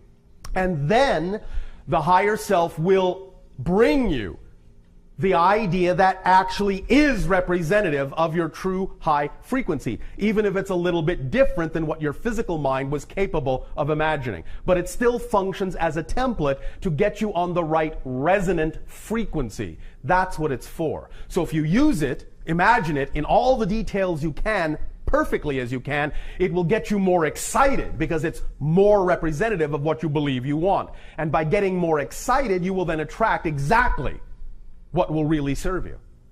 Make sense? it does. So it's the idea of focusing on a specific, but allowing the general to manifest in a specific way that is actually more representative than anything your physical mind could actually have imagined. Because you see, when people insist that it must look exactly this way, exactly that way, sometimes they may be right on in alignment, and they may get exactly that reflection. But the point is that if you don't insist that it must look exactly that way, and if you're open to the possibility that it could be something grander, your higher self will always bring you something better. So if you insist it must be this way, you're actually insisting that it shouldn't be even better than you can imagine. Does that make sense? Well, what I was wondering is if, Yes. if it's possible, my way seems to be to walk down the street and Yes. I imagine living in that house, in that house, in Yes. that house. What would Yes. it be like to live in a tree? I All wonder what it right. would be like to live in a bus station. Now, could All I right. dilute All right, but my that's perhaps focus? simply the process you enjoy to give yourself the understanding that you can imagine anything and any one of those things could come to pass. And it gives you the opportunity to understand that all of those choices are equally valid. But is it a roundabout way? Do I have to live in all these places before I get No. the right one? No, you don't have to. You may only be proving to yourself that all the choices are equal, which means that no one has to stand out, which means being equal, you can choose the one you prefer. But that may just be your way of allowing all the choices to seem equal. A level playing ground. Exactly. Because only when all choices are valid and all choices are allowed to be equal and no choices are judged as being less than another choice or better than another choice, do you actually give yourself the ability to actually choose what you prefer. Because when you invalidate something, all your energy goes towards suppressing its validity. And that's what manifests. Make sense? Thank you, yes. Does that help? It does. Then happy walking. Thank you. Good day, Bashar. And a you good day. Thank you for teaching us. Thank you for teaching us. My question is with regard to having multiple highest joys at different times. And Yes. Multiple expressions of one highest joy. Anytime you appear to have different things that have equal amounts of excitement and joy, they might simply be different expressions of one overriding highest joy that you haven't yet actually labeled or identified. I see. For example, someone may bounce all around between the idea of painting, singing, writing, and they say, oh, well, I have all these highest joys. No, they have one highest joy of expressing communication creatively. And painting, singing, and writing are simply different expressions of that one highest joy. Knowing it that way can help remove the confusion about which way to go. Because if you understand that all of these things may be simply different expressions of one highest joy, then it doesn't matter which one you do at any given moment. I see. Does that help? Yes. All right. Thank Go you, ahead. Bashar. My other question Yes. is with regard to helping to better incorporate your teachings, and the mantra that you provided just now Yes. will be of great help. And, all right. Use it if you wish. And all the tools and just reviewing your material will be of great help. I was also wondering if there will be any opportunities to be among your people as a kind of study abroad type situation. Eventually. In order to learn by example and better internalize. Eventually.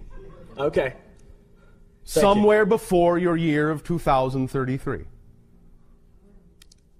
Thank you, Bashar. Thank you.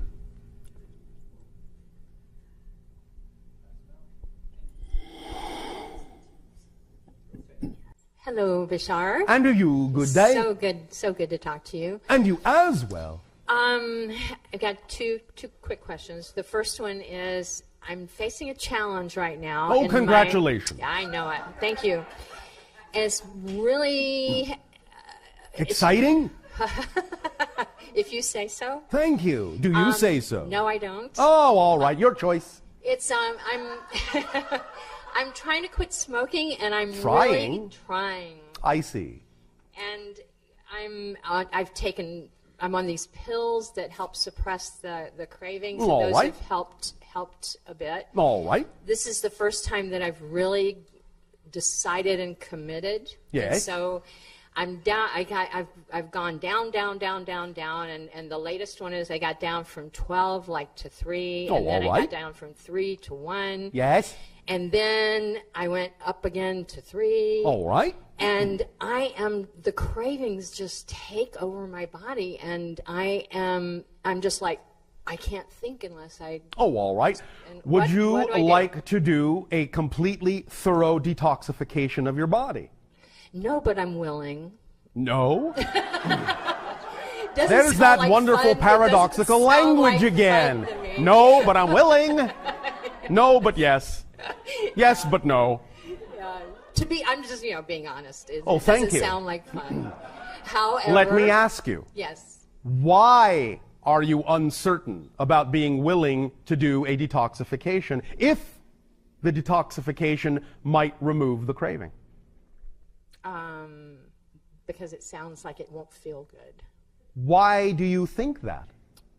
That's a good point, because I haven't Thank you. Who told you that detoxification has to feel bad? I did. Yeah, why? So I guess so I wouldn't do it. Thank you. Because you don't want to stop. Well, part of me absolutely doesn't want to stop. There are no part of you. Oh. There is you or there is not you. Okay. You see, this is part of the problem that you're having. Is you're not defining yourself holistically, but you're defining yourself as a bunch of conflicting parts. Okay. So if you define yourself holistically and really be honest, as you say, then you will honestly admit the you are now doesn't want to stop. Okay, I do admit that. Thank you. Now, there is another you that does want to stop. But even more important than that, there is another you that never started. You understand? No. All right. Let us explain. This is what we euphemistically call in your language the 13th step. Some of you are ready for this. Some of you are not. It's all right. No judgment. But let us explain this idea and see if your mind can wrap around it. Okay. Yes. All right? All right. You understand the idea that we have expressed many times that any change is a total change? Yes. Yes? Or yes? Yes. Yes. Are you sure? Yes. Then explain it to me. Oh, shoot. You see, there's going to be a test on some of this. Well, when you change it... Because you might just be blowing smoke in my eye. I might be.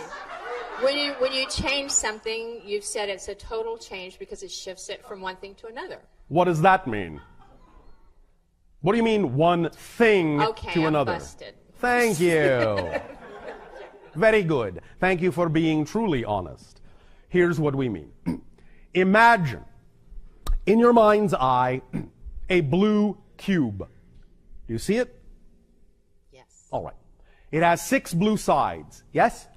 Yes. All right. Now, imagine in your mind's eye a cube with 5 blue sides and 1 red one. Do you see it? Yes. All right. Now, there are 2 ways primarily to look at this. You could say that there is a blue cube and you have made one small change to that blue cube by changing one of its sides to red.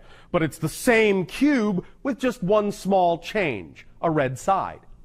Or you could say, wait a minute, a totally blue cube and a cube with 5 blue sides and 1 red one are 2 completely different cubes.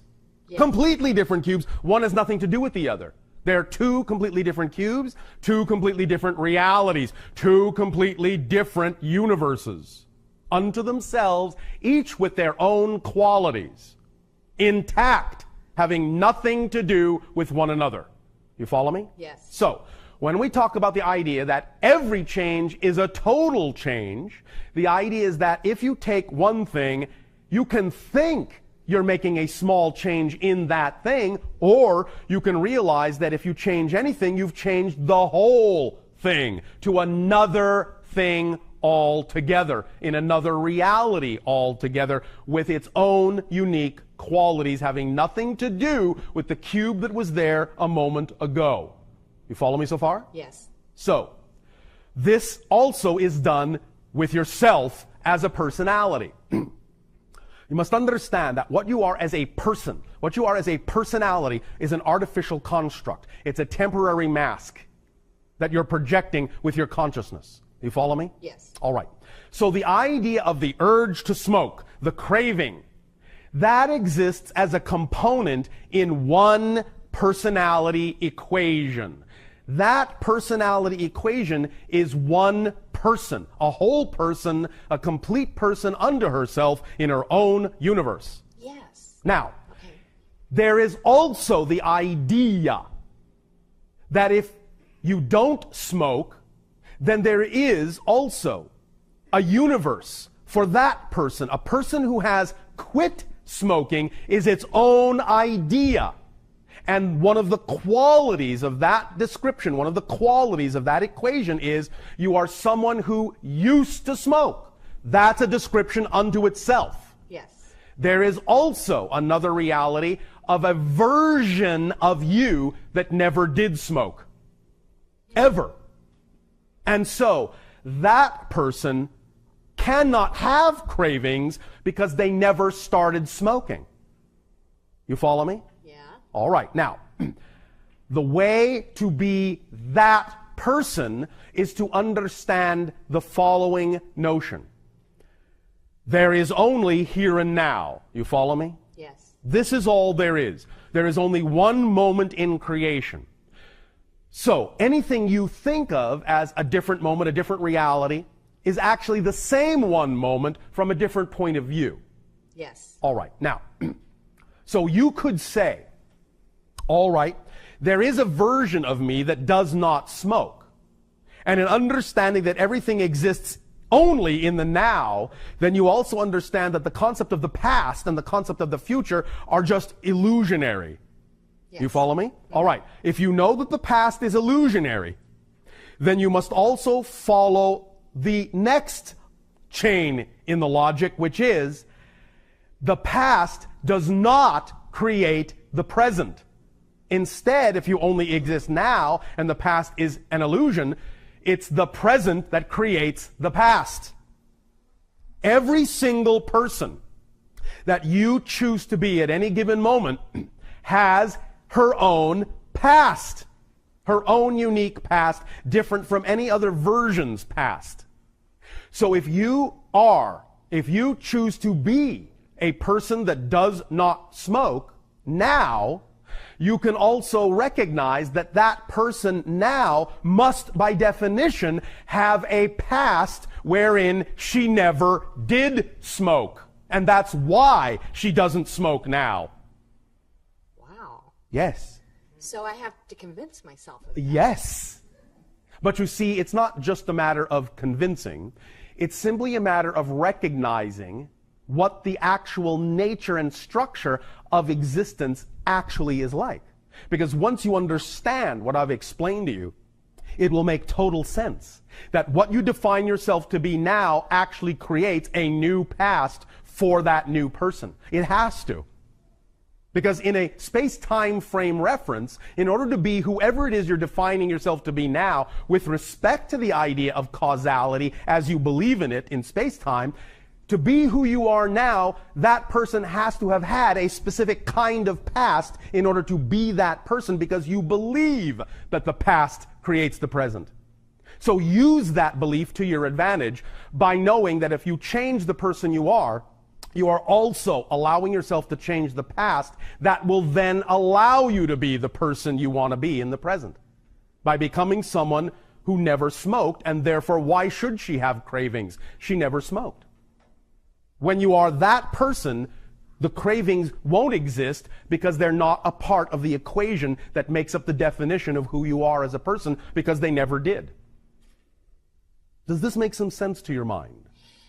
It does, and it seems like, wouldn't that be an amazing gift for that habit to give to me on the positive side? Yes. Well, you see, that's why many of you do what you do.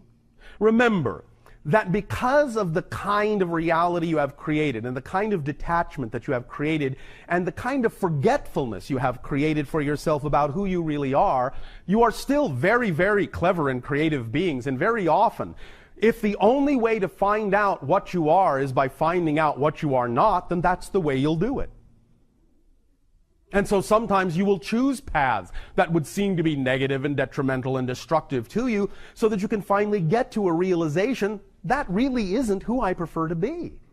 And therefore, yes, it has served you in a positive way. And the fact that you just said that and had that recognition means that that recognition in that 1 second actually came from the reality of a person who never smoked. You follow me? I do. All right. I do. That's so, good.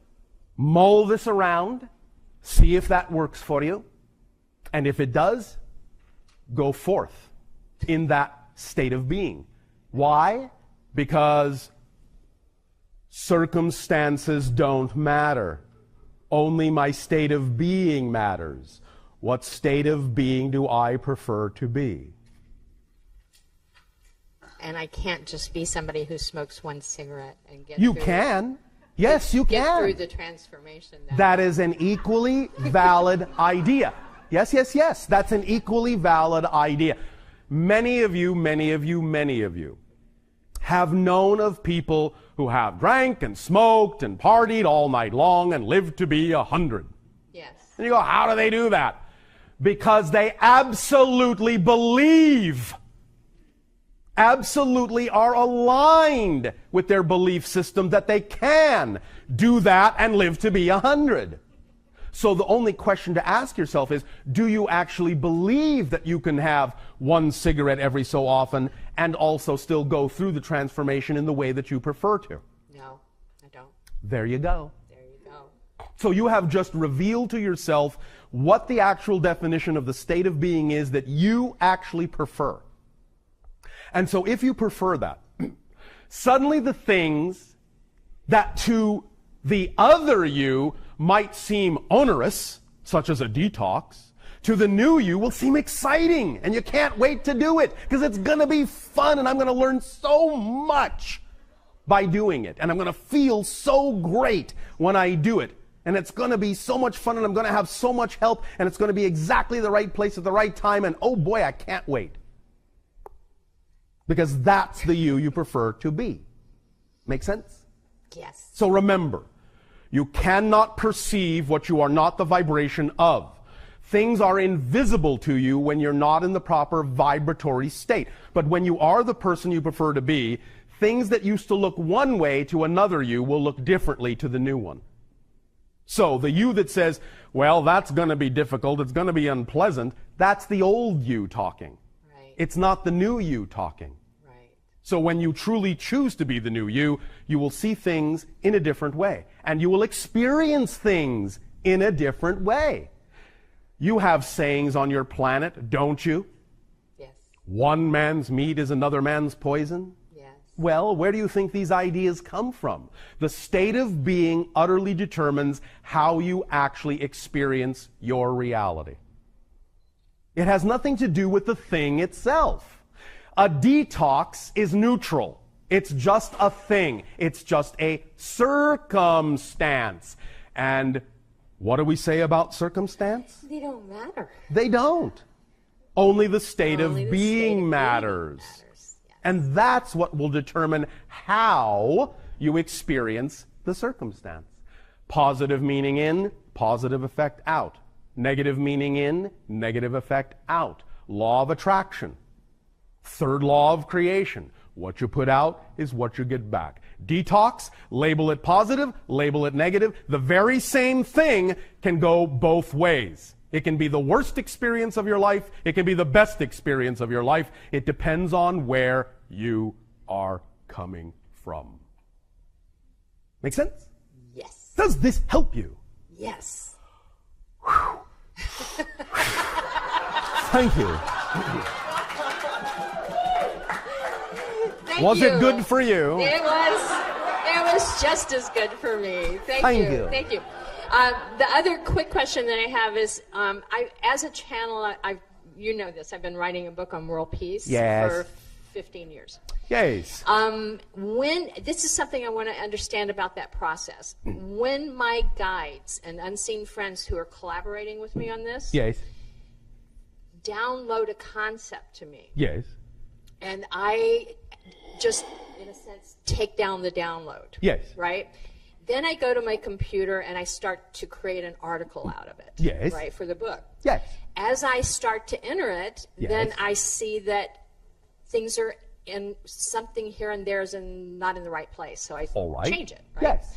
Then the whole process becomes moving the sentences around until they go boing. That process can take 5 or 6 hours. So? Well, let me ask you a question. Let me ask you a question. Okay. When you're doing it, does it seem like it actually took 5 or 6 hours, or are you just going off of the clock to figure that out? Does it feel like it took that long? Only occasionally if I get a little frustrated because it's not going fast There's enough. your clue right there. Remember that when you live in the moment, time flies not because you're ignoring it. Time flies because you're not creating as much of it.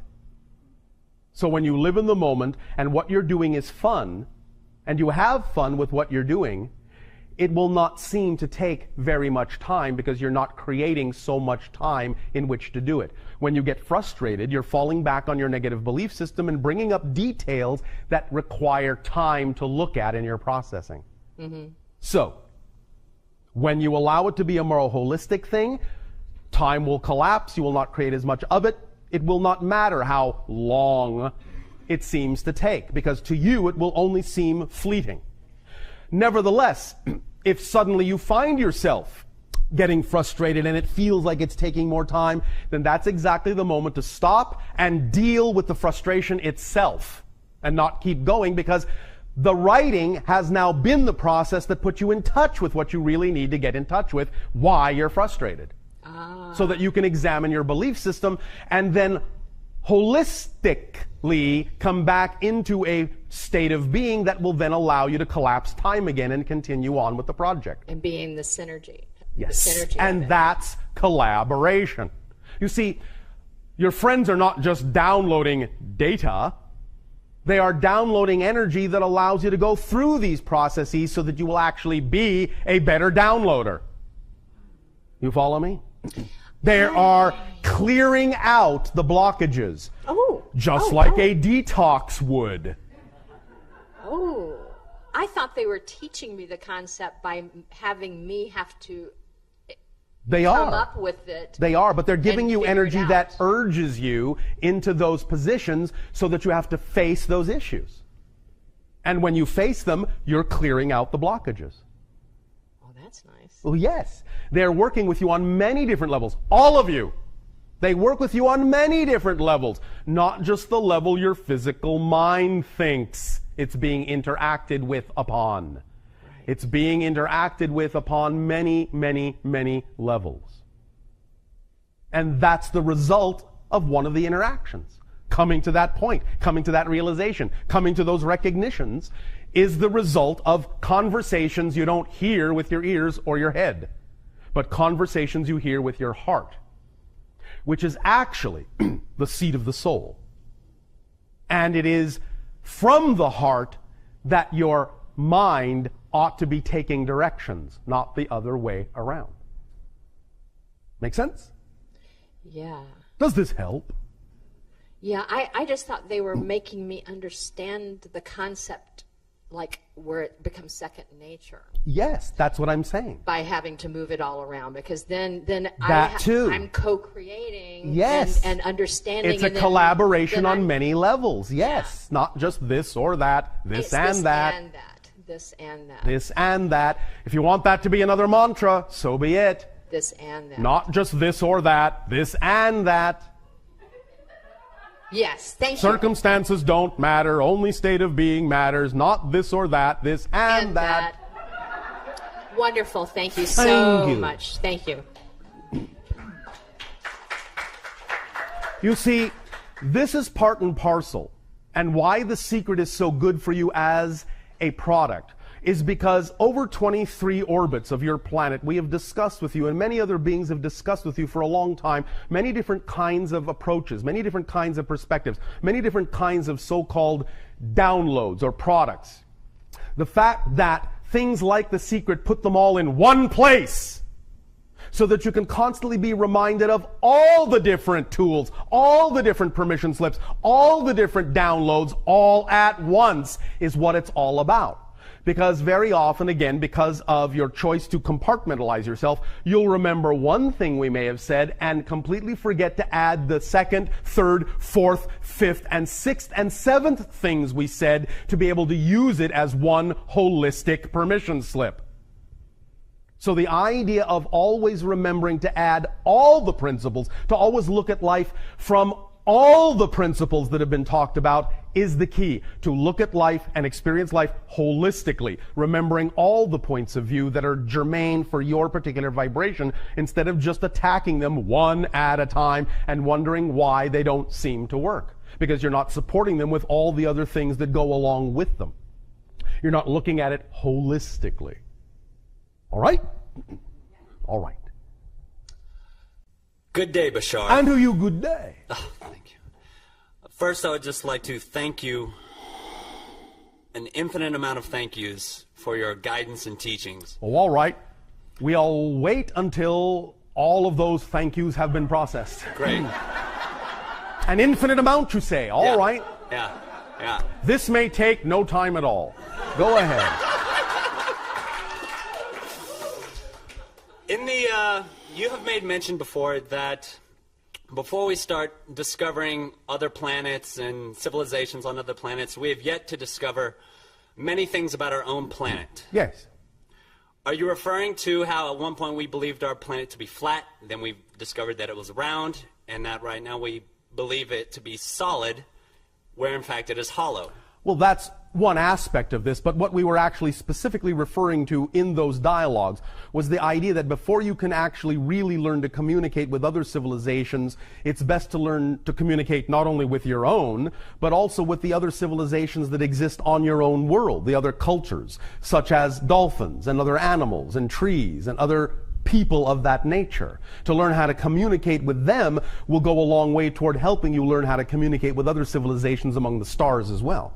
You have the distinct advantage of having several species on your planet, the dolphin especially and the whales among them, who are truly distinct parallel alien species cohabiting your own world. You have a perfect opportunity to learn how to communicate with an alien species in your own oceans.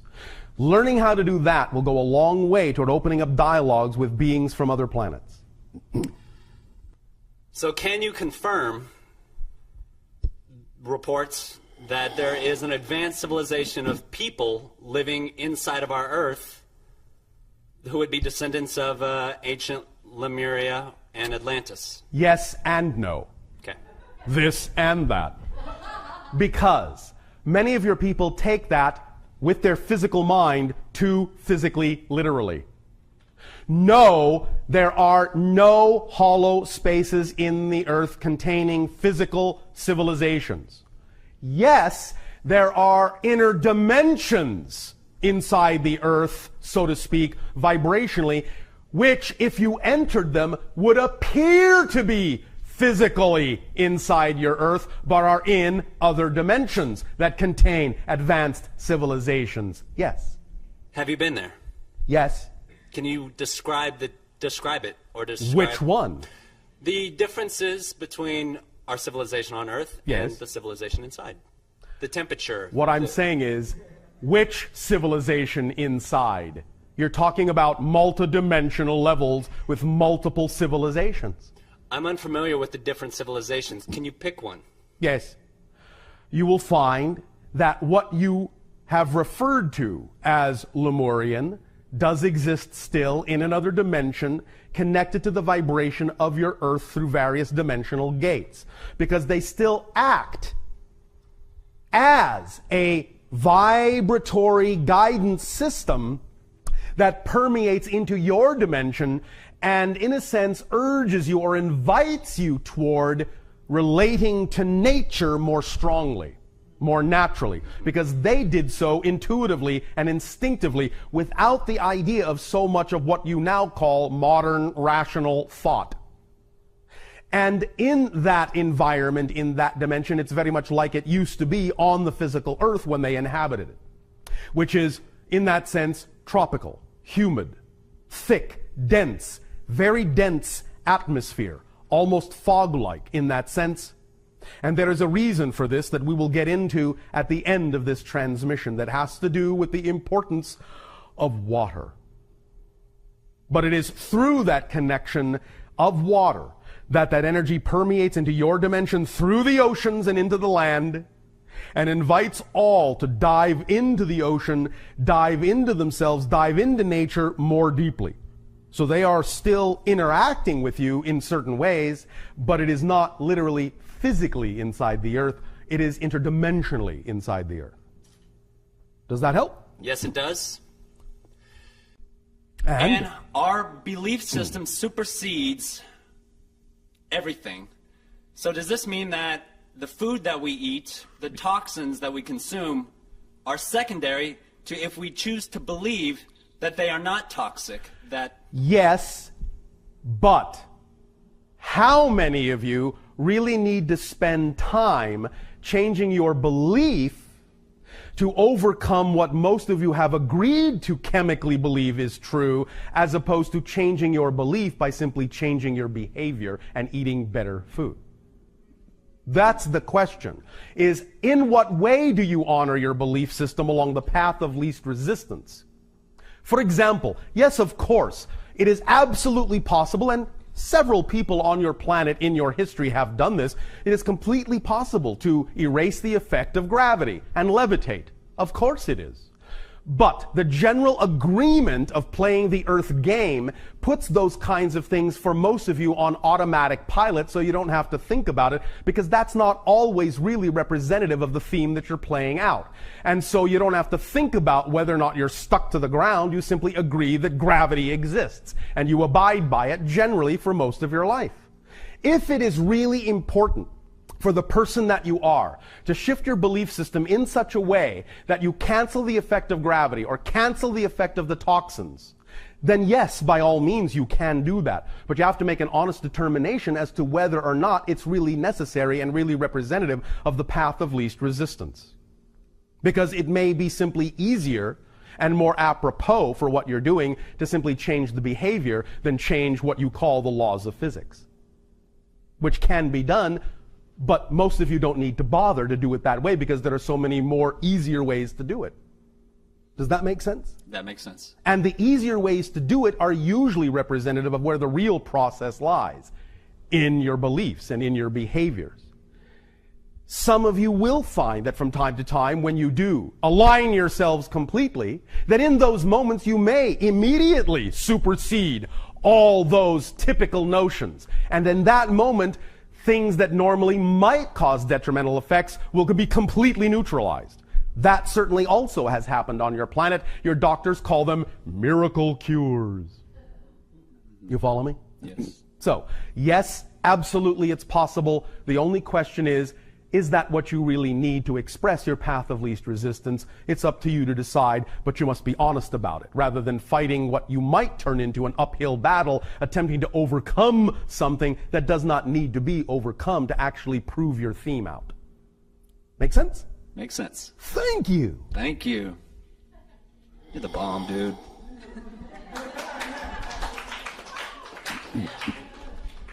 Hello, Bashar. And to you, good day. I wondered if you could help me understand something. I don't know. That's up to you, really. About 4 months ago, when I was asleep at night, and I was woken up all of a sudden in the middle of the night, and I thought, it's too late. My alarms have gone off. I should have been up, half an hour ago. And then I realized the alarms hadn't gone off at all. And I looked, and everything around me, my room was lit up and it was orange. Yes. And I thought, I must be dreaming. This is just surreal. This must be a dream. Yes. And then I thought, but then this must be a lucid dream because I'm thinking. That you're dreaming. Yeah, and then I kind of thought, well, maybe it's a lucid dream, not that I've ever had Which it. means what to you? That would be a dream in which you felt that you're awake. And means what? That you actually are. Uh-huh. In your higher consciousness. Right. I mean, I've never been aware of having had a lucid dream, though. Well, now you are. And then I kind of pinched myself to see if I was awake, and then I thought, I really am awake. Yes, that's what I said. You're awake. And I But you're looking from the perspective of your higher self. And I blinked my eyes, and it didn't go away, and I Yes. sat up, and it was still there, and it was Yes. still orange, and it was lighting. Congratulations. Aren't you glad that happened? And then gradually, after a while, as I was looking at it, and then it sort of slowly faded away. And Yes, as you shifted your consciousness back into the physical reality perspective. So was that part of me, or was it something that came to visit me? Or? It was part of you, as I just said. You're looking at reality from your higher self's perspective. So why From the template level. Why was it orange? It represents the level of energy that you are dealing with symbolically as you're going up the chakra spectrum. The idea is that orange is the one vibrationally above red. It's simply an indication that you have gone from what you consider to be a grounded level to the next higher level, right above physical reality. The template reality. But that's still pretty low down, right? That's not purple. Well, not to be judgmental about it, but vibrationally, yes. Uh-huh. But a step up is a step up, isn't it? I suppose. So what does it mean if I'm seeing orange then? What does that mean? I just about told you. You're seeing from the template level higher self reality. You have moved your eyes, so to speak, your spiritual eyes, your consciousness eyes, up like looking through a periscope from a higher perspective. Still connected to physical reality, but knowing from the vibrational color that you are slightly above the vibration of physical reality, which would be symbolized by red. You follow me? So why did I see it in the middle of the night all of a sudden? Because that's when you're relaxed and allowed it to happen. That's when your physical mind, in that sense, allowed itself to relax enough to be willing to let you see from a higher perspective without being afraid. So that you can now integrate those two levels. You can remember that experience, and as you remember it, you will actually recreate that frequency within yourself and start blending those two together. And as you blend those together, and if you wish to keep doing that, you can. And then the next time you may see that everything is yellow. And then the next time everything is green. Then the next time everything is blue. The next time everything is indigo. The next time everything is violet. And you can take yourself up the vibrational ladder that way. So you've given yourself an opportunity to step on the first rung and see how it feels. And now that you've done that, you can stretch farther. All you have to do is integrate what you've experienced and be open and willing to experience more. And it will continue to grow. This is your way of doing it. So maybe I should wish to see a yellow light in the middle of the night, or a green light. You can wish it, but it's not really about wishing it. It's about allowing and accepting what happened to be representative of the fact that you have stretched and not putting any judgment on it so that you can integrate it, and it's the integration that will allow you to go further. more than the wishing of it. You follow me? Because the pace at which you will do it will be perfect for you. And if you simply wish it with your physical mind, you may become frustrated when it doesn't happen in the timing you think it should.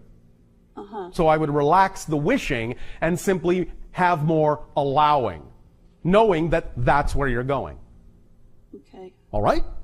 All right. Does that help? That helps. Pleasant dreams. Thank you, Bashar. You are welcome. What is your physical timing for this segment of the transmission? All right. Nevertheless, being on your mark of 3, we will allow for a short break before we continue with more understanding of the nature of the power of how you can bring water into play with regard to expanding your acceleration and your synchronicity to delve more deeply into the connection between you and your higher self. Enjoy your short break.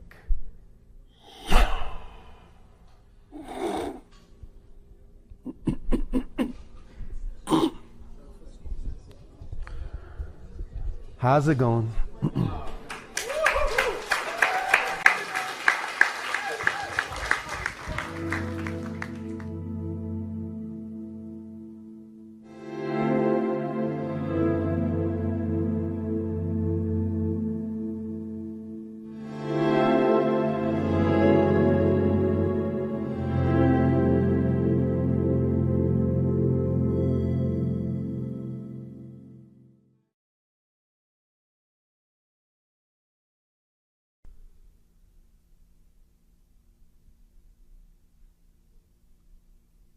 Or it'll say, circumstances don't matter. Only My state of being matters. A+. For now, we may continue with discussion or question.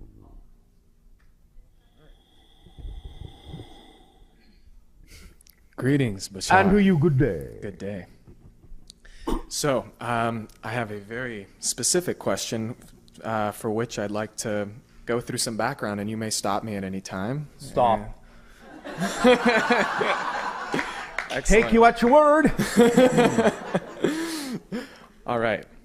So, yesterday you spoke about a template level of existence just above our Yes, reality. the higher self level. In which the higher self resides, yes. Yes. At that level, it's been my understanding that energy exists. One of the ways of perceiving energy as existing is in geometrical shapes, geometrical patterns, Yes. fractal patterns. Yes. And in this level of reality, living. You mean your physical level Yes. or the template level? Our physical level. In Yes. our physical level of reality, everything is created in an approximation of that template level. So to speak. Okay.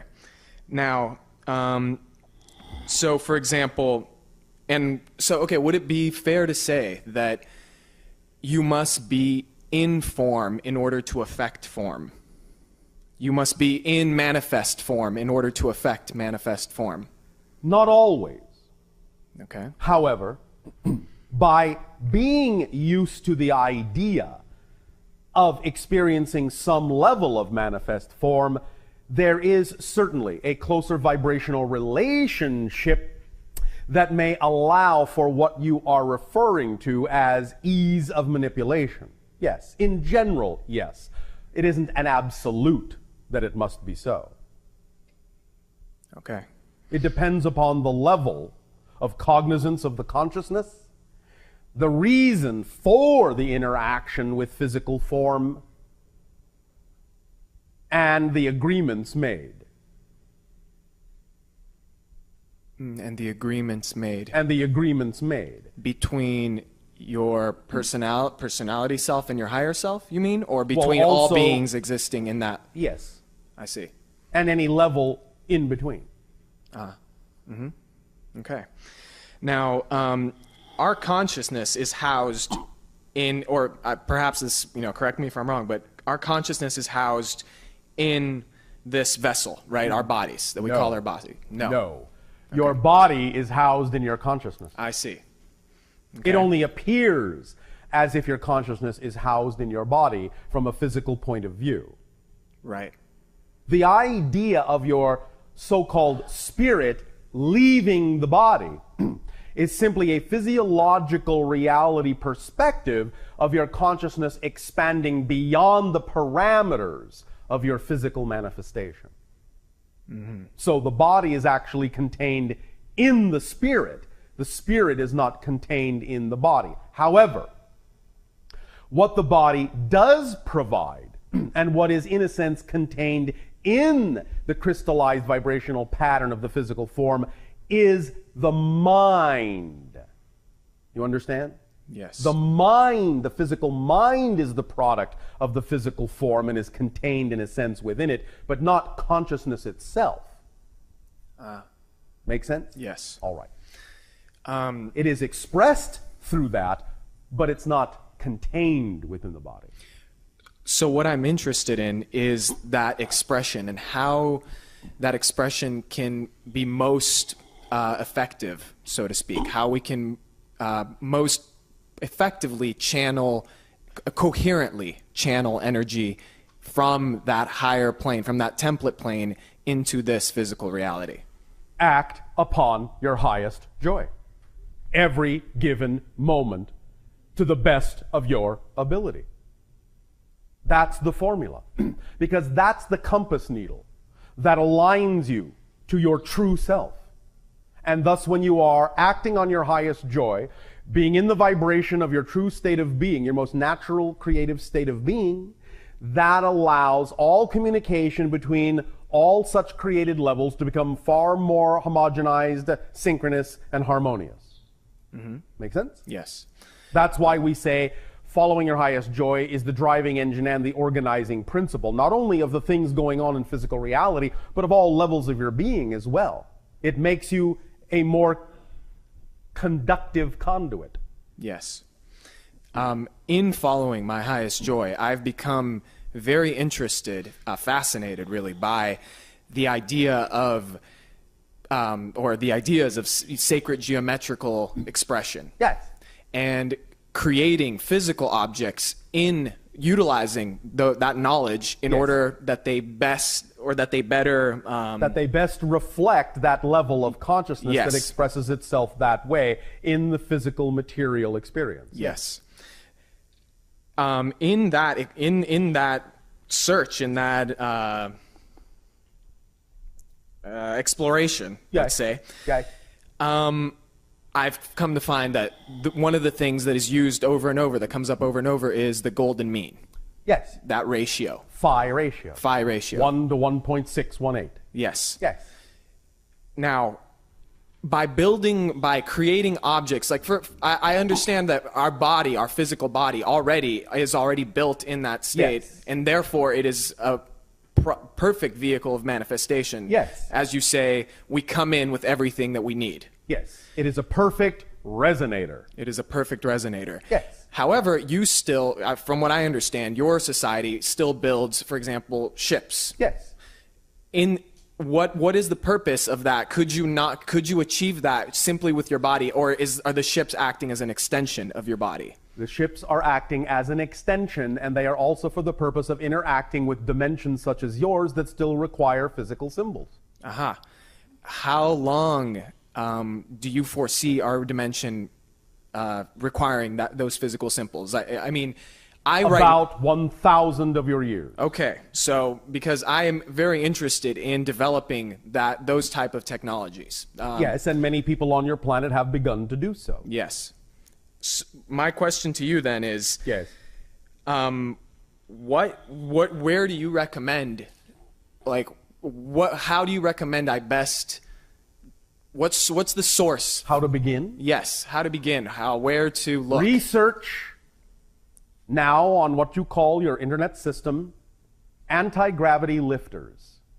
Start there. Okay. you will find that these are constructions of very light materials, primarily what you call balsa wood and aluminum, being given electrical charges of high voltage. They will begin to exhibit levitation effects, and as you begin to grow in your experience and research and gain more practice with these and understand the effects that are being created, then you will gain more insight into how to take the next step. Okay. Thank you for that. That interests me as well. However, I wasn't necessarily referring to only propulsional systems. Neither am I. Ah. Because the principles are the same. For any kind of energy delivery system, it's just a matter of how you channel the energy that you're tapping into from higher dimensions as to what kind of an effect you create. Be it simply powering things, or creating ships, or opening dimensional gateways, or what have you. Music. That too. Since it is all about resonance. It is. So I have here an instrument that I brought. I'm not sure if you're familiar with it. It is called the hung. Define. Would you like me to show you, demonstrate? By all means. All right, thank you.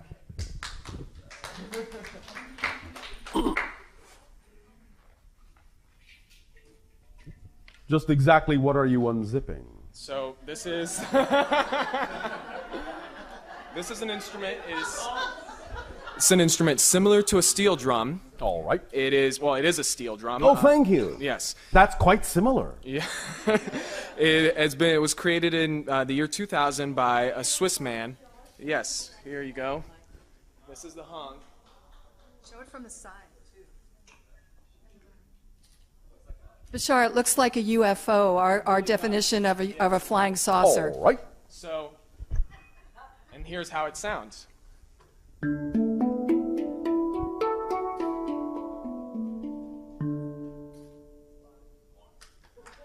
Okay, now. Thank you. Thank you. Now, one of the things sometimes people will say when they see the crafts on your planet that you refer to as UFOs, sometimes they will be silent, but very often they will also describe hearing different kinds of resonant tones in association with the craft. People on your planet have assumed, because of the way your technology works, that the sounds are the result or the effect of the motivation of the craft, when in fact the sounds are the motivating force of the craft. Wow. Uh-huh. Vibration is the key. And you are on your way to understanding this, quite musically. Yes. Understand that we have described the concept of moving from location to location in a different way than your people think of location. The idea is that location is not a place that an object exists in. Location is one of the properties of the object. And an object in location A is not the same object when it is in location B, because now it has the vibrational resonant variable of location B, and that makes it a different object. Yes. If the object in location A were suddenly engulfed and overwhelmed by the vibration equation that represents the object in location B, the object would simply have no choice but to move to location B instantaneously, because that's its new vibrational signature. I see. So if you make sure that the craft in that sense is very, very thin and light, so that there is not that much material in it, and so that a vibrational resonance can easily overwhelm the natural vibration of its tendency to stay in one location, then it will have no choice but to take its cue from the new vibration and move. I see. Wow. Thank you. Thank you. If I may, one more thing. Yes. So, in the as I said, I don't know if you can see this on a physical level as we can sense the energy involved. All right. Well, we see it as an intricate, interwoven web of patterns. Mm-hmm. Okay. Now, as I see it, in a physical form, in its physical form, yes, it is very close approximation of a 3D rendering of the object known as a vesica Pisces, the intersection of two circles. Yes. I've theorized that if it were a more perfect rendering of that, it would increase its, let's say, efficiency, potentiality. Your theory is correct. I see. Although there are variations depending upon the different dimensions that such a device may choose to inhabit. Can you please clarify that? Your dimension, in that sense, will look at the vesica Pisces in a certain way, but in other dimensions, it will be of a slightly different shape, although to them it will appear to be normal, but to you it would appear to be distorted. I see. Because of the dimensional vibrational difference. I see. Nevertheless, it is the change and shift in frequency that represents the distortion that allows the craft to go from one dimension to another. Mm. But you can begin with what you understand to be the perfect ratio for your reality. Mm-hmm. Now, and so in that sense, would you still recommend that I research the same thing that you recommended? I would. Okay. Because it still has to do with resonance, and there is still much for you to discover in that concept. Use what works. You don't have to use what doesn't. But there are bits of information in there that you will be able to add to what you are doing that will make a difference down the road. Mm-hmm. Okay. All right? All right. Does that help you? That does help me. Thank you. Thank you. Thank you.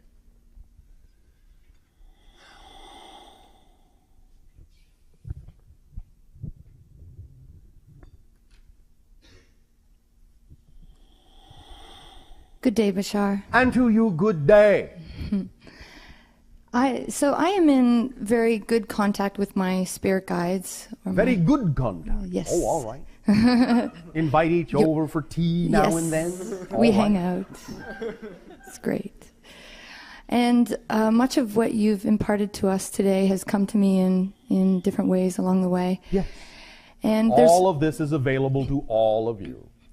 And there's one, thank you, yes. And there's one question that is challenging me, and I'm hoping that you can all right. clear it up. What is your exciting challenge? Oh, my exciting challenge is that I am unclear about how child abuse or abuse of, let's say, war in a country where innocent people in their home just going about their business are suddenly traumatized. Yes. And I would love to understand your perception of that. I will give you 2 out of many reasons why such things can occur on your planet. All right? Thank you. Number 1. An individual, as a spirit, may choose to come into a situation where they know something like that may occur, so that they know also that the occurrence will allow itself to act as an example to others in that reality, so they can look at what their reality is like and decide to make sure that that never happens again. Yes. So that being will have, in that sense, endured that in order to function as a living example that can change reality and change people's ideas about how they wish their world to be.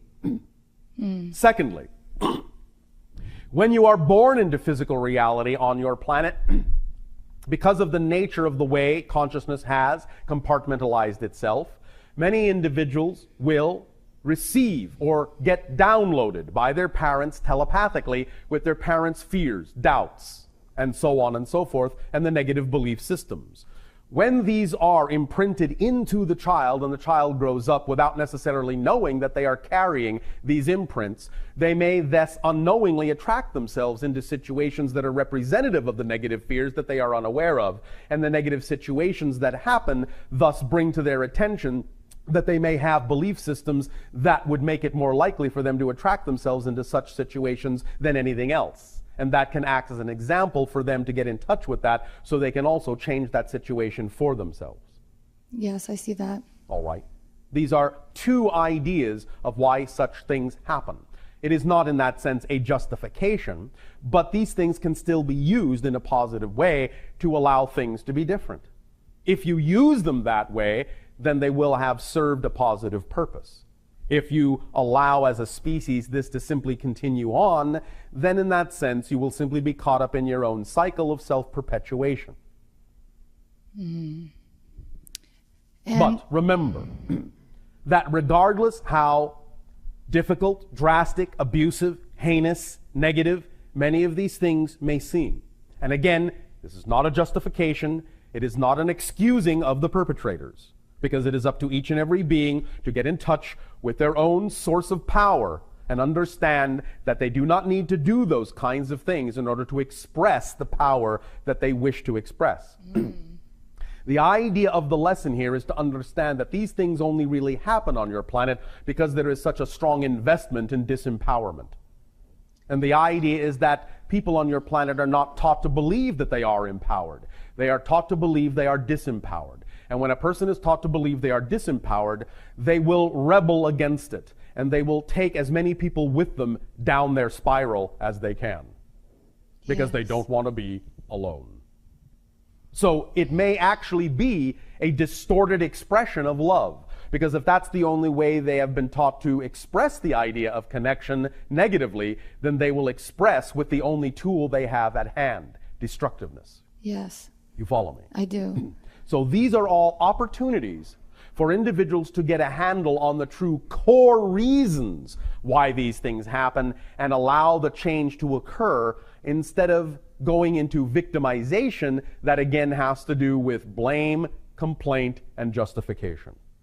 Yes. Does this help you? It surely does. And one more thing, remember, and again, not a justification in that sense, not an excuse. From the spirit level, these things are extremely temporary. Have you ever had what you call a bad dream and then woken up and gone, oh, that was just a dream? Yes. All right. When you die and go into spirit, that's exactly what you do. Oh, physical reality, just a bad dream for a moment. It's not really who I am. You follow me? Yes. So there's that perspective too. And so from the spirit perspective, sometimes beings will understand that even though they know they may be becoming physical in a world that is somewhat chaotic and expresses itself somewhat abusively, they still know it is not really in any way, shape, or form permanent, and from their perspective, not really real. And they know, even though the idea of the physical mind and the higher self may experience the difficulty, it is still something that the soul can use in a positive way. And the idea is, again, to act as an example to the world, to bring it in front of everyone's face that if such things are the way of the world and you don't prefer them to be that way, then do something constructive about it. And that way things will change. Beautiful. Now, remember also that you're, as a world, pretty much near the end of the cycle of all the negativity. And so, in a sense, there isn't that much time left in which to experience the idea of negative reality. And so what you're doing now is getting it all up out of your system very rapidly. Bringing it all out onto the table so you can decide what you do and don't prefer your world to be. Make sense? Yes. So the more actively involved you people become in the idea of helping to teach empowerment to people who have been taught disempowerment, the greater, faster, and more profound the healing will be. All right? Yes, and I have another part of the question. Oh, all right. I feel like I vacillate between definitely being in touch with my higher self and then some of my domestications, which want me to have a reaction to the abuser. Yes. And so I would love to have clarification from you on though I could probably say it's best to send love and to be loving, there's a part of me that fears that if I don't sort of scold or that's not the right word, but have some sort of reaction to the abuser, that the abuse will continue. I just answered myself, but yes, you instead answered of a me too. reaction, have a response. And allow the energy to be this if you're going to interact. That you understand that they are abusers because they have been abused. And they are only continuing a chain of events. The idea is to allow them to understand, if they wish to, that there is a way for them to feel empowered instead of disempowered. And that will help not only them, but everyone. Does this make sense? It does. And the idea of reacting in the negative way.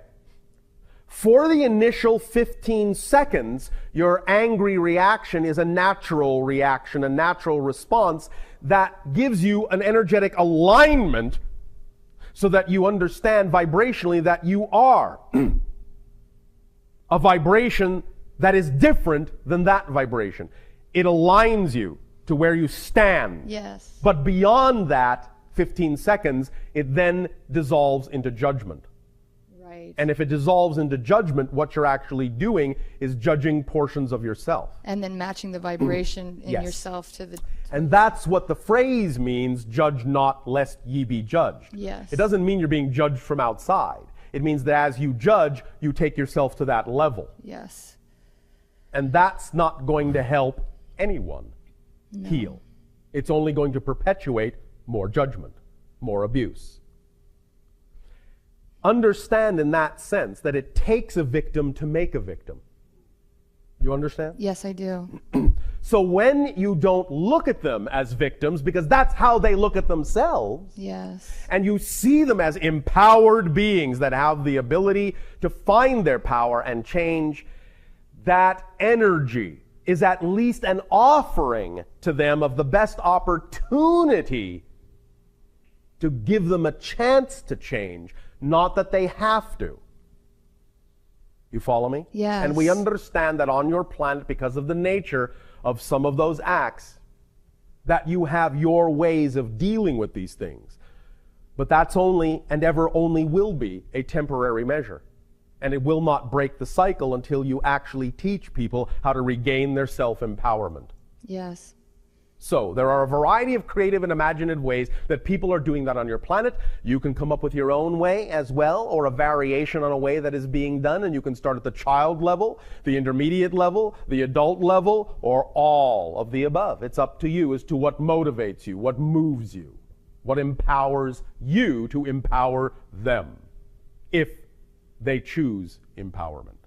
But you can make it clear as possible, that that's the choice to make, and that the only reason that they feel the way they do is because they have been taught disempowerment, and that what they are doing that they think is representative of power is actually representative of disempowerment.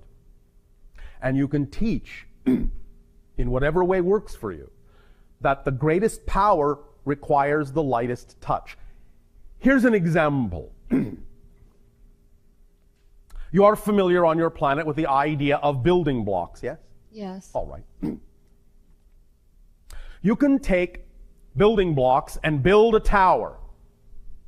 And then you can take another pile of blocks and just scatter them on the ground. And then ask a person, what is easier, to build a new tower or to knock that one down? They will usually say, well, knocking that one down is easy. Yes. Why is it easy? Because destruction takes no power. Wow. It takes power to create. Yes. And in those kinds of imaginative examples, you can start to teach people the difference. You follow me? Yes. Thank you. Do you mind if I ask you one more question? Do I mind? No. Do you spirit if I ask you one more question? Go ahead. We live in a paradigm where pity and sensitivity and compassion are necessary. I don't know, is pity necessary? Compassion is necessary. So when dealing with victims or Yes. people who have had abuse, it is expected that we react in a certain way. Respond with compassion. Yes. Do not support the negativity with the idea of pity or sympathy. But empathy and compassion are empowering. Thank Pity you. and sympathy are disempowering. Yes, You okay. see the difference yes, I do, I vibrationally? do. I have at times reacted. I'm a very compassionate person. I don't think I could not be compassionate. All right. And sometimes my reaction to people's pain, because I react in a different way than what's the general paradigm, Yes. has been considered Cold. Yes, not cold, but offensive, because all right. I like to use humor a lot. All right. And so It is all right to exhibit compassion by also just sitting with someone. You don't have to take them out of their feeling. That's not necessarily compassion, because the acknowledgement of the feeling is the first step in changing it. You can't change what you don't own. So the idea is not to cajole them out of what they're feeling, but to truly be with them in what they're feeling in a way that can then gently guide them in another way, in an appropriate manner. If you rush to use humor to pull them out of the doldrum, you yourself may actually be scared of feeling what they're feeling and not wanting that in your reality, which means you're actually disempowering yourself instead of being able to know you're strong enough to be able to hold them in your energy arms while they go through what they go through, and gently coax them back into their empowerment when it's appropriate. Perfect. You follow? I do. Does that help? Perfectly. Thank you. Good day, Bashar. And who you good day. My question today is on neutrality. Neutrality. Yes. You have mentioned that there is no right or wrong, nor good or bad, but instead negative and positive. That which integrates, that which segregates. Yes, which also can be stated as lower and higher vibrations, negative being lower and positive being higher. In a sense, yes, because it is integrative, thus exponential in that sense, whereas segregational is compartmentalization, which in that sense causes detachment and disconnection. Yes, thank you. What I see neutrality as is a tool that allows absolute choice to choose what you prefer at all moments. Yes, and thus you can understand, as we have said, that the universe is actually slightly oriented to the positive. Yes, because neutrality allows you to choose, which is a positive state of being. So in that sense, technically speaking, just to use some arbitrary numbers, the universe is actually 51% positive and 49% negative. Because the middle point, the neutral point, is not actually totally, absolutely neutral. Neutral in and of itself, by definition, affords you a choice, and that's positive. Thank you. Well, my question is neutrality used to aid one to enlightenment, and is it in the I just aiding, told you it was. Well, I mean, is it in the aiding from third to fourth, and when one completely understands neutrality and is in a neutral state, does one ascend? Depends on what you mean by ascend. It always uplifts your frequency, but if you're not done with your physical theme, you will not become non-physical, if that's what you mean, until you're done. Well, does your society and beings on higher densities, do they still use neutrality? Always. That is primarily what is used. But are you only in bliss and there's no moments for you to use neutrality because there's no negativity for you to see? In a sense, you might put it this way. Neutrality is the lowest state we ever go into. So exactly. So for us to master it, then we will ascend. Yes. Which simply means you will shift upward to whatever degree is appropriate for you at that particular moment. Okay. You have mentioned to me before that there's a certain way of experiencing it, which was in a neutral bubble as an observer. Yes. How many different levels of neutrality are there? There is only one. Okay, so in that bubble, as seen an observer, seen from that view, is that one level? If you are asking if neutrality can be experienced from different levels, the answer is yes. But neutrality itself does not, in a sense, exist in different levels.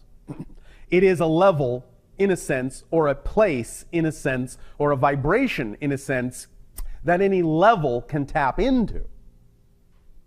Okay. And one question you didn't answer earlier, which was I wrote this down a couple of days ago, which was the test factor. Yes. When you make a change, you instantly start to test yourself.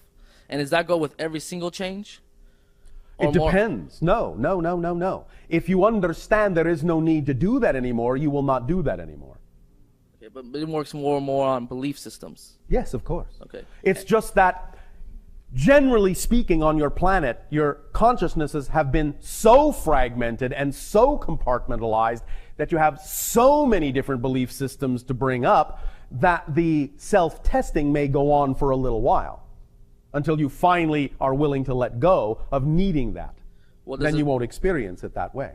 Does the self-testing go on if you keep on reacting until you respond to the test, then you will pass it, correct? Generally, yes. Okay. And Unless there is another underlying belief system that says the test will continue even if I respond. Okay. And one last question. Yes. What is the highest vibrational music in our world today? The highest vibration of a particular individual, you mean? No. Physically? Vibrational music. Music with the highest vibration for uplifting purposes. Well, death metal can be a very low vibration, classical very high, but what's the highest? I assume you mean physicalized music. Yes. One moment. It will, of course, within a certain range, depend upon the vibration of the person hearing it. We understand that there is a general truth to what you are saying about certain forms of music having higher or lower vibrational effects. But in terms of a high vibration, from our point of view, what you heard a while ago is one of the highest. The instrument that was played earlier? Yes. Okay, well, thank you very much. Thank you. Hey, Bashar. Hello. And to you, good day. Thank you. So, you mentioned earlier about... Speak up and be bold so that all may hear what you have to share. You mentioned earlier about opposite ends of the spectrum, the reds and the violets. Yes. I've been experiencing in my dreams and in waking, I just see reds and violets popping up everywhere. But just those two, the two opposite That's ends. all right. In that sense, you are simply giving yourself representations of the polar opposite vibrations, in that sense bouncing back and forth between them so that you can achieve what we were actually just talking about with the last individual, a sense of balance in between and a state of neutrality that encompasses the entire spectrum. Okay, cool. And it's whatever temperature you want it to be. And in my dreams, whether I accept that I'm dreaming or not, whenever I ask somebody if I'm dreaming, they'll deny it. They deny it. And when I'm awake and I ask someone that if I'm dreaming, they'll say yes. All right. Why, when I'm asleep, do they deny it, and when I'm awake? Again, you are dealing with the concept of polarities and allowing yourself to find a place in the middle.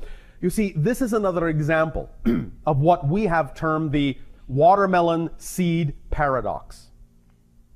If you have a watermelon seed and you squeeze it between your thumb and forefinger, hard as you can, it cannot go up, it cannot go down. You are faced with a conundrum you cannot answer, and yet you must answer. When you squeeze hard enough, the seed will shoot out in a new direction, neither up or down, but open a new doorway to a new way of seeing. So what you are doing is you're giving yourself paradox and conundrum that you feel you cannot answer, but you feel you must answer, and that will squeeze you in a new perspective, in a new direction. That's what you're doing. Yes, These are the games you're playing with yourself energetically to point you in a new direction. That's great. Thank you. Yes. Thank you. That's it. Let us now all get into a state of relaxation.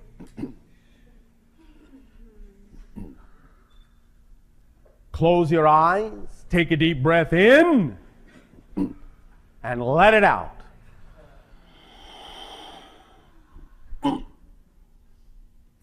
One more time, take a deep breath in, and let it out. And one more time, take a deep breath in. Hold it, hold it, hold it, hold it, and hold it, and let it out. All right, now, just allow yourself to relax, be comfortable. Imagine, if you will, a snowflake. Hexagonal snowflake of intricate latticework, crystalline pattern, frosty and glistening against blackness. It is made of water, crystallized, patterned water. Allow yourself to become very, very small so that you go into the snowflake, into its crystalline structure, in such a manner that you now actually can begin to see the atomic latticework, the individual atoms arranged in a perfect crystalline pattern. And you go deeper in, until you can see the subatomic vibrational wave particle patterns vibrating, spinning in place, each one vibrating, spinning in place, dancing slowly around all the other subatomic particles, vibrating, spinning in place. And just allow yourself to be one of the particles in the center, surrounded by all of these other little packets of light, packets of vibrating, spinning energy, humming, spinning, dancing, staying exactly equidistant from each other in a perfect crystalline lattice pattern, slowly rotating around you, and you feeling the harmonies and harmonics of all the vibrations. Water spinning, water imparting energy, communication, vibration from one particle to another, from one wave to another. Waves and waves of communication, interlacing, interacting, interconnecting. All of the particles, including you, the particle at the center, vibrating, feeling the hum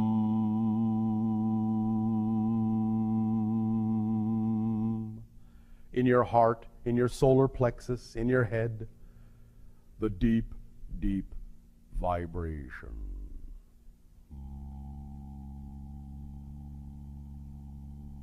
Floating, floating, floating with the particles, slowly, slowly dancing, rotating.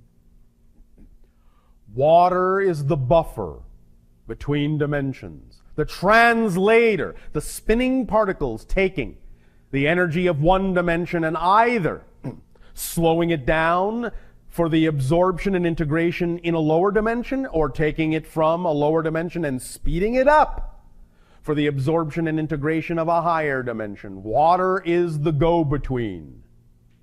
Water is the communicator. Water is the translator. Water is the transformer. If your body is dehydrated, you cannot transform. The energy from one dimension to another passing through a dehydrated body will burn you out. Hydration is key.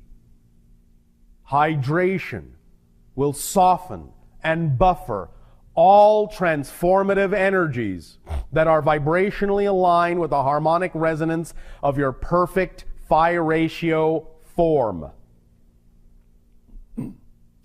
Water, cool, liquid, soothing, absorbing, floating.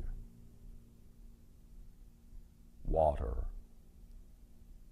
Each little water molecule vibrating and spinning transitions energy from one realm to another, up and down, in and out,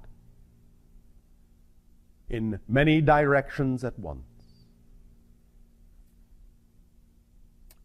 Allow yourself to feel immersed in a sea of these spinning molecules, spinning particles.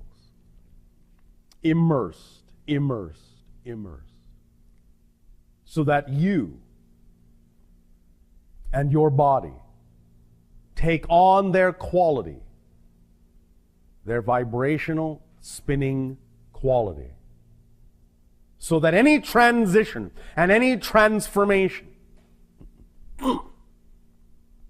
may pass easily through you, unimpeded.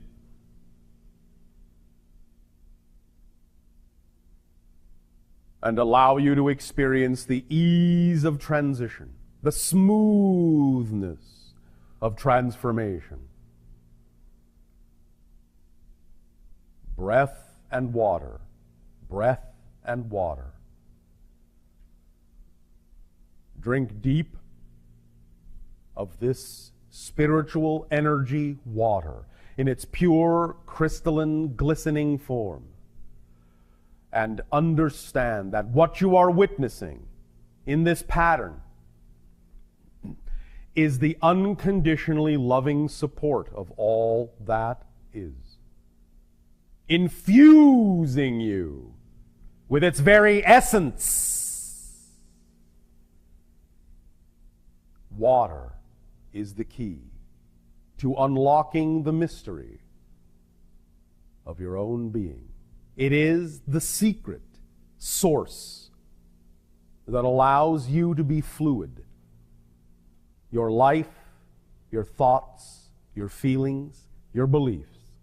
Fluid, ever-changing, but always expanding in the direction of your highest self. For the good of all of your being, with perfect positive intention and action in harmony.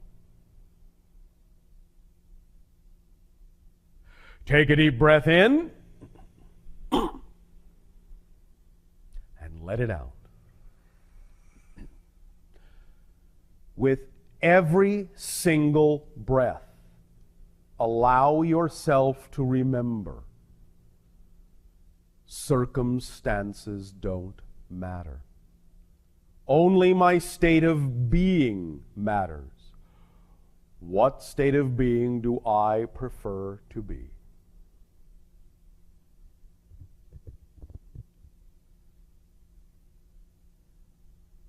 Allow yourself in your own way, with your own voice, whenever and wherever you wish in life, to repeat this mantra and to truly listen and remember that when your physical body says circumstances don't matter, only my state of being matters, that it is a direct communication with and from and to your higher self, so that you may function as a whole being.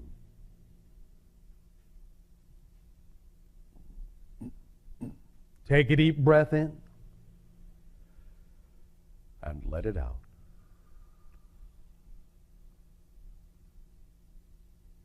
Stay calm and relaxed and listen. Just listen to your true nature. Your glorious, childlike, playful, free, expansive, loving, creative, harmonious, compassionate nature. That is who and what you are in truth. That is your natural state of being. Why not be who you are? Why not? Why not? Why not?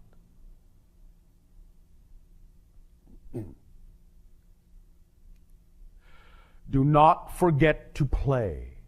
Do not forget to act out. Do not forget to treat yourselves. Treat yourselves to the ways in which you express creativity, to the ways in which you express your passion. Ride the leading edge, the crest of the wave of the transformation of your collective consciousness. Ride the wave of yourself into the future you prefer by being in the now.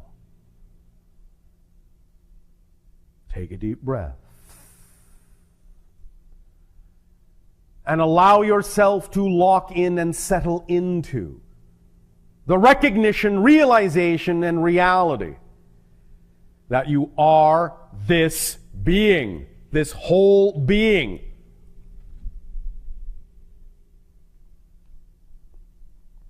You know what you are doing when you act holistically. Trust yourself and do not leave yourself behind. But if you do and have reasons for doing so, use those reasons. Dive into them. For any time you use a reason for staying behind to maximum positive effect, you will convert that reason into energy that will propel you forward through the wake and bring you closer to the leading edge. Your beliefs are your fuel. Convert them to energy. Do not let them weigh you down. Convert them to energy, and you will float to the surface and ride the crest of the wave.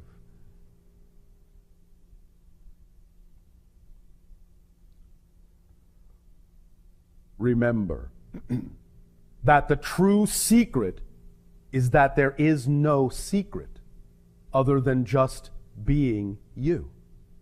That's all it takes, and it is that simple. Allow it to be as simple as it was created to be, for now is the time.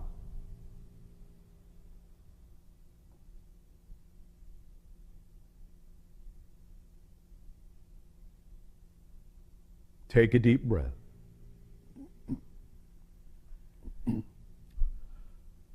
Allow yourselves now to float up out of the crystalline matrix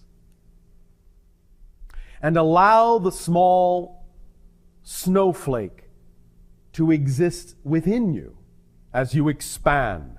It is now a part of you, and you recognize that this is what you are actually made of physically. Billions upon billions of little crystalline flakes of energy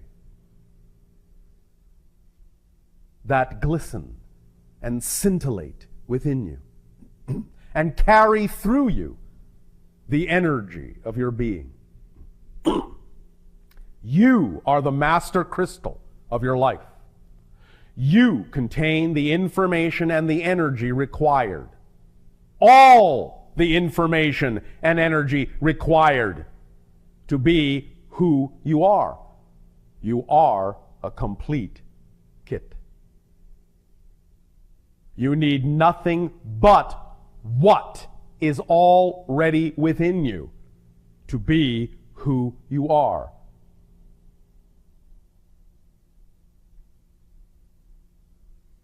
So be it.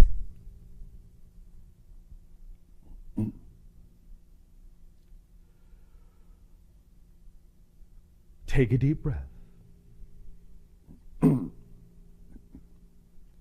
And gently remind yourself out loud, circumstances don't matter. Only my state of being matters. What state of being do I prefer to be?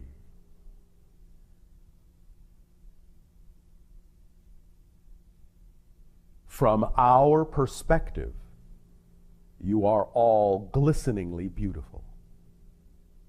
Please, for the sake of yourself, physical mind and higher self both, please show yourself the compassion that you deserve. See yourself as glisteningly beautiful as we see you, because we know beyond a shadow of a doubt that you are aspects of infinity.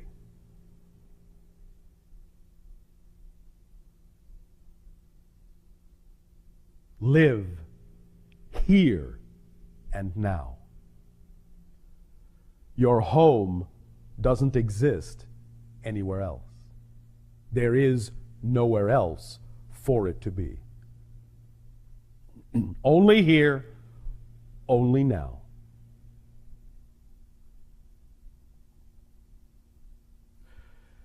End of one story and the beginning of another. In this moment, you now pass through a vibrational filter from one dimension to another. You step up, you upgrade. Welcome to a new level. Please watch your step.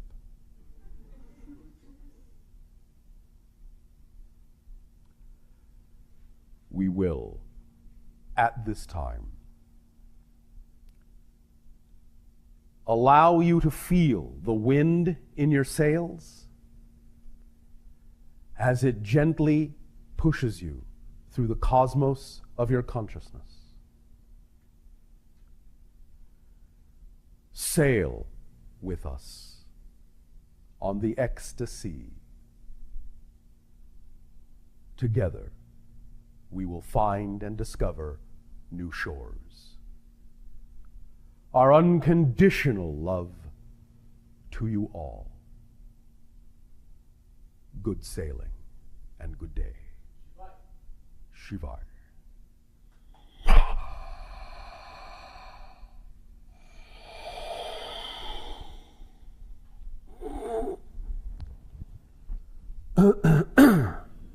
How did it go?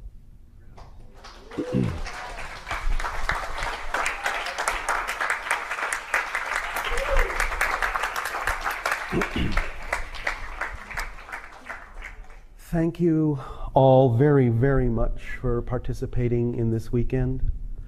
Thank you to everyone for putting this together.